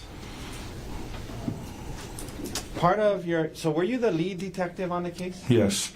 So part of your job was to kind of decide who to interview, and as part of it is you decide which witnesses we should follow up with an interview, correct? Yes. And then that way you establish contact with them, you have their contact information. If you need to subpoena them to come or testify, then at least you're in touch with them too, right? Yes. Did you interview a man in this case by the name of Jeff Miller? Yes. And you interviewed him, you had his cell phone, his address, and, Yes. and you talked to him, yes? Yes. Okay. Now, you talked about collecting evidence and documenting it. Did you go hike up the trail that day? No. Okay. But you sent evidence specialists to go up there and take some photos of the rock, right? Yes. And she took photos of the rock, right? Yes. Were you aware, as the lead detective, that another officer had moved the rock around before she photographed it? I was aware that it wasn't in the place that it should have been when she photoed it. You were aware that it was not in the place that it should have been when she photographed it, right? Well, I was aware that where she photoed it, it wasn't where supposedly it originally was. Okay. Did you document that in your report in any way, sir? No.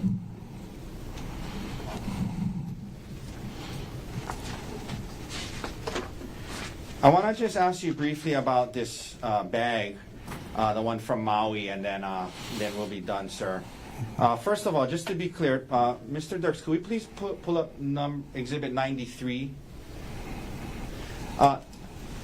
Sir, you can see this on the screen here. Yes.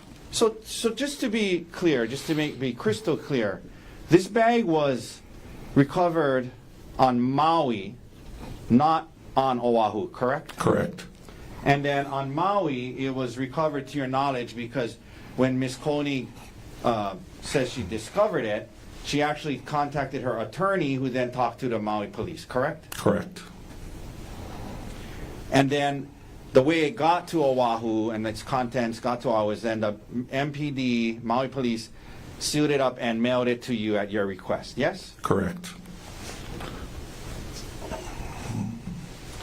You were aware, in your investigation, you learned that Gerhardt Konig was a medical doctor and anesthesiologist, yes? Yes. And if we could please go, Mr. Dirks, to number 94. Okay, and you know, I know you're not a medical doctor, and neither am I, but certain things that were in the bag of this anesthesiologist was a stethoscope, yes? Yes. And some glasses, IV bags, yes? Yes. Okay. Have you ever heard, as you know, and you're being a detective, well, or just generally, that oftentimes doctors are on call. You heard about that? Doctors are on call, yes? Yes. Okay. And so he has these medical supplies in this bag, and it gets sent over to you, yes? Yes. Now, could we go to 103, please, Mr. Dirks? Okay.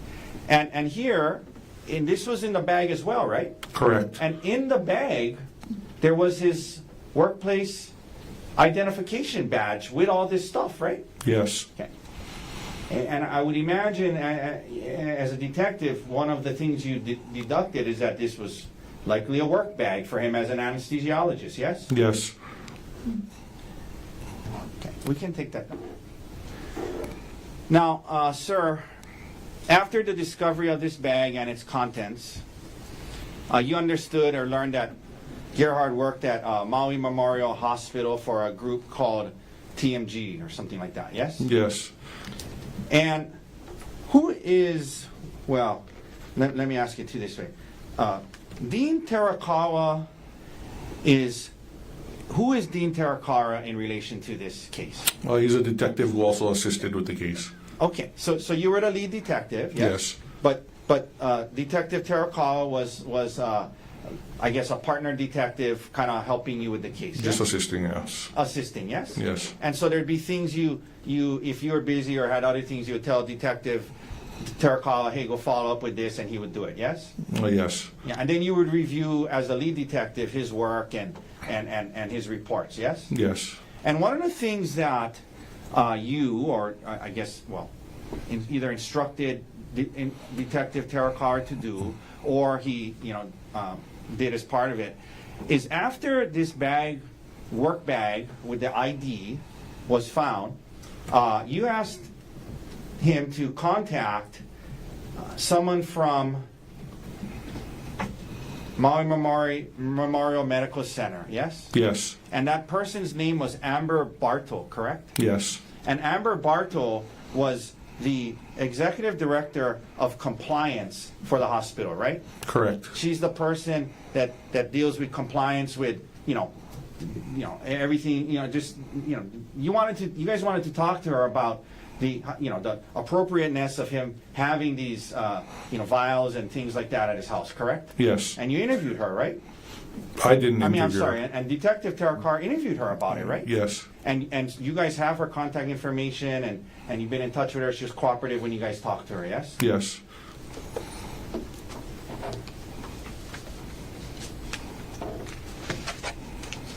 One second, Detective.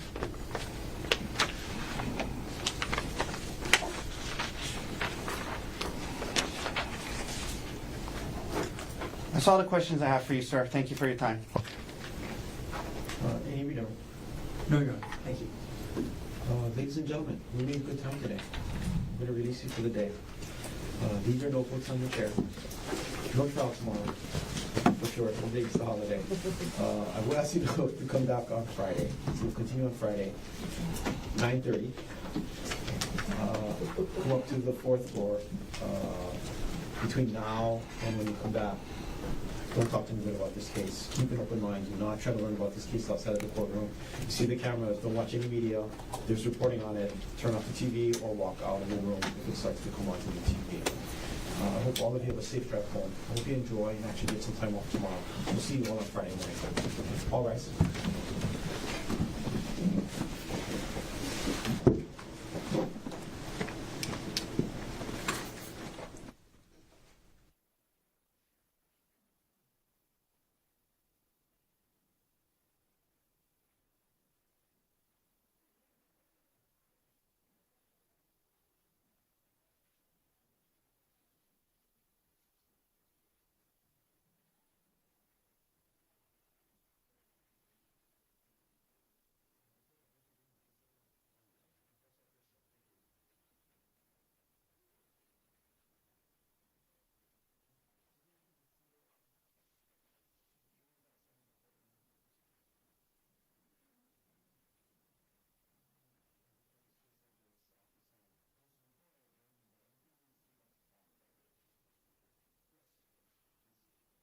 Concern with the way that examination of Detective Spacek just ended.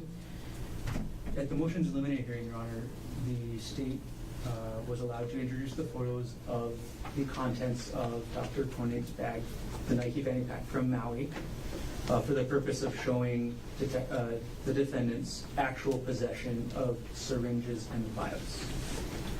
At that hearing, the state did disclose to the court and argued, so the court should be aware, that Ms. Barto did provide a statement about Maui Medical's or their requirements for how anesthesiologists will get those syringes and vials for each case. And what Ms. Barto told the police was not, it's okay for Dr. Konig to have those things. What she said is that each anesthesiologist will remove those items from what's called the Pyxis cart on a case-by-case basis. Now, the court excluded the state from getting into that, and I understand the court's reasoning.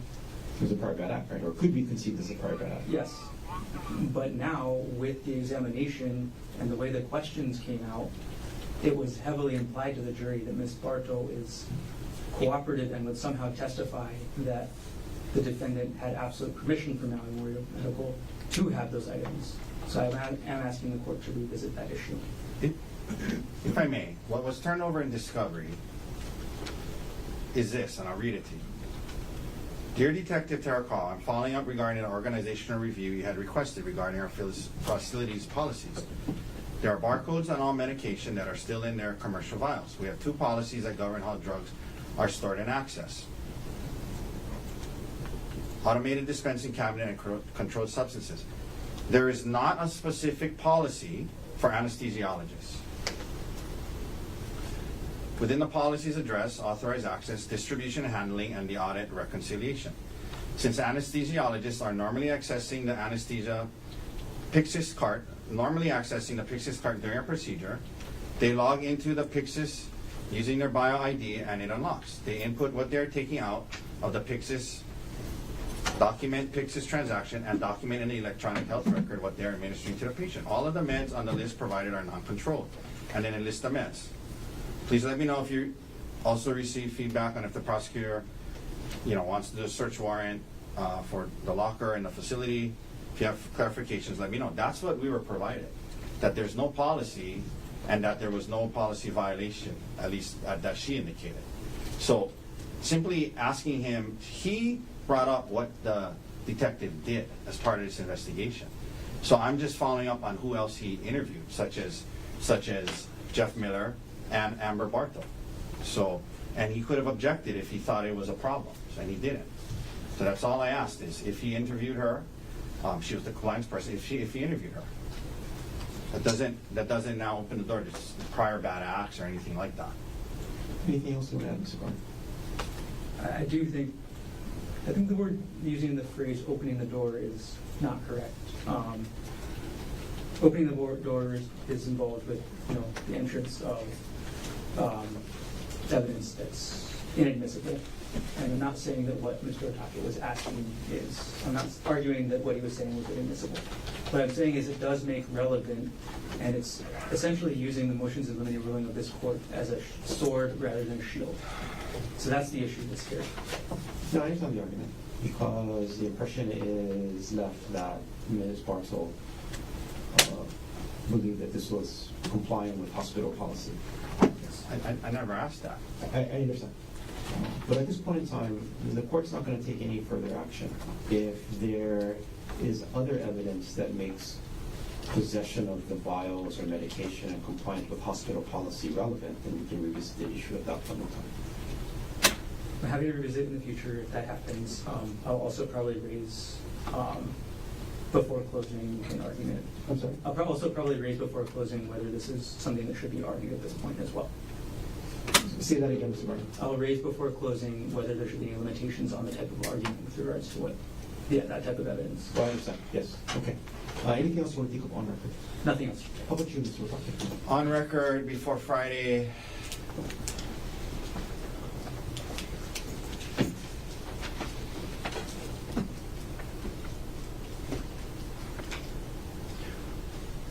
Well, yes, actually. And I was going to do it Friday, but it might be worth doing now.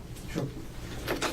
As the court is well aware, one of the main discovery rules is that we need to be provided with any statements of the defendant.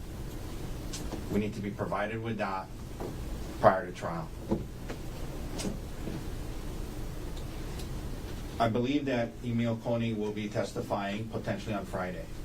We have been provided with one recorded, we've been provided one recorded statement of an interview that was done by a Maui officer or detective of Emil Konig, in which he says certain things about what his father said to him, statements of the defendant.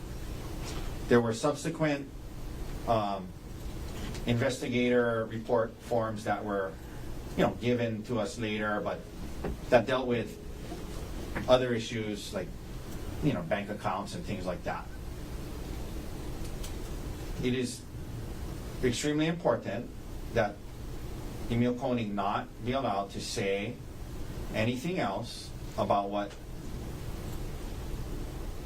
Dr. Konig, his dad, the defendant, said to him, because that's a statement by the defendant.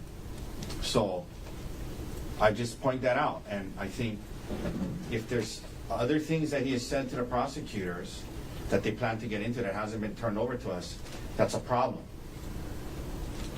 And if you know, to assist the court with that, I don't know if the court wants his recorded statement or not. I think he should be informed that that's what he needs to limit it to, and be given, he should have an opportunity to read it. Because if there's other statements he's going to say that was said to him, they have not been turned over to us. So that would be a big discovery violation and a big problem. And so I raise that now, so hopefully the state can advise him of that he can't go beyond the statements that have been provided in his recorded statement. Mr. Garner, anything else you want to add? Yes, Emil did provide a recorded statement to the Maui police.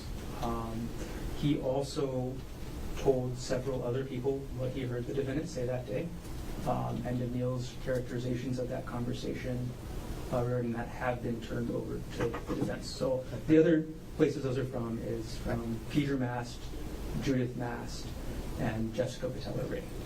So Emil's statements about what the defendant told him come from those 4 sources.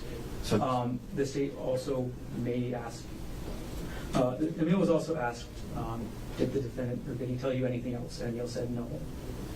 So it is also fair game in the state's fine to ask, you weren't told this, you weren't told that. But that's the universe that we're working in, is primarily Emil's statements, and then there's some additional details provided in the other 3 statements as well. So if I can clarify this, and this is where I have some concerns.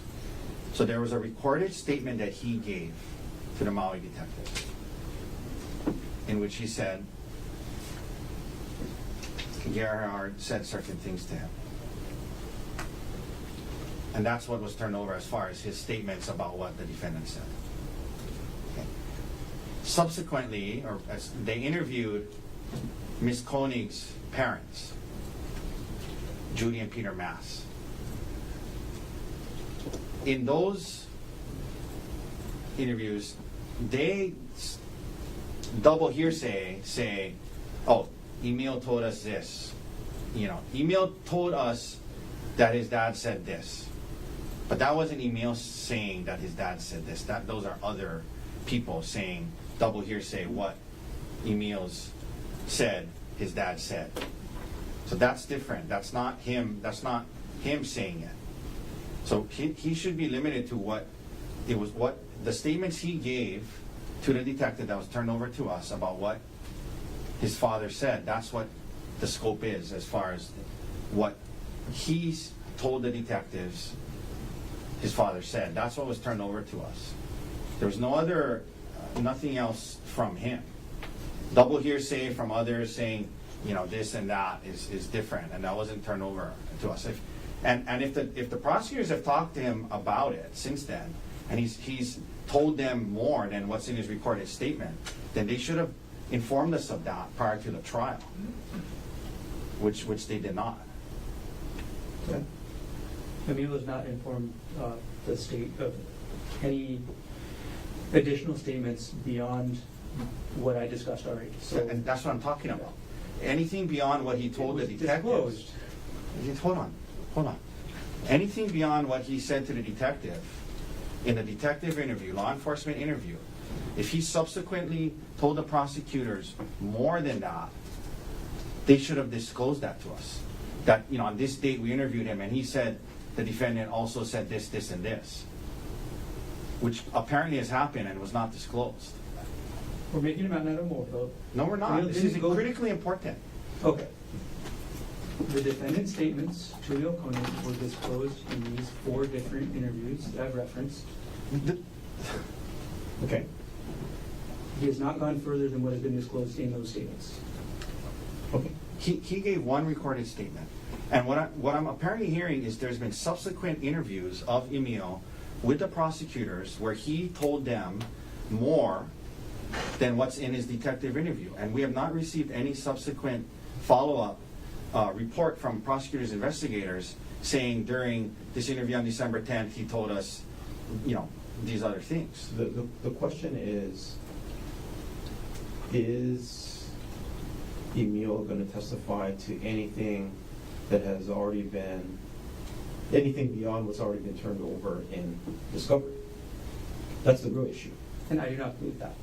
Anything beyond, but that, okay, so this is where, so the rule requires that any statements of the defendant that they know of, they need to turn over. That's the rule. Okay. They gave us the transcript of his recorded interview with the detective, where certain things were said. Okay. That's if he has subsequently said other things to them directly, they should have turned that over to us. Now, double hearsay, you know, like Ari's parents saying, oh, he told us that Gerhardt said this, is double hearsay. It's not directly from him. If they followed up with him on that, and then he told them again on, you know, November 10th, December 10th, in phone calls with the prosecutors, that he said more than what was in the detective interview, they should have told us that. That should have been produced. If it's anything new, I agree. And here's the rule. It's new because if it's directly from him, it's new. It was never directly from him. It was always double hearsay. This is what the rule requires. Any written or recorded statements and the substance of any oral statements made by the defendant needs to be turned over as part of disclosure by the prosecution. Anything beyond that, the court already ruled, granting defendant's motion in limine, it's paragraph number 9 that actually cites that rule, will prohibit the prosecuting attorney from using during trial any undisclosed statements, written or oral, beyond that of Rule 16b(1)(2), which I just cited. And we're going to follow that, right? So what needs to be turned over is any written or recorded statements of Dr. Konig, as well as the substance of any other oral statements that he might have made. And if it's in the discovery, that's going to be the substance of the oral statements. That's why I asked, is there anything beyond what has already been turned over? And if the answer is no. The answer is no. And if there is anything else beyond the substance, then that's going to get precluded by the court's motion in limine. The court wants to review the transcripts I've been discussing where it states 172, 174, 176, 178. Wait, I'm sorry, 172, 174, 176? 178. Do I really need to do that? No, I'm just pointing them out if we need to reference them later. Okay. There were 2 transcripts of Ms. Patellery. I can't remember which one Emil's statement about what the defendant said is in. So, anyway. Okay. Anything else you were concerned about, Mr. Otake? Nothing further on that. You know, Emil should be advised that he can't go beyond what's in there. Do you want Mr. If there's a concern, do you want Mr. Garner to lead? You can think about that. Well, I just want him to be advised that he can't just blurt out things that he's never told anyone yet about it. Well, I'm not saying I don't want Mr. Garner to lead, but I want Emil to just be advised that the scope of his testimony is limited to now what Mr. Garner has indicated. That's all. Yeah, the order has granted defendant's request, prohibiting the state from using any undisclosed statements of the defendant. We're gonna follow that. No, I understand, and I just want him to know that. That's all. Okay. Thank you. Then, counsel, thank you. We'll adjourn for the day. Is there anything else we need to take up off record before I let you go? I'll just off record, that is. scheduling off record. Yeah, we can do that up at the bench. Okay.